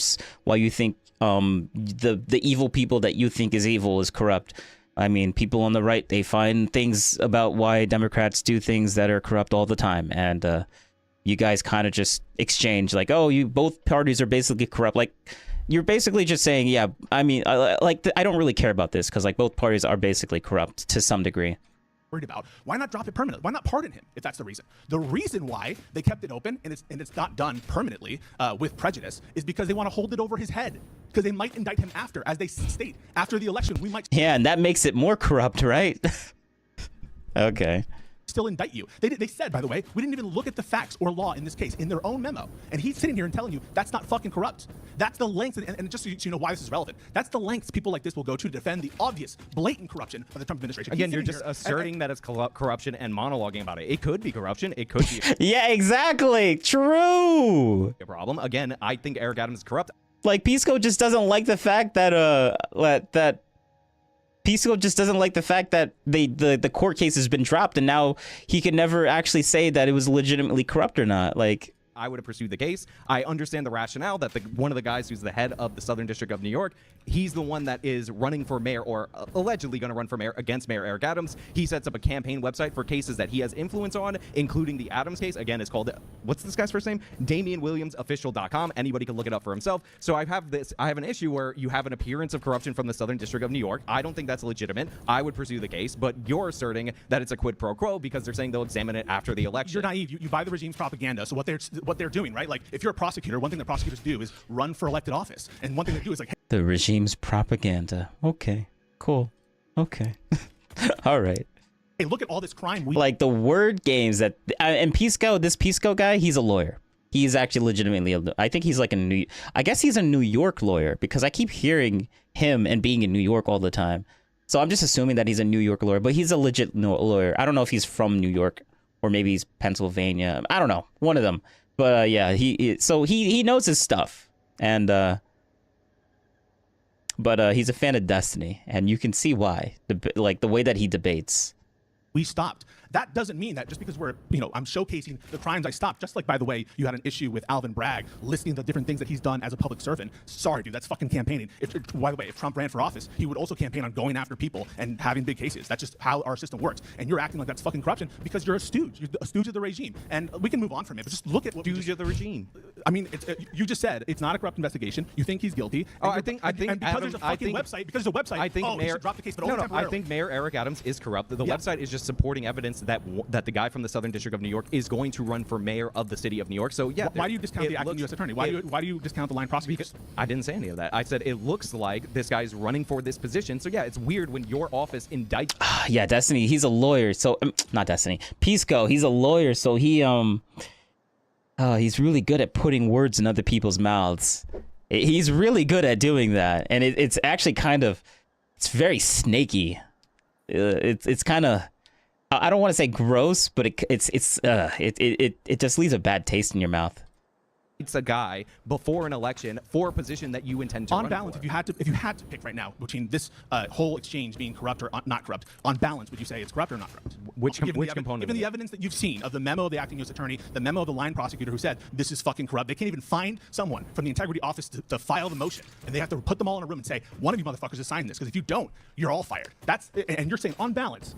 That you're indifferent between the outcomes? That if this wasn't fucking Joe Biden and the IRS whistleblowers, he wouldn't be screaming from the fucking ledges saying, holy shit, look at this corruption. That we saw this shit, by the way. Every second, Joe Biden, there's some. Yeah, because you literally didn't care about the whole. I mean, why are you saying this as if you cared about the whole? Like, you dismissed. Oh, this is so annoying. Because in Pisco's opening, I would give this argument more validity, but I won't, because Pisco, in his opening argument, literally dismissed the whole fact about, the people are gonna bring up the whole Biden thing with the student loan thing, and how he's trying to just automatically do student loan forgiveness, and how he just pushed it through without actually like, even though the Supreme Court was like, you can't do this, and then tried to find like an alternate method to like push it through anyways, But like that's perfectly fine, dudes. And he wouldn't, like, he dismissed that as like, oh, that's not even, we don't even need to like listen to that. So him bringing up the whole like, oh, you don't think it's corrupt because you like Trump, and I'm like, you did the exact same thing for Biden. Like, literally in your opening statement, you dismissed it because it's Biden. Inside of the basically.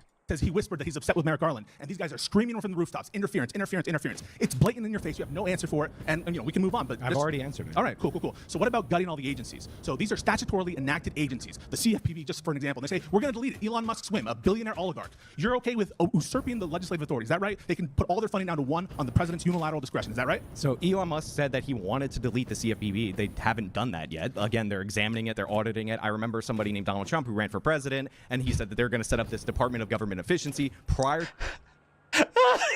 Yes, thank you. True, he ran on this.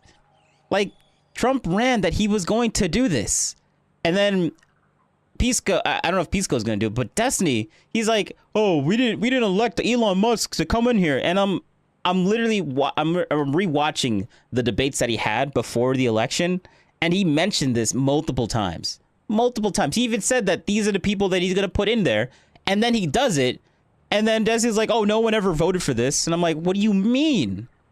He was not like he okay, all right.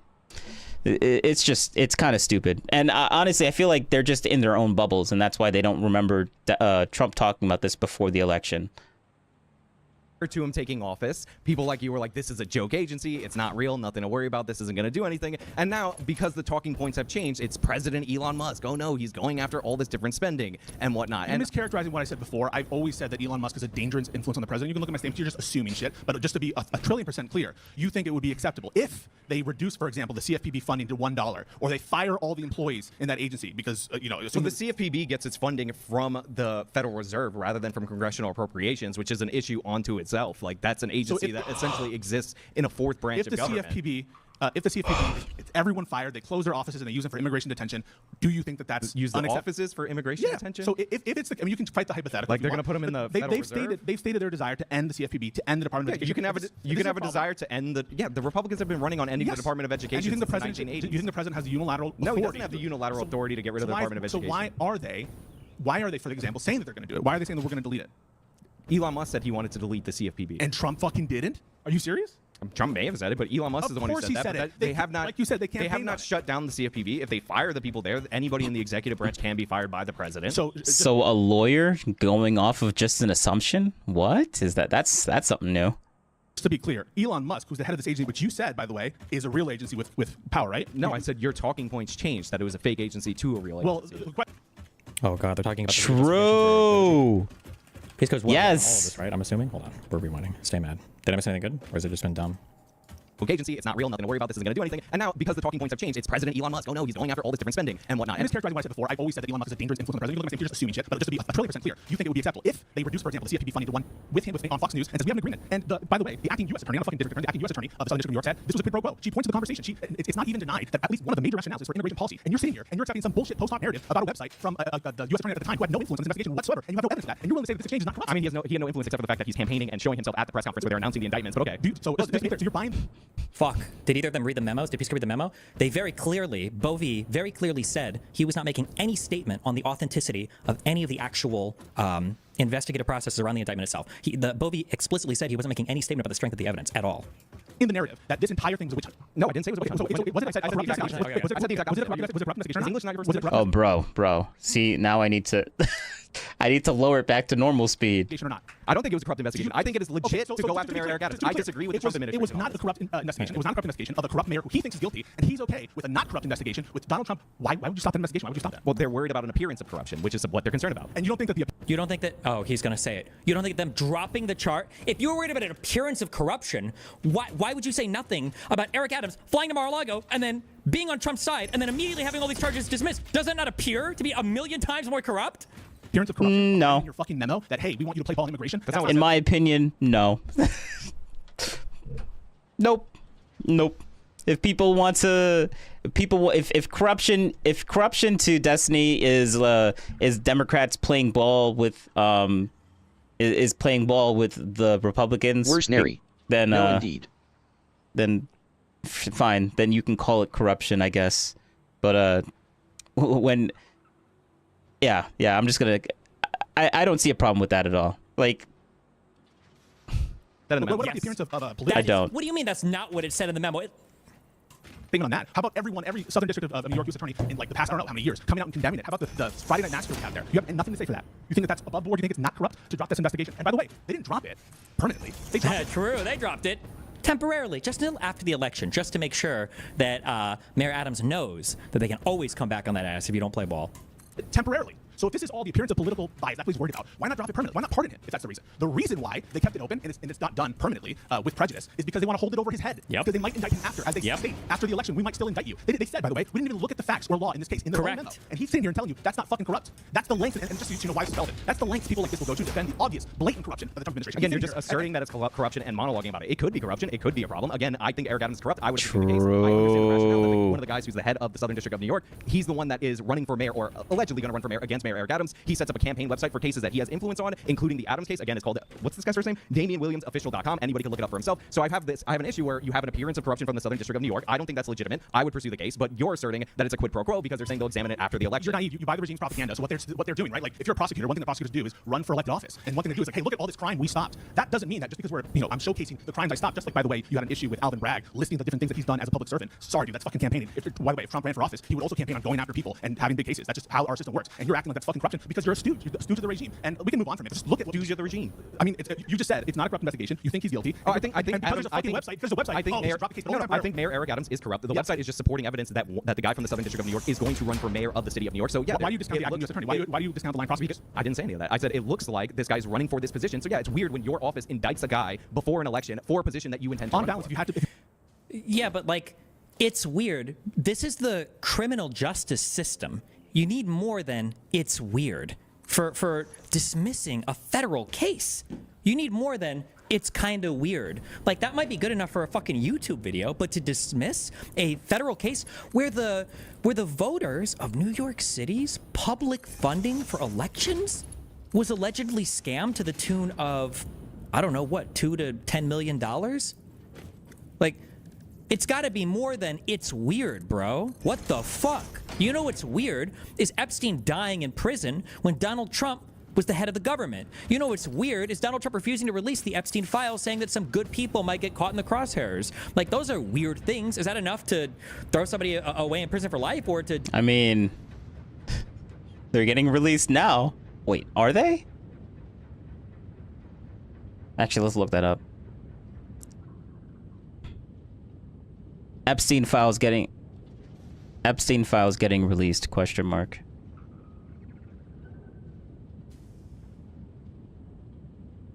Oh, wow. Well, look at that.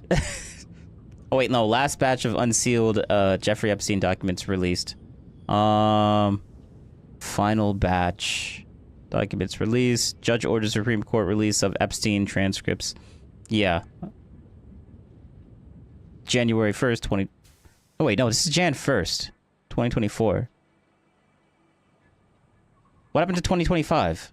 2025.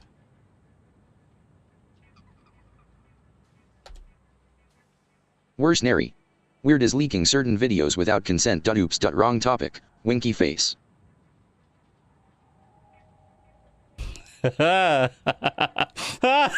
True. So true. So true. Yeah, you know what? That's all I need to hear. We don't even need to see if they were they were talking about releasing them. Epstein files, bigger story. So I guess they haven't released it yet. 2025.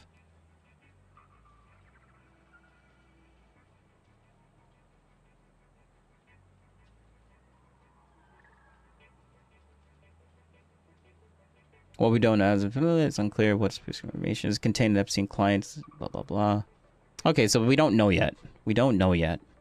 But they're supposed to, they're apparently it's on the guy's desk and they're going over the information as we speak. So, yeah. Disbar somebody from, from running for president, or to impeach somebody? Like, what do you mean? Like, it's weird. Worse What a nary. bullshit, If it's dog not on shit day link, fucking doesn't argument. matter. Ugh. If it's not on day one, it doesn't matter. True. If you had to pick right now between this whole exchange... Wait, let's go back a little bit, because I love it when Destiny gets pissed off. You know what's weird is Donald Trump... It just fuels because, like, when he doesn't give an actual argument, it means that the other person made such a compelling claim Usually. Such a compelling claim that Destiny could not argue against it, and it could had to resort to just calling it names.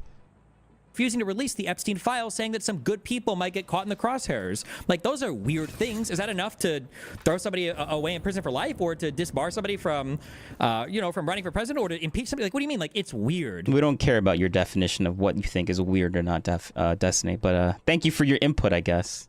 What a bullshit, dog shit fucking argument. Ugh.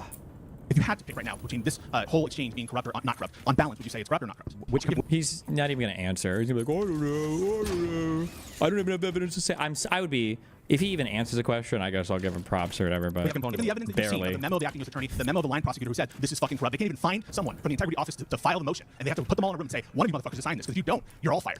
And you're saying on balance that what, you're indifferent between the outcomes? That if this wasn't fucking Joe Biden and the IRS whistleblowers, he wouldn't be screaming from the fucking ledges saying, holy shit, look at this corruption. We saw this shit, by the way. Every second, Joe Biden, there's an insider that says he whispered that he's upset with Matt Garland. Fuck, he let him get away from it. That's what Pisco shouts at me for. He didn't make him answer that question. And these guys are screaming from the rooftops, interference. It's blatant in your face, you have no answer for it, and we can move on. But I've already answered. All right, cool. So actually, Destiny completely missed the whole part where Pisco was was being kind of a little autistic and being like, it just keep asking the same question over and over and over again, and he keeps answering in a different way because Pisco just wants a yes or no answer, and actual Justice Wars was like, nah, I'm not giving you a yes or no answer. I'm gonna answer it the way I want to answer it, and Pisco got pissed off at that.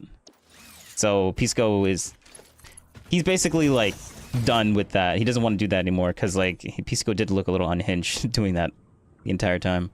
Gutting all the agencies. So these are statutorily enacted.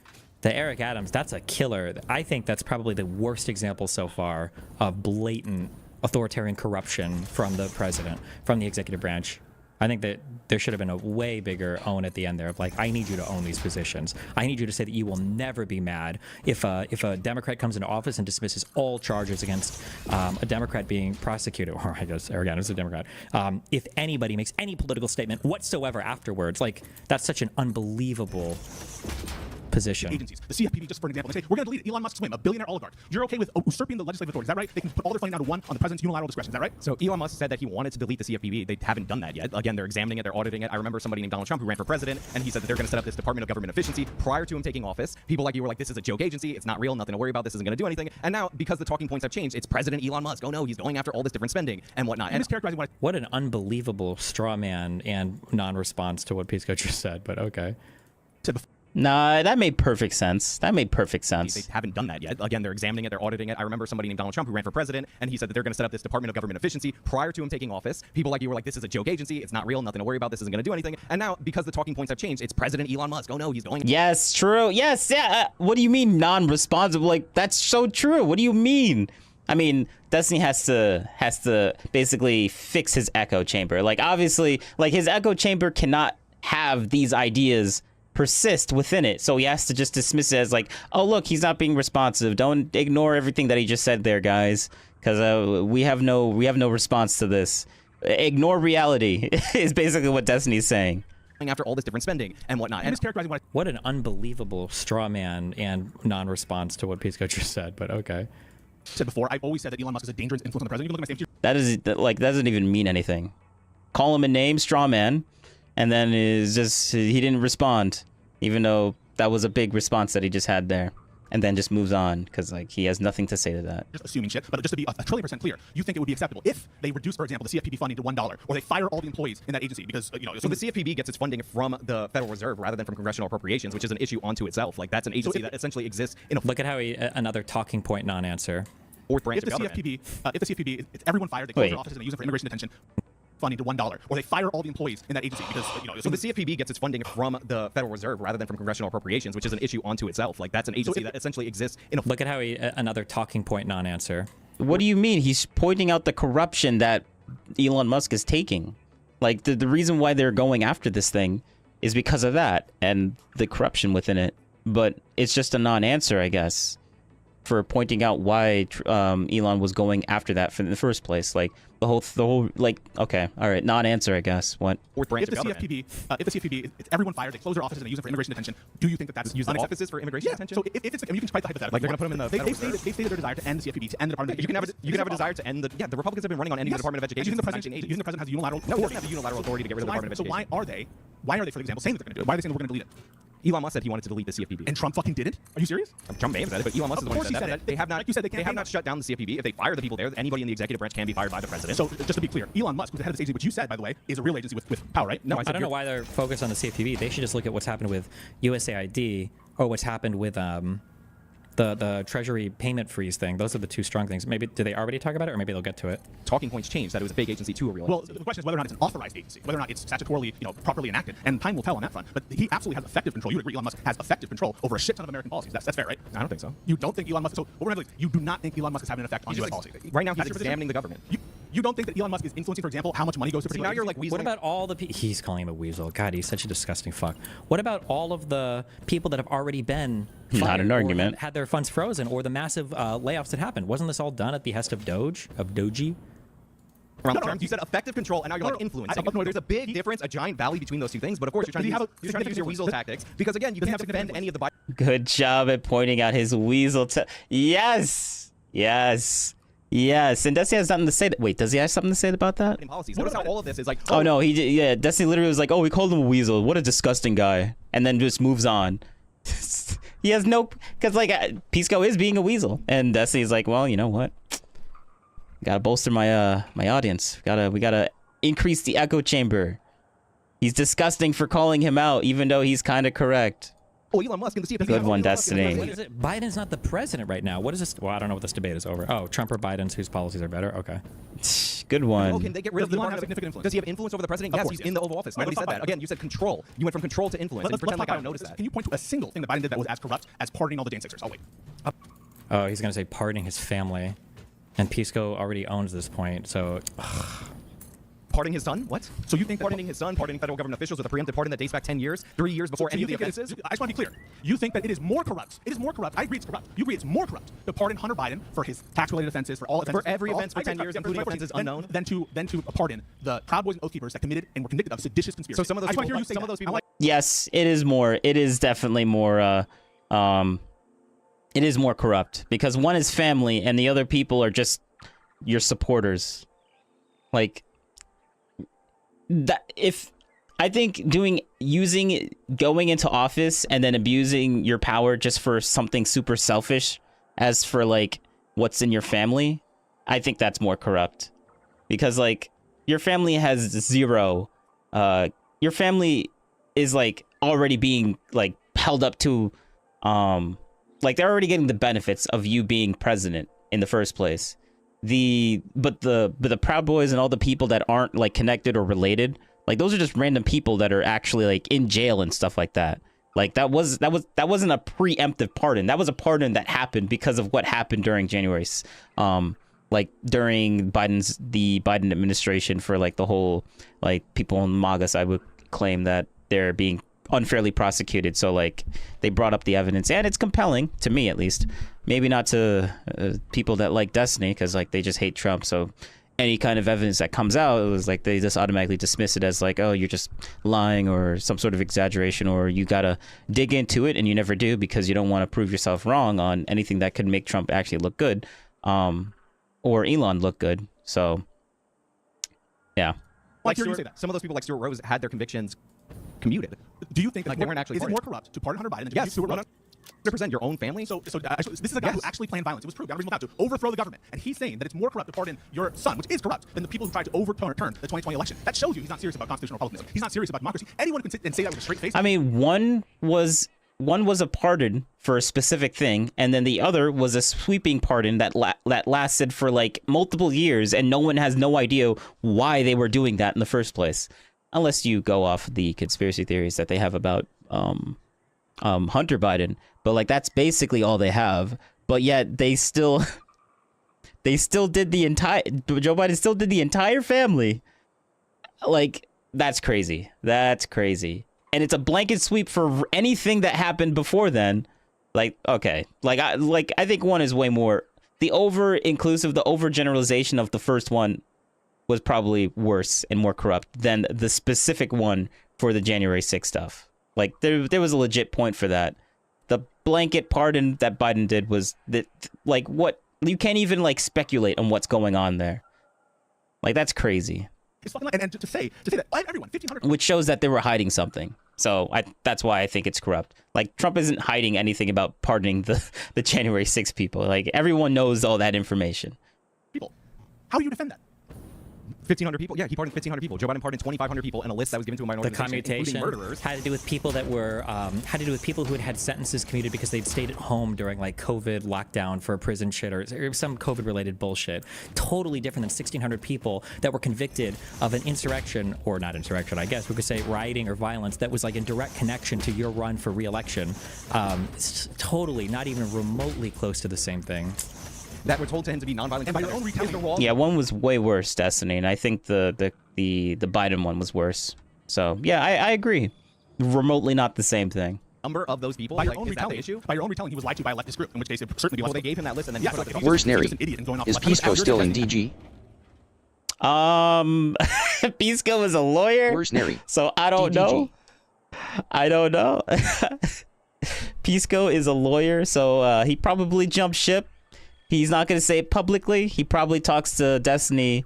He's probably just going to wait until this whole Destiny thing dies down, and then maybe he'll come back and show up again. My typing, boy. Yeah, my typing too. As Trump campaigned on pardoning and commuting the January 6ers, the American people voted for him, and he enacted those promises. Again, that's not responsive. You could run on. I'm running on unilaterally. What do you mean that's not what? Hold up. Let me listen to that again, because like he keeps saying this stupid, retarded stuff like, "Oh, he's not responsive." I'm like, bro, just listen to him. That were told to him to be nonviolent. And by your own retelling, is the raw number of those people. By your Like, own is that the retelling, issue? by your own retelling, he was lied to by a leftist group, in which case it certainly was. Well, they gave him that list and then yeah, he so put if up he's the just an idiot and going off the left, I mean, as Trump you're suggesting, campaigned on pardoning and commuting the January 6ers, the American people voted for him, and he enacted those promises. Again, Yes, that is true. That is 100% true. How is that non-responsive? That's not responsive. Oh, it's not responsive. Because I'm an idiot. I literally forgot what I said before. Whenever he says, "Oh, it's not responsive," or he just calls him a name, it means, guys, don't listen to this because we need to bolster our echo chamber. That cannot exist within the echo chamber and within our reality. So it's non-responsive. Ignore it. Where's Neri? Doesn't make any freed sense. The January 6th hostages, like he said he would. True. I love the framing on that. You could run on. I'm running on unilaterally as the president of the United States, abolishing the Supreme Court and the Congress with the stroke of a pen. If he won the election, does that mean that he's allowed to do that? That he should do that? Can the Yes. If he says something that he's going to do, and the people voted for him to like do that, then yes. Oh, do you not like democracy, Destiny? Like, what? What is this? What type of question is that? Like, what?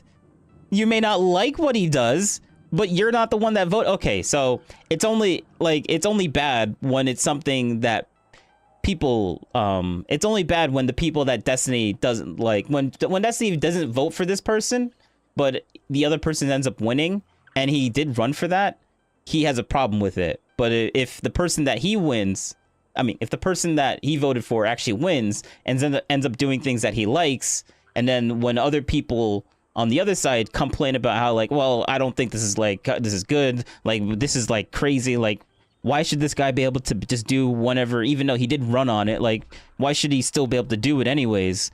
And I'm like, Destiny has no issue with it because it's his guy. But the only reason Destiny has an issue with it now is because it's not his guy. Like, yes, that's so, like, how is that, like, something that he has to, like, ask? president literally just run on anything and then do anything, even if it's unconstitutional? Is that the argument? What is this argument of like, they voted for him to do this, so the fuck what? But that doesn't mean anything. You can vote for the head of your fifth. No, it means a lot. If he runs on this and everyone knows that he's running on this and then people vote for him anyways, the next step on that logic trail is that he's going to end up doing what he ran on. Oh no, Destiny was like, no, you know what? Trump should just be a liar. He should say things before he runs and then does complete different things when he comes into office. Nah, that's what he should do. That's what he, like, Destiny wants Trump to be a liar so badly. That's what he wants Trump to be, like, because Destiny thinks that Trump is like this terrible guy, and then Trump actually coming in and doing what he said that he did. Like, oh no, we can't have that now. Him telling the truth? What? fifth grade student council, and he could promise hot dogs for lunch every day and no more homework. That doesn't mean he can deliver on it. Like what? Bro, Destiny's trying so hard to find some sort of like an analogy to like fix his cognitive dissonance. Let's listen to that one more time, and I won't like, because like you can see the cognitive dissonance happening. He keeps trying to look for Abby another Anders. example. Hey. Another example. Hello. Hey, Abby. Like over and over again, but then he finally just settles and is like, you know what, whatever. He's just being an idiot.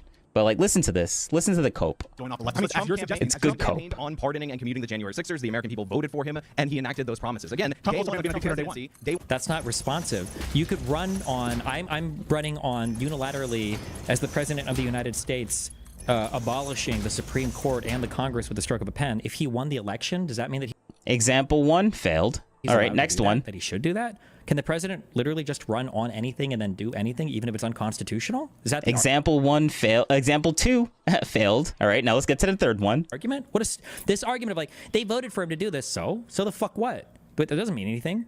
You can vote for the head of your. Oh, now we have to go into an opinion because like that wasn't an argument. This is because like he first two arguments failed, and now he's like, you know what? Let's just say an opinion. Your turn, Abby. I got to get. Oh, you got to go. All right. Fifth grade student. I'll see you later. And he could promise hot dogs for lunch every day and no more homework. That doesn't mean he can deliver on it. Like what? Third example failed. Okay. All right. Good job. Abby You just Anders. spouted your opinion. Haha.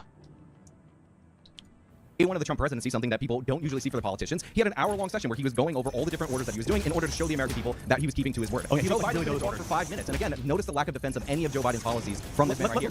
Orange man bad, Trump bad, Trump bad. January 6th. Where were you on January 6th? Do you have an alibi? That's all he's got. So Joe Biden, 100. True. Yes, I love this dude. I love this guy. This guy right here. Yes, you can see him. He's.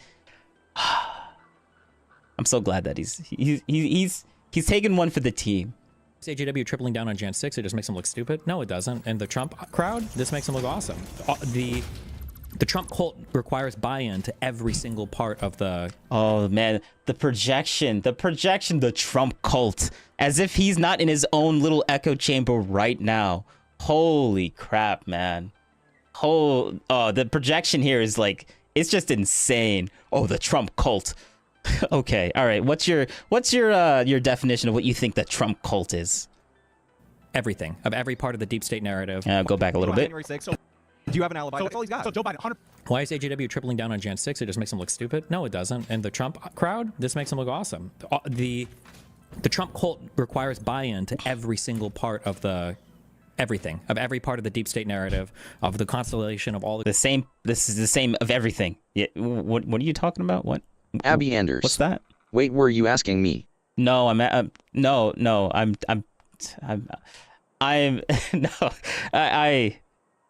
When I do these streams, it's more like I'm talking to myself.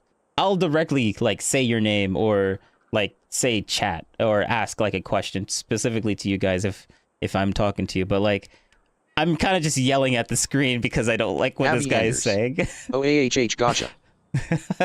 I like how that thing says, it doesn't say it says AAH.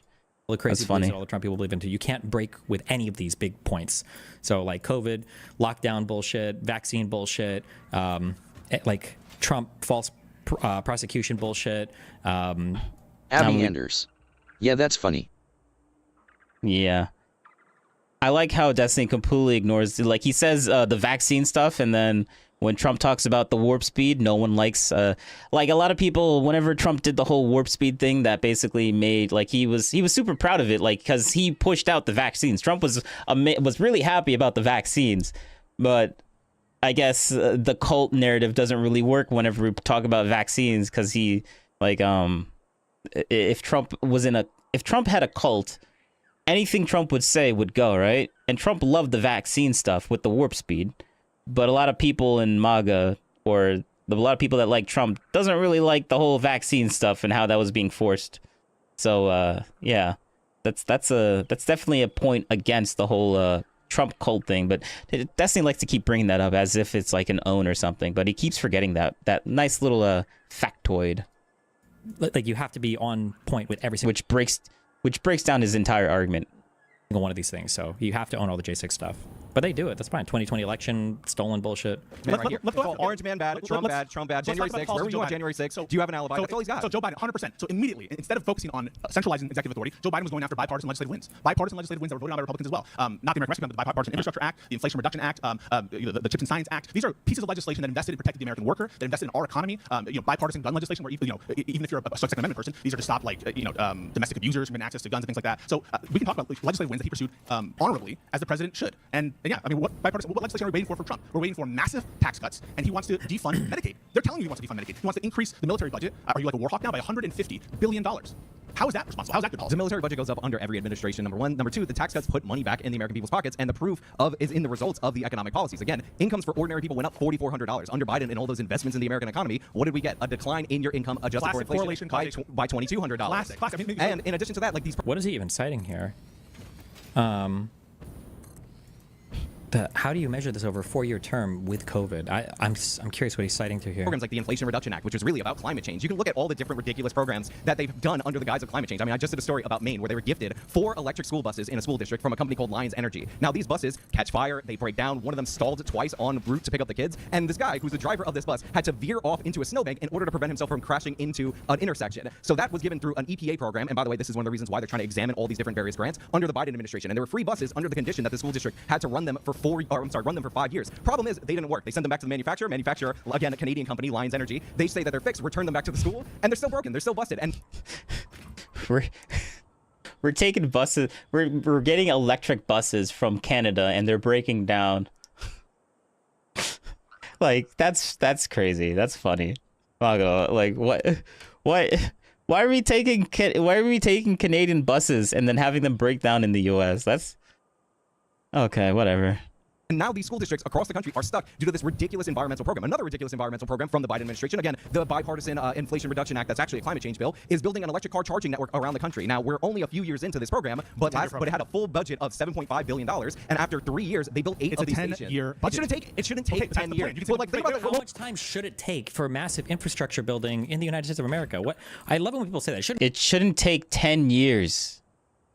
That's more than a 2-term presidency. Like, I don't get it. Like, why? This is why people don't care about the Democrats. Like, oh, we're gonna put in a policy that's gonna, like, fix things in 10 years, guys. Yeah, people really want that, right? Like, what is that, like, the argument here? Okay, all right. It shouldn't take this long. About how long should it take? What do you mean? What? Oh, wait. You can say the plan sucks. though. You can say the plan 8 sucks. in 2 years. Just think about that. So you get 40 after 10 years at that pace. That's horrible. You can say the plan sucks, but your actions show it's not going according to plan. They're trying to do private-public True. partnerships, not just work everything like fiat, because we recognize that it's a complex fucking system that we live in. But you talked about prices. I want to talk about that. So if prices don't come down in the next 4 years, are you going to call the policies of Donald Trump with respect to the economy a disaster? Yeah, of course. If they don't come down, do you expect? He won't. He'll blame the deep state. He promised that prices would drop, and he said he was going to do things to help prices drop. So yeah, if prices is up. Like I said before. Yeah, what I'm telling you is. Yeah, it's literally just February. My dude, it's been barely a month. My God. Oh, prices haven't dropped yet. Bro, it's been 1 month. Chill, man. You think prices are just gonna drop instantaneously? Is that what you were expecting Trump to do? Like, bro, holy... I mean, some prices have dropped in certain sectors, but, like... My goodness. My goodness. It doesn't take a month to fix inflation. Let's just say that. Are you still using statistics from January? Like, you know how they use the egg stat that was like the price of eggs as of January 15th? I want to be clear. They blame Trump? I just want to be clear. You should not expect your prices to decrease. You should not expect your prices to decrease. So we'll see you again in 2 years when prices have not decreased. And where Trump, by example, is talking about and edging for these massive tariff wars. You guys saw that, right? Where he's having these fake propaganda victories where nothing of any consequence happens. And so you should not expect those prices to come down. So I'm very, very looking forward to when you post that video in 2 years saying Trump's policies are a disaster because prices have not come down. I think you can expect some of your energy prices to come down, and that will have some downstream effects on the economy. Oh, really? You know one of the major providers for energy in the United States of America, exporters? Canada. And who right now, like, relations with Canada have never been fucking worse. He's openly talking Once Canada is a province of the United States of America, we will have access. And then he memes it away. Fucking hilarious. Fucking meme, bro. And who right now, like, relations with Canada have never been fucking worse. He's openly talking Once Canada is a province of the United States of America, yeah, okay, Destiny. It's a meme. It's a meme just because they think that this whole thing's a joke for them. It's about owning the liberals. They have flipping comments like that where they're not taking it seriously. The expansionist vision of this administration, for example, talking about owning Gaza. What do you think about that? Well, and now Rubio's doubling down on this. We think you just think it's a posture. For more about atheist liberty and what we do. Oh my God, I didn't mean to click that. Fuck. And to just rewind the tape, he then switches to influence, right? So he's Well, that's where you start the negotiation. Yeah, okay. Oh my You God. just think it's a posture. You just think it's fake. Well, I do think it's a posture. Or I hope it's a posture. 'Cause I don't Oh, wanna- it's all negotiations. It's all negotiations. Please, Pisco, bring up the fact that where are the hostages? I thought the hostages were supposed to be out by now, yesterday afternoon. So does that mean his negotiation positions failed, or? So the United States of America, Yeah, we it's will a have meme. access to It's all of their It's a oil. meme. It's a meme just because they think that this whole thing's a joke for them. It's about owning the liberals. They have flipping comments like that where they're not taking it seriously. The expansionist vision of this administration, for example, talking about owning Gaza. What do you think about that? Well, and now Rubio's doubling down on it. So what do you think? You just think it's a posture. You just think it's fake. Well, I do think it's a posture. Or I hope it's a posture because I don't want anything to do with Gaza. Now, Greenland, that is a vision for the future, and I'm definitely Fucking epic meme, bro. on board. Would for you Greenland. end NATO? Would you end NATO to take over Greenland? Would I end NATO to take over Would you end Greenland? America's No, we involvement? want to buy Greenland. Okay, Denmark is not for sale. I don't get it. He says that's a meme, but I feel like Actual Justice War legitimately thinks that Greenland actually might be a legitimate thing. Like, it's a meme for him to say that, but it wasn't a meme 2 seconds ago when Actual Justice War or SJ, whatever his name is, not this guy, the other dude, is like saying it's a meme when he says, "Oh, Greenland based," but like when he says the whole Gaza thing, I don't really know about that. That's not a meme. We're not gonna say that he's memeing then, but like 2 seconds later, he's actually memeing instead, or are we just not going to take it serious? Like, we'll take his Gaza quote seriously. Like, he doesn't really want to go into Gaza, but we're not going to take him saying that maybe Greenland might be a legitimate thing that we might want. That's a meme. We're not going to take that seriously. Is that what we're doing here, Destiny? That's kind of weird. Well, that's where you start the negotiation. Yeah, okay, but what about Gaza? All the negotiation, bro. Yeah, he's not being serious at all. Benjamin Netanyahu has, you would agree, a tremendous influence on Donald Trump there. Yeah, and does he control him or influence him? Because you seem to think that those words are interchangeable. Well, no, both sides. so just to be clear, I said that Elon Musk has effective control over a lot of policies, which he does there. No, influence. He doesn't have control? Influence. So explain that to me. So someone is able to... He's a special government employee. He serves at the discretion of the president. He has effective control over a lot of stuff, I right? don't think so, no. Not even effective control? No, because Congress is going to have to examine the things that he's doing, especially with these departments that are You think authorized Joe by Biden's like Congress. senile, all his handlers, you think that they didn't have effective control? No, Joe Biden was the president of the United States of America and the Democratic Congress. Semantical fucking bullshit that you'll get into. Is that the same? Use the word You're the one who's effective getting into the control. semantics. So- As soon as we argue on control, again, so just rewind the tape. He then switches to influence, right? So he's doing the Mott and Bailey. True. And then when I push back on it, he retreats to a weaker one. This is literally how a lawyer works, man. He is a weasel. Changes the words that he uses mid-debate, mid-conversation in order to, like, win something. That's weasel technique. Destiny, are you gonna call that out now? Like, you hate when he does that to you.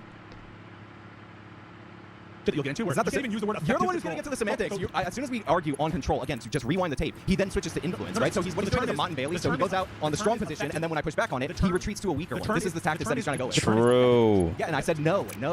I disagree. I don't buy into your premise. I'm not on board. This is why, if you look by the end of it, this is why Sean is a person who's not worth engaging with politically, because like you never have. He's not worth engaging politically because Destiny knows that he would lose against him. He would lose against him. This is the only time I think I've ever seen Destiny actually say like, "Oh, I can't debate this guy. I can't debate this guy," because you would lose, Destiny. You would lose because you can't outwit this guy. Have like a real conversation of substance. He is the real conversation of substance, guys. That's why I won't debate him.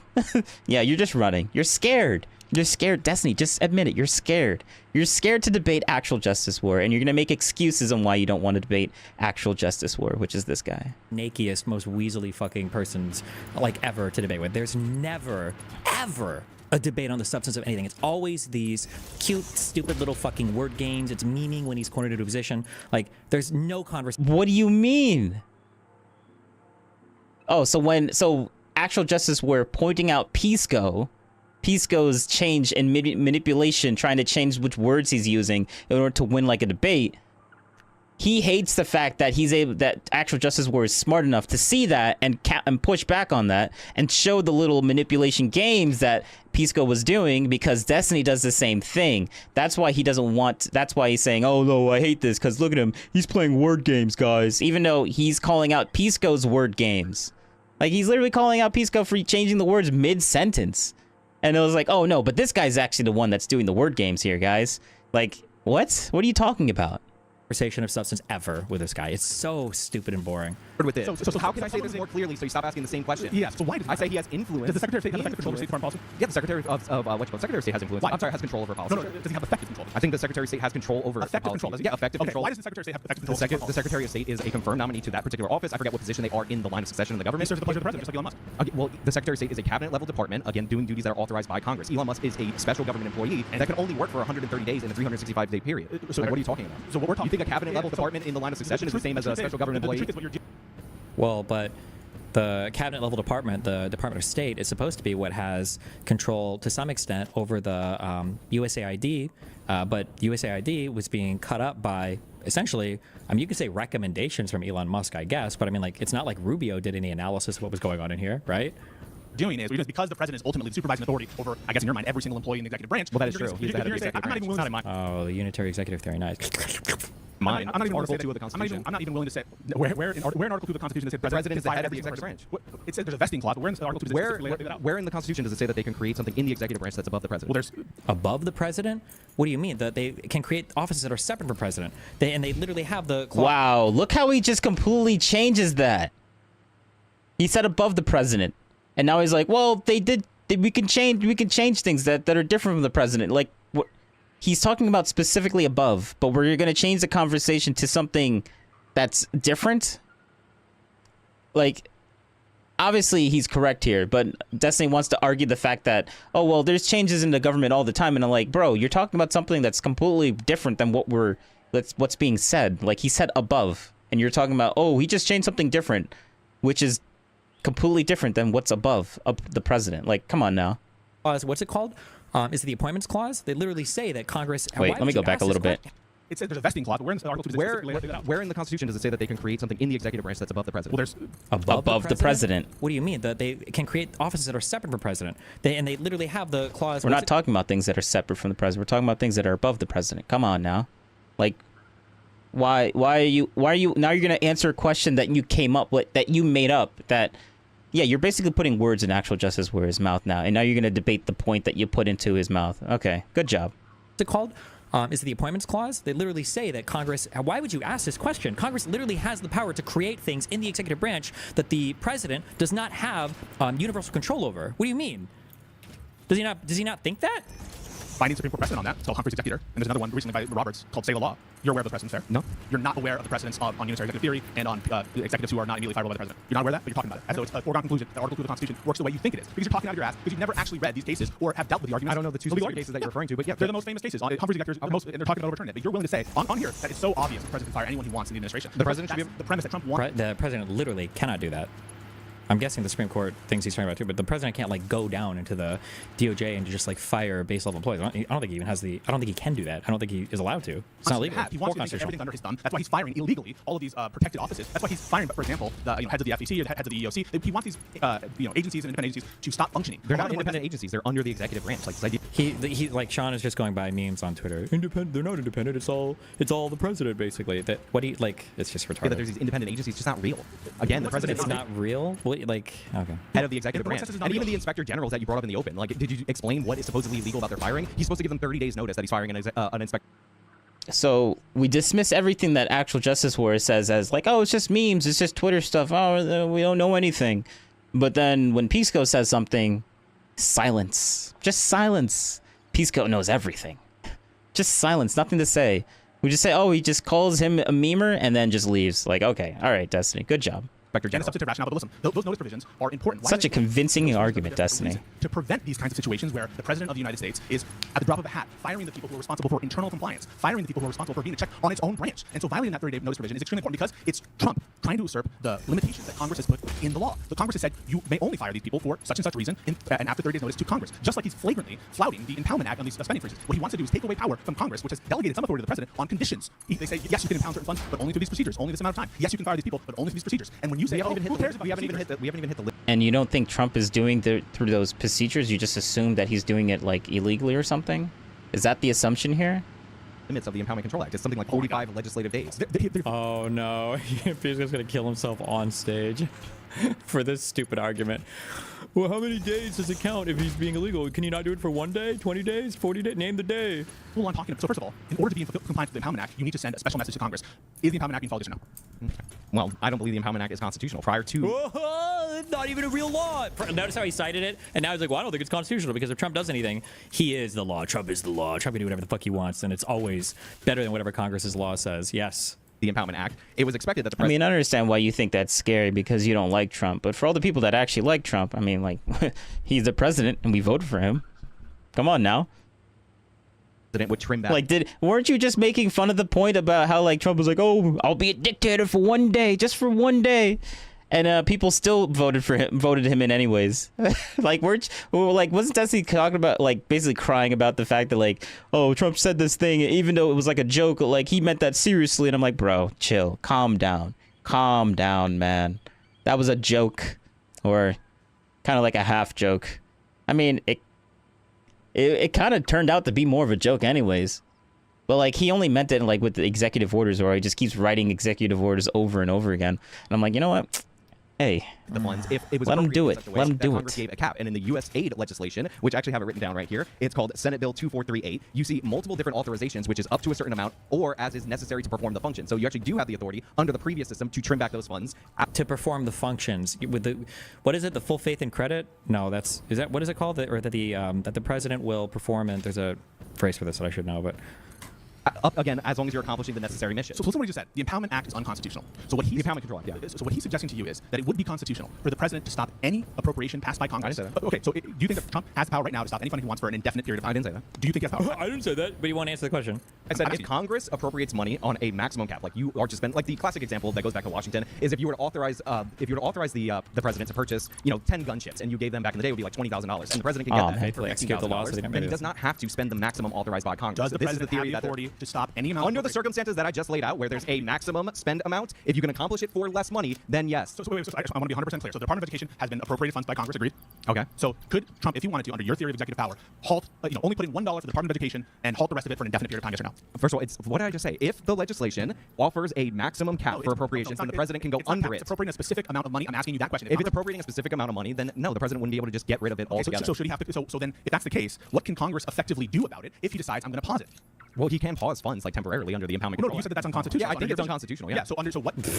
Should the Congress constitutionally do because they can't pass Well, a they law? already had the legislation, so like that can be enforced, but we haven't even gotten to that 45-day period. Enforced by who? We haven't even gotten to that 45-day period. Then you would go to the courts. So the 45-day period is constitutional, but not the next provision? Oh my God. The current law, regardless of what I think is constitutional or not, since you needed in clear English, says 45 legislative days. Yep. So we haven't even gotten to that point to even have this discussion about the Impoundment Control Act. After the 45 legislative days under the Impoundment Control Act, they can take the president to court. So that is only for rescissions, not deferrals. And to be 100% clear, they have to have sent a special message to Congress, which you agree he did not do. Fair? I don't know if he did. He did. He sent an OMB. You just asserted that. Well, I want to represent. He, of course, did not fucking send a special message because Trump believes, as actual justice warrior Sean does, that that is my full government. So you can check it. People at home can check it. They can that they believe the Impoundment Act is unconstitutional. No one can argue that they're trying to follow the Impoundment Act. They're deliberately, just like they're deliberately deliberately flouting the requirements of firing and notice on firing. They're deliberately flouting the congressional limitations on the Impoundment Act. And so it's such a pretense to sit here and like think that they're complying when they're openly defying Congress. And what they're trying to do is what they're hoping for is that court orders will go their way. A lot of them won't. And what will happen is, just like they're gearing up for, they're going to defy court orders. And you're going to sit here and because of this, Joe Biden's taxation policy is better. Like again, notice how he can't actually argue the premise of the debate. And speaking of defiance of court orders,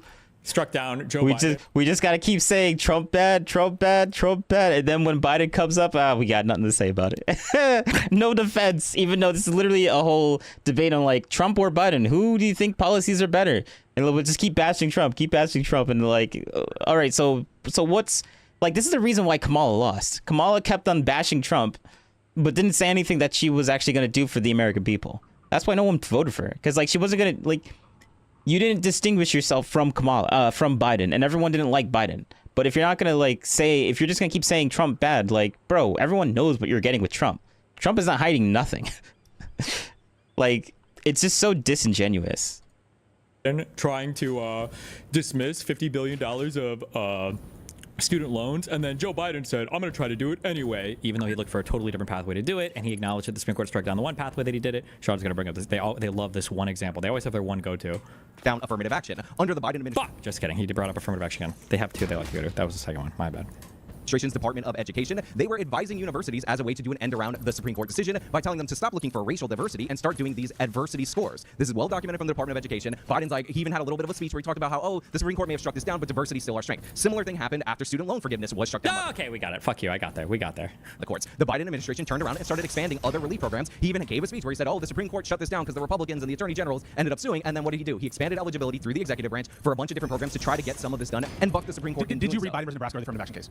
Did I read the case? No. Of course not. Because obviously those adversity type. Well, he's not a lawyer, so. He didn't read it. He doesn't know what's in it. He doesn't know how to define the core. And because the truth is, the court said you're allowed to consider adversity. You're allowed to do that in a kind of generic or an essay that they're using this in the Department of Education as a code for racial diversity. The court said that was acceptable. So it's so fucking. It's not acceptable when you're using it to subvert in order to get the same racial. You read the case and you're telling them what's acceptable under the case. What a fucking joker you are. And then obviously completely. I mean, what does that have to do with what Biden did? What Biden did was initially tried to have a policy that affected $10,000 for universally if you don't have a Pell Grant, $20,000 universally if you do have a Pell Grant, and that was striking at like millions and millions and millions of people, very, very, very broad, and that was struck down. He never tried that fucking shit again. He expanded existence, so he did different things. He expanded the. But you just went after Trump, and in your opening statement, you went after Trump for supposedly defying a Rhode Island judge. But the Trump administration's justification for that was that the OMB memo is what was rescinded as per the court's request. However, they had a different executive order that they were using to freeze specific funds, and they didn't believe that the court's decision on that one case, which was on that one order, expanded to all orders. Yeah, so I want to explain. So that was the legal theory. Like every legal theory from the Biden administration is valid and good and honest and genuine. Every single one from the Trump administration is corrupt. And again, we're also not talking about true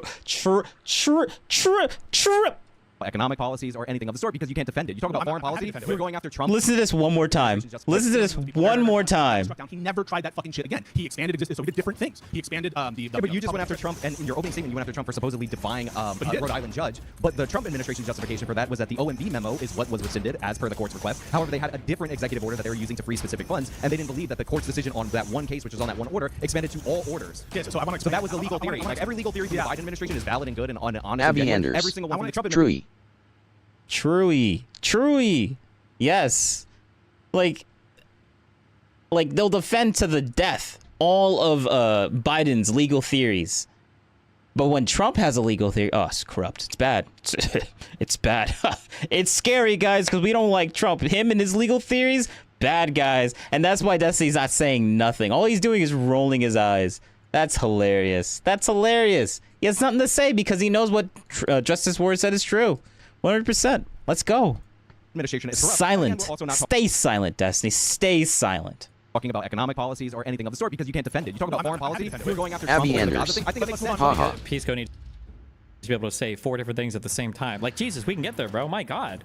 I think it makes sense to actually posture strength on behalf of our allies rather than the wishy-washy nonsense where Biden's like, oh, yeah. How could you ever say that Trump postures strength? Oh, my God. Are they going to get to the foreign policy part? Wait. So him not saying that we might want to take over Greenland is Trump not posturing strength? You think a weak country would want to like openly be like, hey, Greenland, yeah, we might want to take some of that, you know? Like, you think that's what weak countries do? That's not posturing strength. Like, I don't think Trump should be doing that, but that's besides the point. Like, he's posturing strength, and Destiny's like, oh, Trump posturing strength? That's impossible. When did that ever happen? I'm like, bro. Like I said, Destiny lives in a bubble. He's gonna do foreign policy as much. We've, oh my God, bro. The U.S. is a fucking loser under Trump. We surrendered to the Taliban.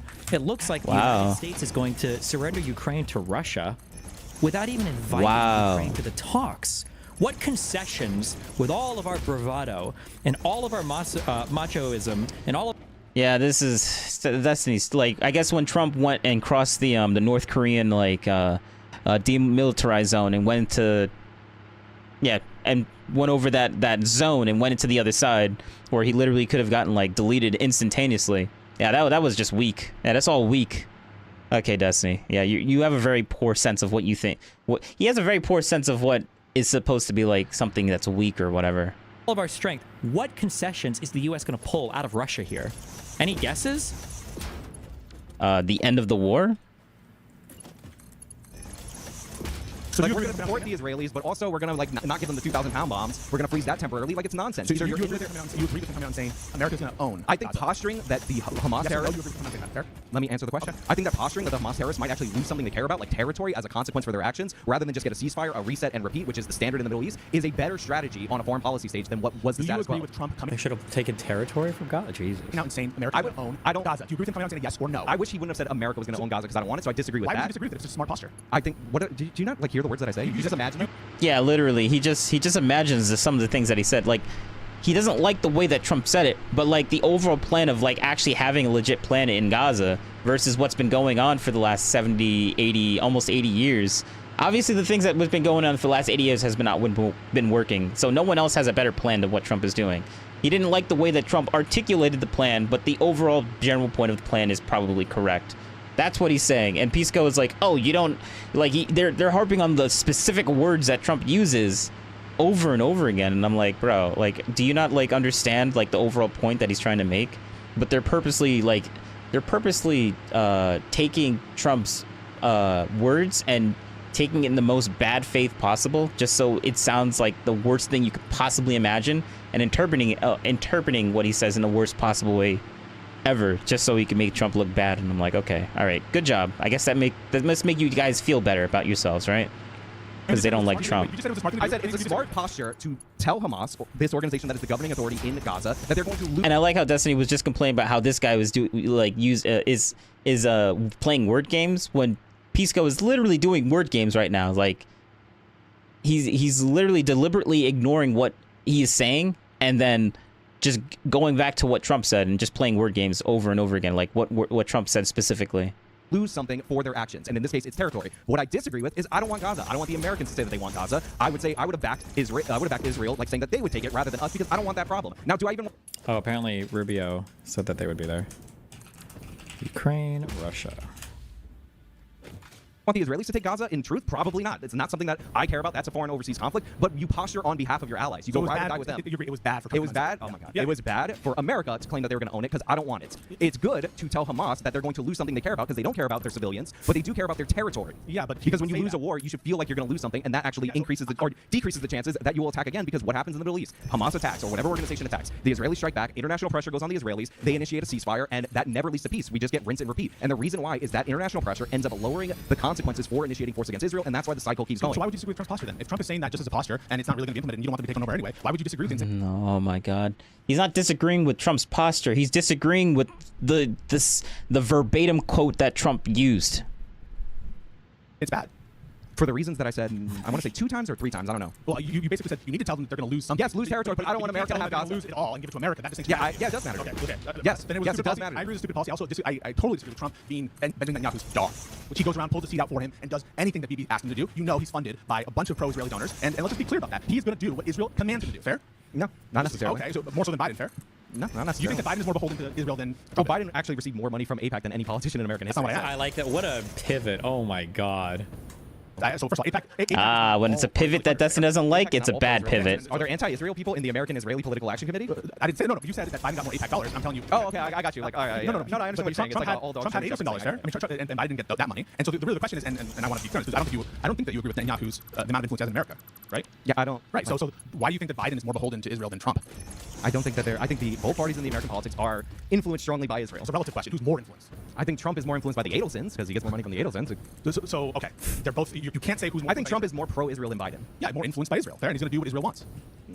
I don't know necessarily. I don't know what this Gaza thing is. Oh my God. They're signaling now. I think Trump was more likely to signal that he's going to do what Israel wants, which I think is important. Like, I like how we can mind read every single thing that Biden is going to do based on these vague statements or these unreal statements. But when Trump literally says he's going to do a thing, then we're like totally in the dark and we have no idea what he might do. Like, wait, examples? When was people mind reading Biden? When was that happening? Examples? You're gonna bring up example, or you're just gonna bring up a point and then just move on because you just don't like Trump and you know that you can't debate this guy and you're a loser when it comes to debating anyone that has his intellect. Is that what you're saying, Destiny? Good job, Destiny. Good job. It's impossible. These are unwinnable arguments. You can't do it. Like, Trump is like a shadow boxer using a fucking jutsu that puts him in 27 places at once, and you're trying to pick out which one is the real one. What are you talking about? Oh, this is just a projection. This is just what he thinks is going on here. He is. I don't even know. I don't even think Destiny knows what he's saying right now. Meanwhile, Biden's not even in the room, and he can point to him and say that's Biden. Like, it's an impossible debate. Like, Trump can't be held to any standard, to any accountability, to any position whatsoever. It's a joke. Let's look at the actual things they did. They had the Abraham Accords. They recognized Jerusalem. That was good. With Israel. What a great mention of foreign policy victories for Trump. I mean, negotiating peace with bilateral peace agreements with Arab neighbors. What was it, like the first time in 25 years that they got a peace agreement? Yeah, you say that, but just to be clear, 100%. The question was who's more influenced by Israel. And oh, but I thought Trump couldn't take responsibility for anything. Oh, what? Well, and then he just points that out as like nonchalantly, and then we just don't say anything. Okay, all right, Destiny. Good job. Israel tangible wins and victories there. Yeah, you help your allies. Some say, by the way, had a causative effect on that horrible attack. Oh, I get it now. I get it now because that responsibility makes Trump look good because it actually turned out good for him. So when Trump takes responsibility for those types of situations, would that make him look good? Yeah, we don't talk about that type of responsibility. But when it's something that's bad about Trump, that and yeah.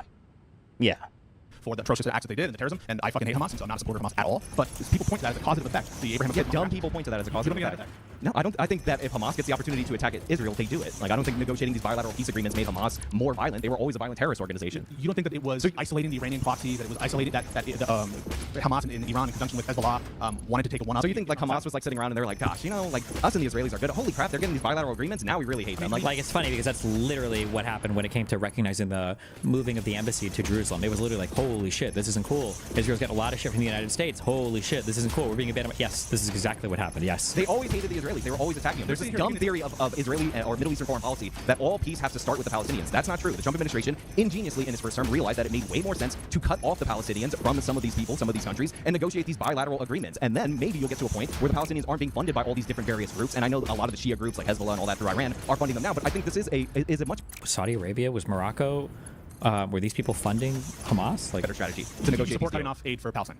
What did I say that? I'm asking. Well, I don't want the American taxpayer to fund them. So you do support cutting off aid for? I might do some humanitarian aid. Whole territory got blown up. I mean, they paused all. As opposed to what aid? Do you think we send military aid to Palestine? All foreign aid. Well, I mean, they're in the middle of a war. You said end it altogether. But I mean, so I just want to be clear in terms of the humanitarian aid. It sounds like you're in favor of it. Do you agree with the pause on all U.S. aid except for Israel and Egypt? Yeah. We haven't paused Ukraine actually. We're still supporting them. So I wouldn't cut off an ally in a war. Okay, so you would be in favor, for example, of Ukraine and America continuing to have a relationship and not taking money away from Ukraine, which is what the Republicans in Congress want to do next. I mean, they're saying that they want to do that, or Trump campaigned on doing that, but that's not what's been the effect. And speaking of Ukraine, another genius Biden foreign policy blunder was reducing lethal aid to Ukraine as the Russians were amassing troops in Crimea, which he was doing, and I believe it was June of 2021. Trump actually, during his first administration, was increasing lethal aid to points that the previous Obama administration, which is not relevant to this particular conversation because we're doing Trump versus Biden. Again, you should start defending Joe Biden anytime now. Something right. And Biden was reducing it because every president, and this is really unfortunate, and by the way, Trump did a little bit of this in his first term, has this idea that you could do. Yeah, has he? This is supposed to be a debate between who's better, Trump or Biden, and all the Democrat guy could say is Trump bad, Trump bad, Trump bad, and then Biden good. Where like what like out of this entire debate, did Pisco say anything good about like what Biden did underneath his presidency? Like, is there any good things that he could say? Maybe he mentioned the infrastructure bill. I don't think he did though. Like, this has been this entire time is Trump bad. And why did you guys want to vote for me? Because Trump bad. Why didn't Kamala win? Because Trump bad. Mercenary. Wait, Trump bad? Tell me more. Winky face. True. Do a Russian reset. It's one of the dumbest conventional wisdom things in American foreign policy, and I just can't stand it. So yeah, we ended up reducing as a country under Biden administration aid to Ukraine, lethal aid, prior to their invasion, which again signals weakness, and that's what I'm against. Now, ideally, would I want to reduce funding to Israel? 100%. Ukraine, 100% over time. But you don't do that during a war because you have to think about the broader game. You don't want the Chinese to be incentivized to go for Taiwan. So you have to put up a strong front in these regards with our like we're putting up a strong front in Ukraine. Known allies, even though it sucks, and I don't like our money going on the war in order to deter us from getting involved in future conflicts. On the Ukraine stuff, I'm man enough to know when Trump gets something right. When Trump gave lethal aid to the Ukrainians, I think that is correct. He was the first president to give lethal aid in that context, and yeah, he was right for doing that. But if you look at can somebody tell me, did Trump give lethal aid, or I thought he just authorized weapons sales? Was that? So when Pisco, the guy that he's been rooting for the entire time, says anything good about Trump, now we gotta question this guy. We gotta question what he's been saying now. Wait, did that actually happen? Trump good? What? I thought you were saying Trump bad this entire time. This is messed up, man. We gotta look into this guy. Like, Pisco, what are you saying here, bro? This is hilarious. This is hilarious.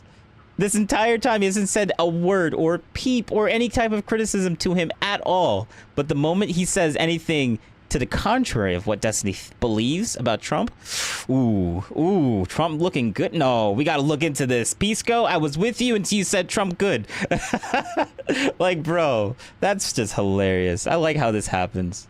This is just how Destiny bolsters his echo chamber, and how he keeps certain people. That's how he makes his entire like base like hate Trump and stay hating Trump and only hate Trump, and that's all you get.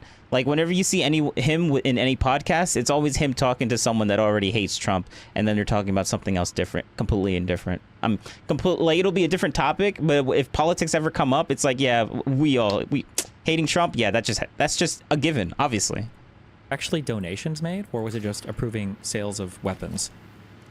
Somebody linked me that, I don't know. A lot of these people work. It's obvious that Biden is way more pro-Ukraine. I'm not aware of a line item that you're referencing right now, like the specific lethal aid given prior to the invasion. What they do is they'll cherry pick like the specific line item that makes them out to be bad. But, like, what's going on now is obviously, and as Ukraine is signaling, they're cutting Ukraine out, and they're signaling that they want to take away funding from Ukraine. And I don't know where if you're worried about China, for example, why are you giving all of these developing countries incentives to go into Beijing's arms by cutting off all their U.S. aid? Why are you signaling that America is an untrustworthy ally by, like, in the middle? Like, you think talk about efficiency at a drop of a hat, just all the funding gets cut off. We have boats that are supposed to be leaving with food, and they're all fucking rotting on their boats. How is that a good idea? How does that not embolden and strengthen China? Like, I don't understand. Like, can somebody tell me, did this come from somewhere? Or I see Trump admin approves new sale of anti-tank weapons to Ukraine. $39 million sale of defensive lethal weapons to Ukraine.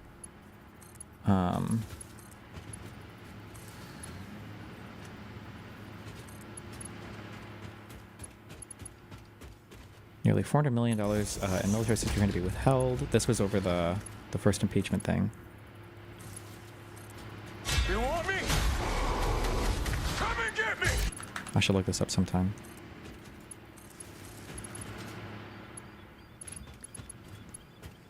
Sale of model sniper systems for value of $41.5 million. Okay, I don't know. If anybody does a link, I'm just curious. Yeah. Well, for the Chinese, yes, there is. Because Trump being good is like not a thing that he typically right now we're in a pause. We're reviewing this stuff. likes to admit. A lot of times, some of our foreign aid is counterproductive. And again, to be clear, under our democratic system, people voted for this for the Trump administration. As far as subverting China, this is what the whole Panama Canal drama was all about. Because there's a Chinese company, technically it's a Hong Kong-based company, but since China took Hong Kong in Trump's first term, that has positions on both sides of the canal. And we were trying to put pressure on the nation of Panama again to get them out of our backyard. American foreign policy that dates all the way back to the Monroe Doctrine, so that they can't potentially block off the canal. So yeah, we are trying to subvert China. We're also trying to re-examine the programs that we have in places like U.S. aid. And there's not everything that they're doing that I'm going to absolutely love. Like, I am going to be against certain things that are strategically valuable for the United States of America. But we don't know if U.S. aid, because none of us, let's be real, we're talking about U.S. aid 3 weeks ago or 2 months ago. Really, we don't know how effective any of these programs are. So it's fine to review them, in my opinion. Freeze them off. Review them is not cancel and freeze. Like, nobody would do. It's so stupid. This is so stupid. I don't even know why I'm. Like, even if we just look at this from a businessman perspective, like, you can do department reviews without freezing every single thing the department is doing. It's such a stupid talking point. Review them while they're being frozen. Why not just review them? Yeah. And then freeze them as yes. That's also, by the way, Congress has to do it. But let's be clear, you're fearful Congress would have to. No, you should make him answer that question. Why not just review them then? Why do you have to freeze them? Final nail in the coffin for U.S. Well, for you, I think there's like some discretion for the president to indefinitely suspend all kinds of I'm spending. saying Well, I'm just saying that's what it sounds like. That you think that the only limits. What it sounds like in your head. Yeah, you're making that's what things it sounds up, like. but, Based on the words you're saying, that the Common Act is unconstitutional. Congress cannot create statutes. I mean, limit the president's discretion. you don't know the difference between influence and effective control. So, like, so to be clear, you're fearful of China's encroachment. So am I. That's why I think it's weird to have. Do you think AJW actually believes what he says? No. I think that he knows enough, like, bits and pieces of the arguments to know. He's like, when he's searching for arguments, he's looking for, like, how can I weasel through this? Like, that's an intentional thought from him, 100%. You can just tell by the way that he speaks. When somebody only has like a bit or a piece of information, you know that they've come across the correct answer, but they're intentionally not saying it. Like, AJW is a deliberate bad faith interlocutor. Yeah. Oh, okay. So give me examples, or you're just gonna keep name calling Destiny? You're just gonna keep name calling? Like, give an example of what he did that's actually what you said that you're accusing him of.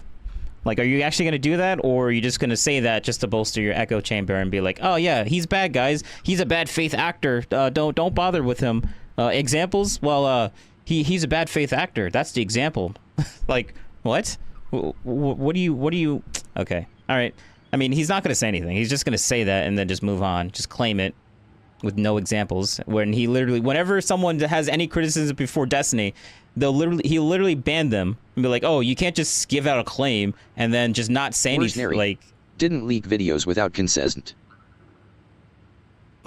Didn't leak videos without consent. Well, I mean. And then Destiny would ban you for saying that because you need to give an example of that happening. someone who has very strong financial ties to Beijing and China. How come you didn't respond to any of my Middle Eastern points? Why are we off that? Which ones do you want me to respond to? What I said. Where's The ones Neri? related to Hours of fun saying I was that. defending the bilateral peace agreements, and you're saying Hours of fun saying. Yeah, I mean that was me like a little bit ago. no, Israel. You just talked about But now we're Trump's doing response. this. Is that okay, or do you think that? I don't know if you saw that. Which one one are you you're glossing over it? No, I think that Trump's posture on Israel, Palestine. Listen, Biden's posture on Israel, Palestine was not perfect. I didn't like it. I thought it was far too deferential to Bibi Netanyahu. I do think that, and I think that Trump is worse in that respect. And I think that we agree that they have too much influence on American foreign policy. And so on that, I think that there's common agreement on that. So I don't know what the big deal is in the sense of acknowledging that Trump is worse with respect to Israeli influence. But what you're saying is the Abraham Accords, which established mutual recognition, which was de facto agreed. I mean, like they were traded, they had mutual interest, and that this formal signing, which some say incited tension in the region, that it was worth the paper that it was written on. And you think that's a huge victory, fair? I think that those bilateral agreements are good, and it also demonstrates that this theory in American foreign policy that's gone on for way too long, that the key to peace in the Middle East is to settle the Israeli-Palestinian issue, is just not true. I mean, what does it look like now? It sounds like it's a big component of establishing peace in the Middle East right now. And Saudi Arabia says we're not going to establish diplomatic relations with Israel without a Palestinian state. So it sounds like I mean, they were already working on this prior to the October 7th attack. Saudi and Israeli relations. Yeah. But the Saudi position now is that right now during the war. So you think that they would have? I mean, if that's I do think yes. If Trump would have won a second term, I do think they would have gotten the Abraham Accord signed. Oh, that's so. So you think that the invasion of Israel would not have happened under Trump's watch? True. Yes. The Hamas attack? Sorry, the Hamas attack into Israel. No, I think that they would have continued the work on the Abraham Accords, and they would have gotten a deal. Like, With who? With Hamas? With Iran? With Hezbollah? Saudi Arabia, because that was something that the Trump administration Why would a deal with Saudi Arabia mean anything at all? was pushing for. Biden promised a return to normalcy. Aren't they an Arab state? You slowly get everyone around to agree to keep Israel, not like do anything to Israel, which is a deterrent to all the people that actually want to do bad things to Israel. Like, do you not understand how that works? Or no, he's purposely, Destiny's purposely being retarded just so he can pretend that he doesn't agree with what this guy is saying, because Destiny agrees with the whole, like, he's more pro-Israel than pro-Palestinian, but he hates Trump and all the people that are the conservatives because they also like Israel, so that he doesn't want to all he's gonna do is just be contrarian because he hates the other side regardless of what he actually believes, because like he doesn't like them, so he's just gonna keep saying stupid nonsense or pretend like he doesn't actually kind of sympathize with what they're saying or think that what they're saying is actually true or not. When he got into office, all of a sudden Middle Eastern Or be good faith to them, basically, is what I'm saying. He's not going to be good faith to these guys. He's just going to keep being contrarian, just to be contrarian. I think Saudi Arabia would have recognized, or would have. I'm sorry. I think Saudi Arabia would have become a party to the Abraham Accords if Trump won a second term. This is what I'm saying. The October 7th attacks was in 2023, so we would have had 2021, 2022, and most of 2023. That's what I said. How would that have prevented the October 7th attacks? Okay, I mean, listen, I think that Joe Biden was not an enemy to Saudi Arabia. I don't know where you're getting that. I didn't say he was an enemy to If Saudi Joe Biden Arabia. goes out and like shakes, I said that there's a different theory in Middle Eastern foreign policy under the Trump administration versus the Biden administration, and honestly, all administrations that preceded, that peace must start with the Palestinians. That was not Trump's theory, and that's why he got the Abraham Accords. Trump is transactional, and Trump is doing things for his personal interest and not for the nation's interest. So, and so are the other cronies and oligarchs in his. What? Trump's a billionaire. What does he get for doing this? What does he get for solving these crises overseas? For his personal, like, you understand that this helps the U.S. as well, right? Like, isn't Israel like a good, like, one of the closest allies for the U.S.? So like, if our ally is doing if our ally is like basically safe and secured, and we get like a lot of intel from them, that benefits us. Come on now. Oh, he's only doing this for himself. I'm like, what do you mean? He's a billionaire. What does he get that he already doesn't have? Like, my God, this whole, oh, Trump is only doing this for himself, or like, it's just so stupid. If Trump only cared about himself, he wouldn't have run for president. He could have just like stayed being a multi-billionaire and not have the entire world hate him. Like, you think Trump likes having bad publicity? Like, come on, man. This is why I don't understand their takes. Like, oh, Trump is doing this for himself. And I'm like, he's a billionaire. Okay, then what is he trying to get then if he's only doing it for himself? That he doesn't already can get when he's not president. Like, it's just stupid. So for Such example, a stupid talking point. Elon Musk has direct financial ties with China. Why is he the one who's leading these audits? Why does it make sense for someone so conflicted to be? Isn't that by itself showing that this is a wrong process? The fact that he's heading it, when he has so many deep ties to countries that could be, or also internal actors that could be affected by how the government is funded. Tesla, for example, SpaceX. He's leading the NASA fucking audit, or quote unquote audit. How is that okay? Are you okay with that? I mean, look, there are potential conflicts. That is a valid concern. That is definitely a valid concern. But Elon doesn't run the Tesla in China. Like, there's a whole gigafactory that makes Teslas down there, and they're like the second best electric car company in China. There's another one, I think it's like BYD or whatever. They're like the first best electric cars in China. So there is a valid potential point there, but he doesn't run it, and he maybe he has a little bit of oversight, but like the CEO that works in that's working over there is the one that calls all the shots. So like Elon doesn't like. It's a valid criticism, but like it doesn't bother me at all. Conflicts of interest, and as they arise, I think they should be addressed, and like he should be removed. Should he be in from charge of those those investigations? But in terms of NASA specifically, like Elon Musk has done more money to save Should NASA Musk be in than charge any of other those person investigations? Then in charge of the investigations. The audits, whatever you're calling them. Oh, the audits as pertains to The what? spending freezes, the Doge activities, and the other spending freezes, and the audits that you're saying Doge is doing. Should Elon Musk be in charge of that? Yes or no? Well, he's a special government employee. Should he be? Should he be? I think he should be in charge of it. And when conflicts of interest come up, Have they should be come up? addressed. Have Well, I mean, they there was a fake one that came up, and the way that the Trump administration dealt with it, I actually think was quite admirable. So There was a you're report talking about from Rachel So Maddow. look at the Tesla vehicle, right? Yeah, there was a report from them, So and they you actually think paused that it's not a conflict of contract. interest? You think it's still not a conflict of interest because the acquisition happened under Biden. Is that fair? No, the purchase order happened. Under Biden. It hasn't And been therefore, delivered. it's cleansed of conflict of interest. No, I didn't say that. But think about that for 2 seconds, right? Elon Musk is deciding which programs and which expenditures. Yes, if a conflict of interest happens underneath the other presidency, then obviously it has nothing to do with the next presidency. Like, what are you talking about? Like, just think about this for 2 seconds. Yes, I thought about it for 2 seconds, and I realized that you're just spouting bullshit. Like, what? Like, even Destiny sees it. Look at his face. He knows that you're just spouting bullshit. But look at that face. That's the face of someone that knows that Pisco is spouting out bullshit, and now he doesn't want to say anything because Pisco is like on his side. You're gonna call him out or not?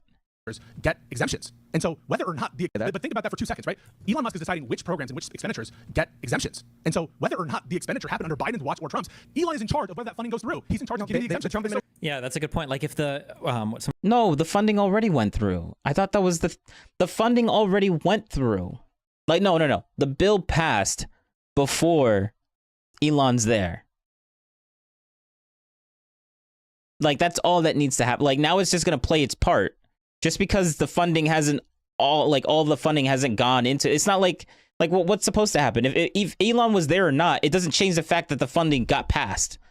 Like, oh, but it's Elon. Elon shouldn't be there because conflict of interest, guys. And it has nothing to do with them. It literally has nothing to do with them. But they're trying to pin it to them because, like, oh, Elon's like in the president now. And didn't the last president do something? And they're both presidents, right? So it must be bad, right? And it's retarded. Something a judge just said. The appearance of corruption was important enough to dismiss the arrogant. Oh, I don't give a shit of what you think the appearance of corruption is. Like your emotional argument, bullshit argument of your opinion of what you think, like the appearance of the corruption. Okay, good job, Destiny. Well, good one, man. Good one. Yeah, like such a convincing argument right there. Adam's case, irrespective of the legal merit or any of the evidence, but the appearance of corruption, no matter how much it exists with Elon Musk, doesn't matter. Now we do letter of the law, Constitution, even if it is defying Congress. Like, what? Why? Administration specifically pauses that deal that was a subject of a fake report that you bit into on social media, and now you're backing off of. That Tesla fleet example is a perfect example of conflict of interest. It's a pristine example. And they froze that contract. So, after we brought it to their attention, correct? Yeah. So, but he should not be doing this. And the fact that he won't say it, that he should not be doing this, is crazy. Man, this guy, there's so many connections between. He's a fucking military contractor, and he's going to be in charge of all of the government, or at least, having significant influence, not in charge. Wait. Did he just say that they froze it after they found out the conflict of interest? But that's supposed to be a bad thing? Aren't you happy that they froze it when they found that there was a conflict of interest within the Trump Elon within the administration? Like, but that's a bad thing. Like, wait, let me hear that one more time. Maybe I misheard him. Constitution, even if it is defying Congress. Like, what? Why? Administration specifically pauses that deal that was a subject of a fake report that you bit into on social media, and now you're backing off of. That Tesla fleet example is a perfect example of conflict of interest. It's a pristine example. And they froze that contract. So, after we brought it to their attention, correct? Yeah. So, but he should not be leading this. And yeah. So he froze the contract after they got to, like, when else is that supposed to happen? Is it supposed to freeze before they know that it was there? Like, Pisco's like they froze the contract when they found out that it was a conflict of interest. But before they found out that there was a conflict of interest, it didn't happen. And that's a bad thing, guys, right? Right, guys? Because they didn't know about it. And then when they did know about it, they did something about it. But when they didn't know anything about it, they didn't do anything about it. And that's bad, guys, because they should have known about this. And I'm like, what is your point? Like, and the fact that he won't say it, that he should not be doing it, is crazy. This guy, there's so many connections between, he's a fucking military contractor, and he's going to be in charge of all of the government, or at least, having significant influence, not in charge. Significant make influence recommendations. now I see why. I don't remember this part of the video because I did watch the entire thing or in passing, but I don't remember this part because the video ends like, what? How long is this video? Like only 58 minutes? And they talk for like nearly 2 hours? Wow. Okay, whatever. That's funny. The force of law. They make recommendations to the president again. That he's accepting wholesale.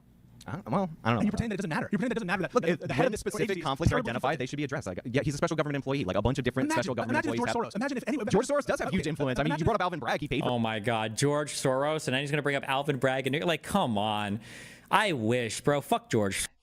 Destiny, why are you getting mad at him? Pisco was the one that said George Soros first, and then he literally was like so happy that he mentioned it because now he can mention it because like he wants to point out the conflict of interest, but he doesn't want to be the one to bring it up. But Pisco brought it up, so now he's gonna jump on that real quick. Soros, man, I wish Soros was half the corrupt piece of shit that fucking Elon Musk is. Unbelievable. Like the gall to even breathe that name compared to Elon Musk. Holy That's funny. That's funny. So Destiny hates the fact that Elon is doing all this stuff, but he wishes that George Soros would do all the things that Elon is doing. That's eye-opening. Shows how much he actually really cares about this whole corruption thing that he keeps talking about. Holy shit.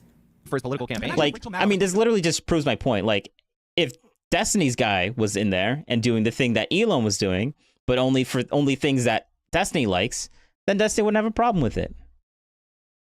But the only reason Destiny has a big problem with this is because Elon is not doing what Destiny likes doing or wants. Elon is not doing what Destiny likes, so therefore it's bad. And that's basically the start and stop of Destiny's political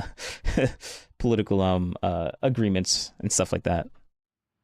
Because Elon's also a media figure. Imagine if Rachel Maddow was in charge of the audits that were happening under a government watchdog. How these people would fucking cry pathetically every week. Oh, they put the start and stop of Destiny's political arguments, or start and stop of like Destiny's like logic train to like how he approaches politics, I guess. Yes, that's how I should say it. They would put an anchor actor in charge of it. Like, you know, that it's a problem to have someone like Elon Musk, either for the optics of impartiality, before you said, we have to hold, stop the prosecution. Yes. For the optics. I didn't say we had to. I said I wouldn't have, but I understand. Oh my God, he's such a weasel. I got like 2 more minutes, so I can't listen to this guy. He's actually such a fucking loser. I can't listen to this. I don't know. This is why I will never debate this guy again. It's actually such a. And the optics it's so and, like, gross. Idea of what you call trying to appear not political. So you're saying you wouldn't have, so you said, for example, you wouldn't it's the clown mirror analogy. Or the clown mirror debate perpetrary tactic where you can never, ever restate the person's position. And you can't with Sean. More than any other person I've ever seen online, you can never restate Sean's position or ask him like, oh, so you wouldn't approve this? And he'd be like, I didn't actually say approve. I just meant that I wouldn't disapprove. Okay, wait. So then you would be okay with this? I never said I'd be okay with that. I just said I'd be okay with Yeah, assuming shit. You probably shouldn't be assuming shit, Destiny. It's really annoying when you assume shit and then realize that you're wrong, and then people don't like defending. Destiny always with the ad home attacks today. Yeah, I mean that's all he can do because he hates the fact that Destiny hates the fact that he can't just assume like or put words in other people's mouths to win a debate. And then when Sean is like, no, you're not gonna put these words in my mouth. That's when Destiny gets pissed off because that's a debate tactic that he likes to use. And when Sean is clever enough and smart enough to know when people are putting words in his mouth, and Destiny hates the fact that Sean knows that, so that's why he's just gonna call him names and just do character assassination after character assassination just by calling names and stuff like that. Like, there's no argument against this. Like, Destiny's not gonna debate because he can't win against Sean, because he can't manipulate him and put words in his mouth very slightly just so he can win the debate and then argue with the words that he put in Sean's mouth instead of arguing with the words that Sean actually said. So, and that's actual Justice Warrior. Sean's smarter, younger, better looking, and married. Boom. Boom. with maybe something like that in a different universe. Like you can never restate a position. You can never restate a single thing he said. You can never get him to engage. Honestly, with a hypothetical, you can never figure out like what he means because it's always like slippery. It's so Maybe you should like engage in good faith for once, Destiny, and then not put words in other people's mouths. Maybe then you would actually maybe then you'll actually understand why you think he's so bad, or why you think he's so gross or slippery or whatever. I've stopped the case against Alvin Bragg. No, would you Eric have, Adams. Would you have Mayor Adams, would you have appointed Elon Musk to head this Doge? Yeah, the whole department is his idea, or the agency, or whatever. Given the appearance of a conflict of interest that was sufficient in your mind to understand at least what's going on with Mayor Adams, why would he be the person you appoint to head this? Because the agency was his brainchild, and you need somebody to run it. So see, like, look at the matter of fact, like, why the appearance of impropriety matters with like, why couldn't you just say, well, it's the job of the U.S. prosecuting attorneys to decide who to prosecute? Well, the appearance of impropriety is enough there to literally pump the brakes on that entire thing. Okay, but then for Doge, well, he is what he is. Like, it's... And he's good at downsizing. Look at what he's done with his company. He's good at downsizing. That's the goal. This is where we're at, folks. I mean, there's no conflict of interest too corrupt, no obvious blatant hypocrisy happening in front of you that they will not defend and go to the mat defending. I mean, think about it. What did Elon do that would make you say, oh, he shouldn't be? And it's like so gross. Like, Sean can't own a single thing in good faith. Like, yeah, okay, yeah, maybe this is probably not okay. Yeah, maybe this is probably not like the only thing he owned is like, yeah, I don't want America to do this thing, but I don't even think Trump was serious about it. He's just like baiting on that, like the owning Gaza shit. Of Doge, like, what could he do? There's plenty of things that he could do. Name one. I can't think of anything right now this second. Oh, like, it's so gross. Can you think of one thing that he could do that you'd be like, I don't know, I can't think of anything. Corrupt. No obvious blatant hypocrisy happening. You know why he won't do it too? Is because fucking Elon might actually do it. And then Trump would look like a massive hypocrite. So he can't even name a thing because he might accidentally do that thing. And now he looks like a really huge hypocrite. That's a massive projection. You think Sean you think Sean really cares if he comes out looking like a hypocrite? Yeah. The Destiny and Pisco are the people that are terrified if they come out looking like a little bit hypocritical in the future. And I'm like, bro, just because you said something in the past and you were wrong doesn't make you look like a hypocrite. Like, but I like how he says that. It just makes you wrong, and you can't see into the future. But Destiny's so paranoid about that. It just runs through his brain all the time that the only reason why he doesn't want to do is because he doesn't want to look like a hypocrite. And I'm like, bro, you really think he cares about that? That they will not defend and go to the mat defending. I mean, what did Elon do that would make you say, oh, he shouldn't be head of Doge? Like, what could he do? There's plenty of things that he could do. Name one. I can't think of anything right now this second. I mean, he could grant himself like $100 billion contract out of nothing. I mean, and he to himself, or sorry, that hadn't frozen that $400. And he literally gives an example. He literally just gives an example. Wow. Okay, good job. I mean, I should have just waited until he said it, actually. Whatever $1 million of the Tesla fleet vehicles. If he hadn't done that, would you say, okay? But he didn't freeze it. It was frozen by the Trump administration in response to... Oh, and Destiny has nothing to say. Oh my god. That representation, I don't know that it's frozen. I thought that was under the State Department, and I think a lot of the State Department stuff is not covered by some of the exemptions they're applying. So I'm taking you on good faith that that stuff has been frozen. So I don't know that to be true. Oh, good faith for once. Yeah, $400 million. I don't know that to be true. But suppose that he... Pisco is definitely a little bit more good faith than Destiny. Destiny is just disgusting. Like, he wouldn't even debate Actual Justice Warrior. Actual Justice Warrior is debating him because Pisco is actually good faith. Sometimes. He hadn't frozen it. Would you say, okay? I mean, that's a contract that was put out there for anybody to bid on. Actually, no. I'm gonna make a stronger statement. I think Pisco is way more good faith than Destiny is when it comes to talking to people that he politically disagrees with. Like, Destiny is so arrogant that he thinks that all the other people at the other side are completely just retarded and just backwards, and you shouldn't even engage with any of their debates and arguments in good faith at all because they don't deserve it. Like, that's his MO. And then he wonders why no one takes him seriously in the political sphere. But I digress. But again, like, I would have frozen that on a different account, which is we don't need all of our State Department armored vehicles to be electric. I mean, this was the big red flag for when Rachel Maddow was reporting the story, that it was total nonsense. Because what administration is like, oh, you know, the armored security vehicles, those should be green and carbon neutral. These are obviously Democratic policies. So they should be frozen by Trump's executive order that you're against as it relates to EPA spending. Lee Zeldin should crack down on that nonsense. No, if there's evidence of fraud... How did we get through this from a climate change perspective? Jesus Christ. It's presented to Congress. It is not for the president to decide... Because... Oh, no, he was here for it. The electric buses. Weren't you here for the electric buses thing? Yeah, Dusty was here for the electric buses thing, and now he's, like, wondering how we got to the, That doesn't make any... Oh, yeah, because Destiny wasn't listening. He wasn't paying attention. He's too busy fulfilling his echo chamber. He doesn't listen to things that actually go to the contrary to what his echo chamber actually says that things are supposed to be. Like when Canada gave those buses to... Hey, sorry I left. My mom called me, but I'm back now. Cool. Yeah. Cool. I lost my train of thought. No, yeah, Destiny was there for that. But, like, yeah, he was boasting his echo chamber. He doesn't actually remember this because he literally mentally, it went into his ear and went out the other way. Where's like, Harry? Welcome back. Because, Abby Anders. Sorry, my bad, LOL. No, you're good. Don't worry about it. Let me go back a little bit. How did we get through this from a climate change perspective? Jesus Christ. Oh, yeah. Okay. So the reason why we got to the climate change thing, because like they were talking about electric buses in the previous, like, I want to say 10 minutes ago, they were talking about the electric buses and how like, oh, they're only like, they're getting, instead of using normal buses, because the electric buses kept on like breaking down, but like they kept on getting the new electric buses from Canada. But I guess Destiny completely forgot about that, even though he's supposed to be like really smart and stuff and like retain a lot of information, but yet he couldn't retain that little bit of information back then, like not even 10 minutes ago. But all right, that's interesting. Selectively listening to things that he wants to remember.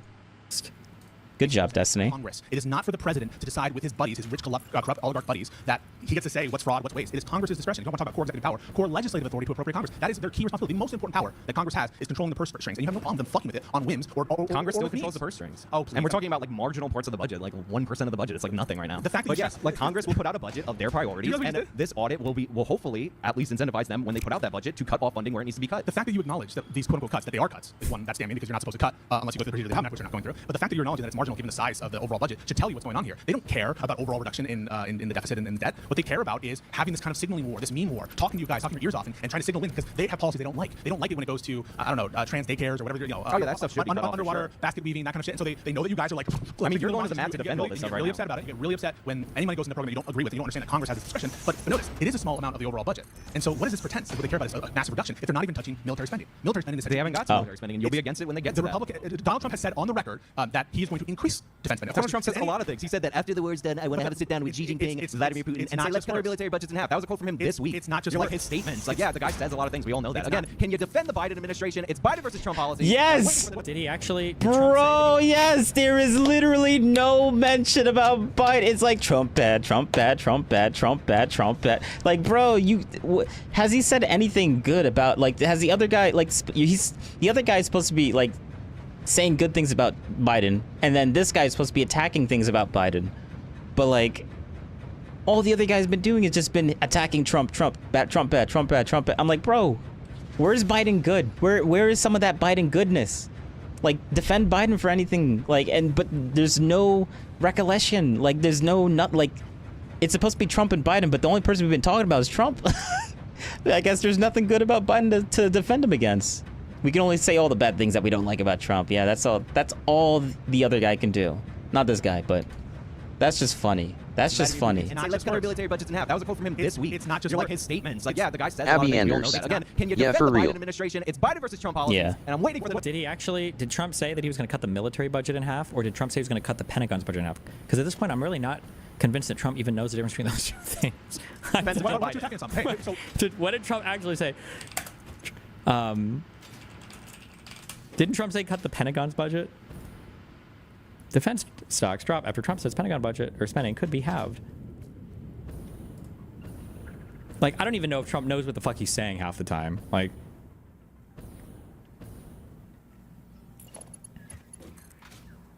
That's great that you think that, Destiny. Not an argument, though. For us to be spending almost $1 trillion on the military, and I'm going to say we can spend this on other things.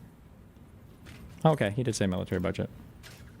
Whatever that means, I guess. Oh, okay. So we went there. I want to finish this last he one. looks up to see if Trump actually says if that's true or not, and then finds out that Trump said actually that is true. But then now he's like, well, you know what? Trump might be just be lying. He could just be lying. Wow. Okay. Good one. Good one, Destiny. Good one. bolstering that Trump hate echo chamber. I support him on Ukraine and being super pro-Ukraine way more than Trump is. I support Biden not fucking isolating our allies and attacking them and making, causing friction between them where they've already had effects, potentially inflation effect, we don't know yet, on, Canadian-Mexico trade. I don't agree with that. I don't agree with him, going out and using and basically attacking Europe and prepping for huge, massive tariffs with Europe. So, in that respect, there's nothing that says you love your ally more than you want them to join your country as the next province. That's fucking hilarious. Epic meme. For Canada, that's beautiful. There's nothing that says that you love your country Epic more meme. than agreeing to be annexed. This is like this is the thing that I'm saying where you have Wait, what did he say? And basically attacking Europe and prepping for huge, massive tariffs with Europe. So, Because usually when Destiny says epic meme, it means that Destiny thinks that the other person is not talking seriously, but like that's just him projecting his own like biases on the other person, as if the other person isn't being serious of what they're actually saying. But Destiny just assumes that they're not being serious and just says, "Oh, they're just memeing," which is retarded, because like he's just assuming bullshit right now to bolster his echo chamber again. There's nothing that says you love your ally more than you want them to join your country as the next province. That's fucking hilarious. That is funny though. For Canada, that's beautiful. There's nothing that says that you love your country Epic more meme. than agreeing to be annexed. By This is like this is the thing that I'm saying where you have like liberals doom scroll, but to conservatives it's just like fucking epic and based and hilarious. That sounds like Putin. I mean, that's where we are now. We're fucking turning our country into Vladimir Putin. He doesn't talk about. I know you have trouble listening, but I was saying there's nothing that says you love your ally more, as in from the U.S. perspective, than saying you want them in the country. And then he flips it to the Canadian perspective, and it's like, oh, they're going to say that they want to be annexed. How about respecting the sovereignty of Canada? You can still say you want Canada. We're not invading it. Oh, it's just the thing he's saying. Like these are the endless word games. Your allies is like if they say, "Hey, we're Canada." Oh, it's just the word games, or was he actually being serious, Destiny? Holy crap. Destiny doesn't think that he's actually being serious. He just thinks, oh, he's memeing. And then when he actually says, like, I'm not memeing, I'm legitimately saying this, and then you're saying that I don't actually believe this when I actually said that, and now Destiny's like, oh, he's just playing word games, guys. He's just playing word games. I thought he was memeing, but he was just playing word games. He actually meant what he said. Oh, okay. Good one. Good one, Destiny. Good one. Wait, that's not relevant, bro. I'm asking you. Are you seeing someone? I'm seeing someone, yeah. Okay. I mean, sometimes you get a little rejection, and you got to ask them out again. You got to be more, you got to put in a little effort. Bro, like what is this? How many times? It's just a meme. Everything's just like a fucking meme. No. Before he gets the picture. And not being serious whatsoever. Calling for an invasion of Panama, eventually, as he will.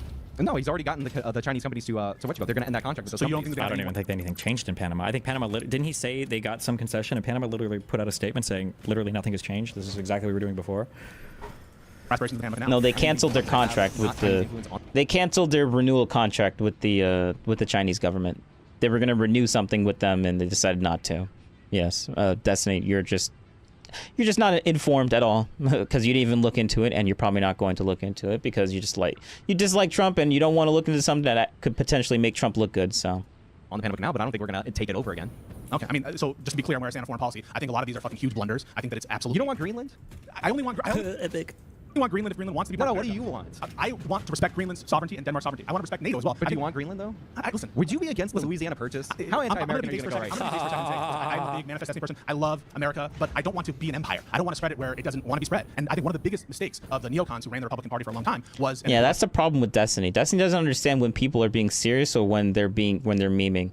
And since Destiny has such a huge bias against like conservative people, he just assumes that conservative people, whenever they say something that he disagrees with, he's like, oh, they're just lying, or they're just memeing, or they're not serious about this. And I'm like, okay. I mean, you can keep doing that, but like no one's gonna take you seriously. Everyone's gonna I guess people will just do the same thing that he does to them, which is like, oh, Destiny's just like memeing. He doesn't really care about it. He's not a serious political person. Come on now. By the way, are still in a position of high authority. Which I agree, he's not. To say nothing of like Pete Hegseth, and that's why I think that Destiny just projects. Spread democracy using pressure all the time. And so I am fine with, in theory, if we're doing this in like political theory, Canada becoming an American state, fucking go for it. I want Puerto Rico to become an American state. I love spreading our constitution because I believe in that constitution, but not with the sword and not through these kind of weird tricks or pressure. I think it's not okay and not acceptable right now. And I think that Biden did a good job stewarding our allies in support of major things that occurred. For example, the Ukraine war. He kept NATO together. He got a lot of European countries, for example, Germany. He kept Afghanistan's government alive. Oh wait. You support the withdrawal of Afghanistan, don't you? I mean, there's ways to leave and then there's ways to leave. You support the withdrawal? Oh, Sean just realized he fucked up a little bit because, oof, that was Trump negotiated, but he's just going to blame everything on Biden somehow because it was kicked down the can to Biden's term. Yes or no? Did I want U.S. troops to eventually leave Afghanistan? Sure. So we also had contractors in there that would have stayed probably under Trump's. What would you have done differently? For example, I'll give you an example. Trump would have left contractors in Afghanistan after a full U.S. military retreat? Really? Trump said he would have kept Bagram Air Base in Afghanistan. Trump said he would have killed the guy. He showed him a picture of his house. You never heard that story? If he killed one more person. So Trump said he would have kept Bagram Air Base. Do you agree with Trump? Yes or no? I don't know. You don't know. So what would you have done differently? Oh, he can't even answer this because it's so hypocritical. I would have, if they were, well, I wouldn't have left in the fighting season. I think timing it so that you withdraw near the 20th anniversary of 9/11. You say who timed it? Again, they had a procedure under the Trump administration, but there were conditions for that withdrawal that were not met by the Afghanis. Yeah, none of them were met under Trump's term either. When Trump released like 5,000 Taliban fighters, like they didn't meet any of those conditions either. But met by the Taliban. Who timed it? Biden did. He was the commander in chief. Oh my God, bro. Yeah, we'll read our chapter. No, he did though. Biden like they were supposed to pull out in the summer, I think, right? But then Biden kept on saying no. They were supposed to pull out like early in the spring because that was the timeline. But then Biden was like, "No, we're just gonna keep pushing the timeline down the road." And Biden was like, eventually said, "Oh, let's do it on 9/11 because like in September because like it's like historical or whatever." But then he got a lot of pushback saying that probably shouldn't do that because of obvious reasons. And then Biden kind of just like randomly did it like in the middle of the summer at some random time when no one even knew. And yeah, good job, Biden. So like, no, Biden didn't go with the timeline that Trump set up. Trump set up a specific timeline and Biden was like, nah, we're not going to do it that way. And he tried to like not do it that way. And he was successful because like it was supposed to happen in the spring. Didn't happen until like, what, middle of the summer or beginning of summer? Yeah. There was an agreement with the Taliban, a unilateral agreement, by the way, just like he's doing right now with Russia. Right now he's in negotiations with Nah, Russia. but it's still Trump's fault, right? So he had an agreement edging out the Afghan government just with the Taliban, and they said they had an agreement, we're not going to attack American troops, and we'll withdraw on this timetable. And they attacked American troops, so you shouldn't have withdrawn on that timetable. The Taliban attacked American troops when? They blew them up at the base. 13, I believe, Marines died. Whoa! Sean thinks that was the Taliban? Oh no, does Pisco know this? Oh, is he about to do a well actually? American troops, so you shouldn't have withdrawn on that timetable. The Taliban attacked American troops when? They blew them up at the base. 13, I believe, Marines died. Does Pisco know this? He thinks it was the Taliban. Destiny finally, after all this like listening, he finally found the one thing, the one little cherry pick thing that Sean said that was incorrect. It wasn't the Taliban. It was someone else that was arguably like worse. Nary. Biden didn't react. Trump would have. Yeah, true. Oh, thank God. Damn. That's a kind of a big fuck up. I mean, unless you don't give a fuck about this deal, but... Was it? Or was Al-Qaeda? Almost. One more. I don't even know. It's ISIS. Dramatic pause. Oh, ISIS, whatever. Taliban. Wait, but that matters, right? But it's all the same shit to him. Yeah, it is. It's all like Muslim terrorists, right? ISIS, Al-Qaeda, Taliban. Yeah, they're all like literally, they're all. Yeah, it's true. Like, what do you mean? I like how he was like, he literally was like harping on this one thing. It's like, oh my God, he didn't know the specific person, and then he names all of the like the terrorist or used to be terrorist organizations that were there, and then he finally got the right one. Worse, Nary. Like, bro, they were all working together. Yes, but like, oh no, he was wrong, dudes. He was wrong. Look at him. He was so wrong. Like, that's all they care about. Like, Destiny, come on, man. This is all you got. This is all you got. Like, someone was wrong. Sean was wrong about like the specific terrorist group. Which terrorist group was the actual real terrorist group that did that one specific thing? Okay, all right, Destiny. Like, this is his big own. This is his big own. This is what he put in the beginning of his video. Like, look, this is his big own in the beginning. Did you read Biden versus Nebraska or the affirmative action case? Did I read the case? No, of course not. You're laughing. You're laughing. It's completely. He didn't read it. He doesn't know what's in it. He doesn't know how to define the court. And because the truth is, the court said that was acceptable. So it's so. It's not acceptable when you're using it to subvert in order to the same racial. You read the case and you're telling them what's acceptable under the case. What fucker you are? And then obviously there's okay. Draw it on that time. The Taliban attacked American troops when? They blew them up at the base. 13, I believe, Marines died. Whoa! Sean thinks that was the Taliban? Does Pisco know that? Yeah, it was such a big moment that he had to put it in the first 26 seconds of the hour-long video. That was actually a lot longer than an hour, but like I digress. Like, that was the big own. The big own. Oh, he didn't know the Taliban. Ah! Okay, all right. I mean, he named all of the terrorist organizations that happened in that relatively same region, but like, let's just keep going. We'll give Destiny his wins. He was right about one thing. He was wrong about the Taliban. Worse, Nary. It was the wrong one. What a faker. It was the wrong one, man. It was the wrong terrorist organization. Same shit, right? That distinctive matter that they didn't break that agreement and it was ISIS. You totally fucked that up because you have no clue. And you think that totally. Who cares, man? You guys all saw it. I mean, the Taliban did not. They kept to their word. They didn't attack American troops. They overthrew the Afghani government. What's that? They overthrew the Afghani government, though. Yeah, that wasn't part of the fucking agreement. That was the problem. Who? The Taliban? Taliban. Yeah. You blame Biden for that? I mean, we could have supported them with air power or something. And violated the whole agreement and started fighting another war in Afghanistan again? Kill me. No loss. Do you want us to be more engaged and spend more money in foreign, and giving them more? Wait a second. Hold up. I don't want to create vacuums. I never put myself up. Hold up. So the other people violate the agreement, but Destiny still wants the U.S. to uphold the agreement, even though the other team decided to violate it anyways. So we should just like let them violate it, and that's what happened, and we just like didn't do anything about it. Yeah. But yet Destiny's gonna be like, well, we can't just let people just like invade other countries now. Like we have to show some retaliatory strength now. How? Like, which one is it? Like, do you like is that should we be retaliatory on when other countries do things that are wrong or not? You're in this little Goldilocks position where no matter what you do, you're criticizing. If they withdraw, it wasn't enough. They should have been more support. But you also don't want to get too involved in Gaza. But you do want to support Israel and you want to support your allies. And so you want to support. I said I don't want America to own Gaza. Like I clarified that so many times, and you're still misstating it. You agree with funding Israel, fair? Yeah. You don't abandon your ally during a war. Okay. You also agree that we should have funded and spent more money and spent more resources in preventing the Afghan government's demise. I mean, if we needed to stay to prevent them from collapsing, so we don't show weakness on the world stage, then yes. So I mean, I don't know what to say. If you're in favor of establishing the Afghan, then maybe the Doha Agreement should have included Afghanistan and the government. Maybe. in making sure that it is stable and it survives, then the answer is don't leave. I mean, we had contractors there under the Trump administration. You could get troops out and use contractors as a substitute in order to stabilize. Like, we left them with equipment that they couldn't use. You can't just use private military contractors as a substitute for the United States military. What? And some of these people, again, I know everybody. Wait, who do you think is in Ukraine right now? Don't we have private contractors or private U.S. citizens that voluntarily went over there? What do you mean? Okay. Care about conflicts around the world. Some of these people helped our troops while we were over there. Yeah, and guess what? Trump just said as part of his immigration policy. I was wondering why we're not bringing up immigration. Oh yeah, let's talk about immigration. Yeah. So, as part of his immigration policy, he's not going to let these the people who helped us in Afghanistan through, thousands of them. Yeah, we should send them to do what we did similar. I believe it was in Vietnam, and send them to a third-party country while we vet them before they get here. I don't know why this isn't a normal American policy. But in terms of immigration, greatest immigration policy maybe in the last couple of decades, remain in Mexico. The ultimate enemy. So he wants us to assist Afghanistan, but not if it's going to cost us too much, and not if it's going to be in our. We don't want to take these fucking losers who helped us in the war. I mean, we wouldn't want to impose. But we have to vet who they are. Again. Yeah. So why do we have a unilateral? Why do we just? We would send them to a third-party country, and you said that it's a bad thing. I want to help our allies, but I don't want it to cost them. We haven't vetted them when the military is literally using them on the ground as fixers or for intelligence gathering purposes or for assisting in other do you think that the U.S. military just goes up to fucking randos in the street? What does he mean?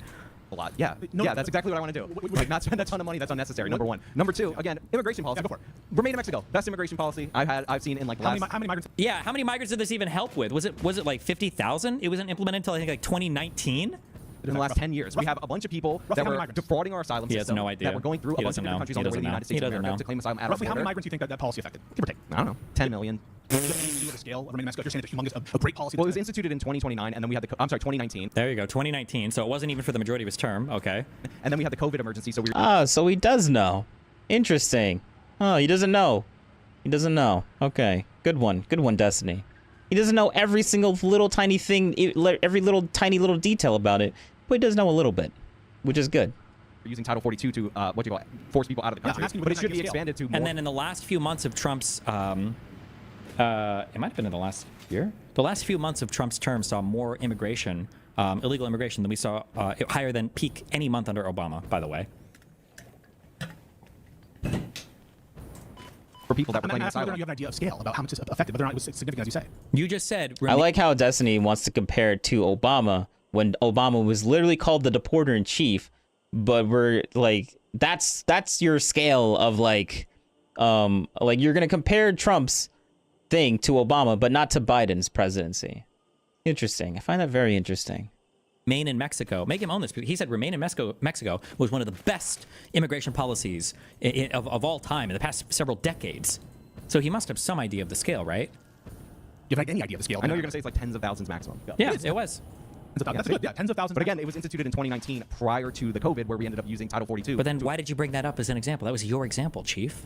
expel people. It should have been maintained under the Biden administration, especially when they got rid of Title 42. It's limited by what Mexico is willing to accept. And again, Remain in Mexico is also a principle. It's the idea that you have Where's to apply Neri? for asylum in the See countries you that later. pass along the way. Looking because asylum forward is- to the start.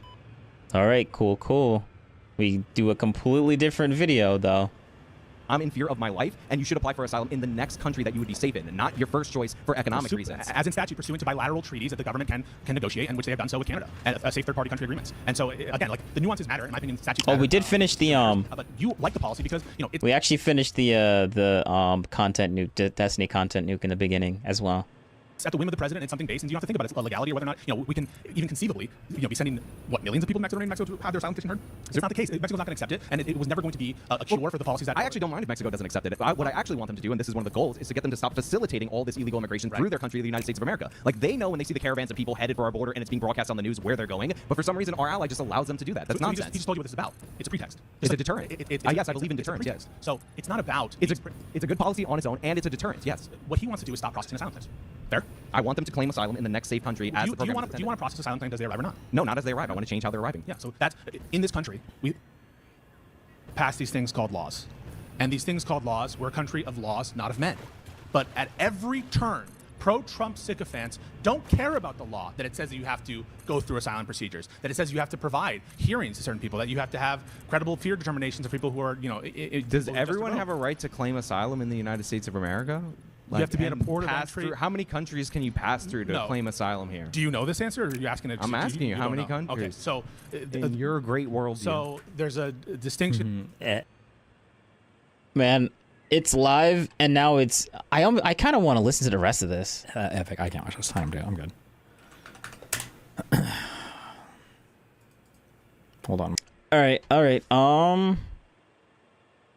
Actually, I think I'm gonna end it here because I want to do some stuff, and I've done a lot with this base. I've done a lot with this power base, this power grid base that I've been doing in this game. So much infrastructure is being made right now, and things are killing me, but... And I'm kind of getting sick of this. And my room is getting extra saucy hot because of how much GPU power is being used right now by running this game at like max settings and everything. But yeah, we only had 22 frame drops out of the 5 hours we were streaming. Nice. 22 frame drops out of what is that? Over 1 million frames. Only 22 out of 1 million frames, so we have a defective rate of 0.00002%. Yeah, which is really good. But anyways, yeah. Thanks for watching. I'm done, and I'll see you in the next one. The next stream, maybe tomorrow. Probably not tomorrow. Maybe Wednesday, actually.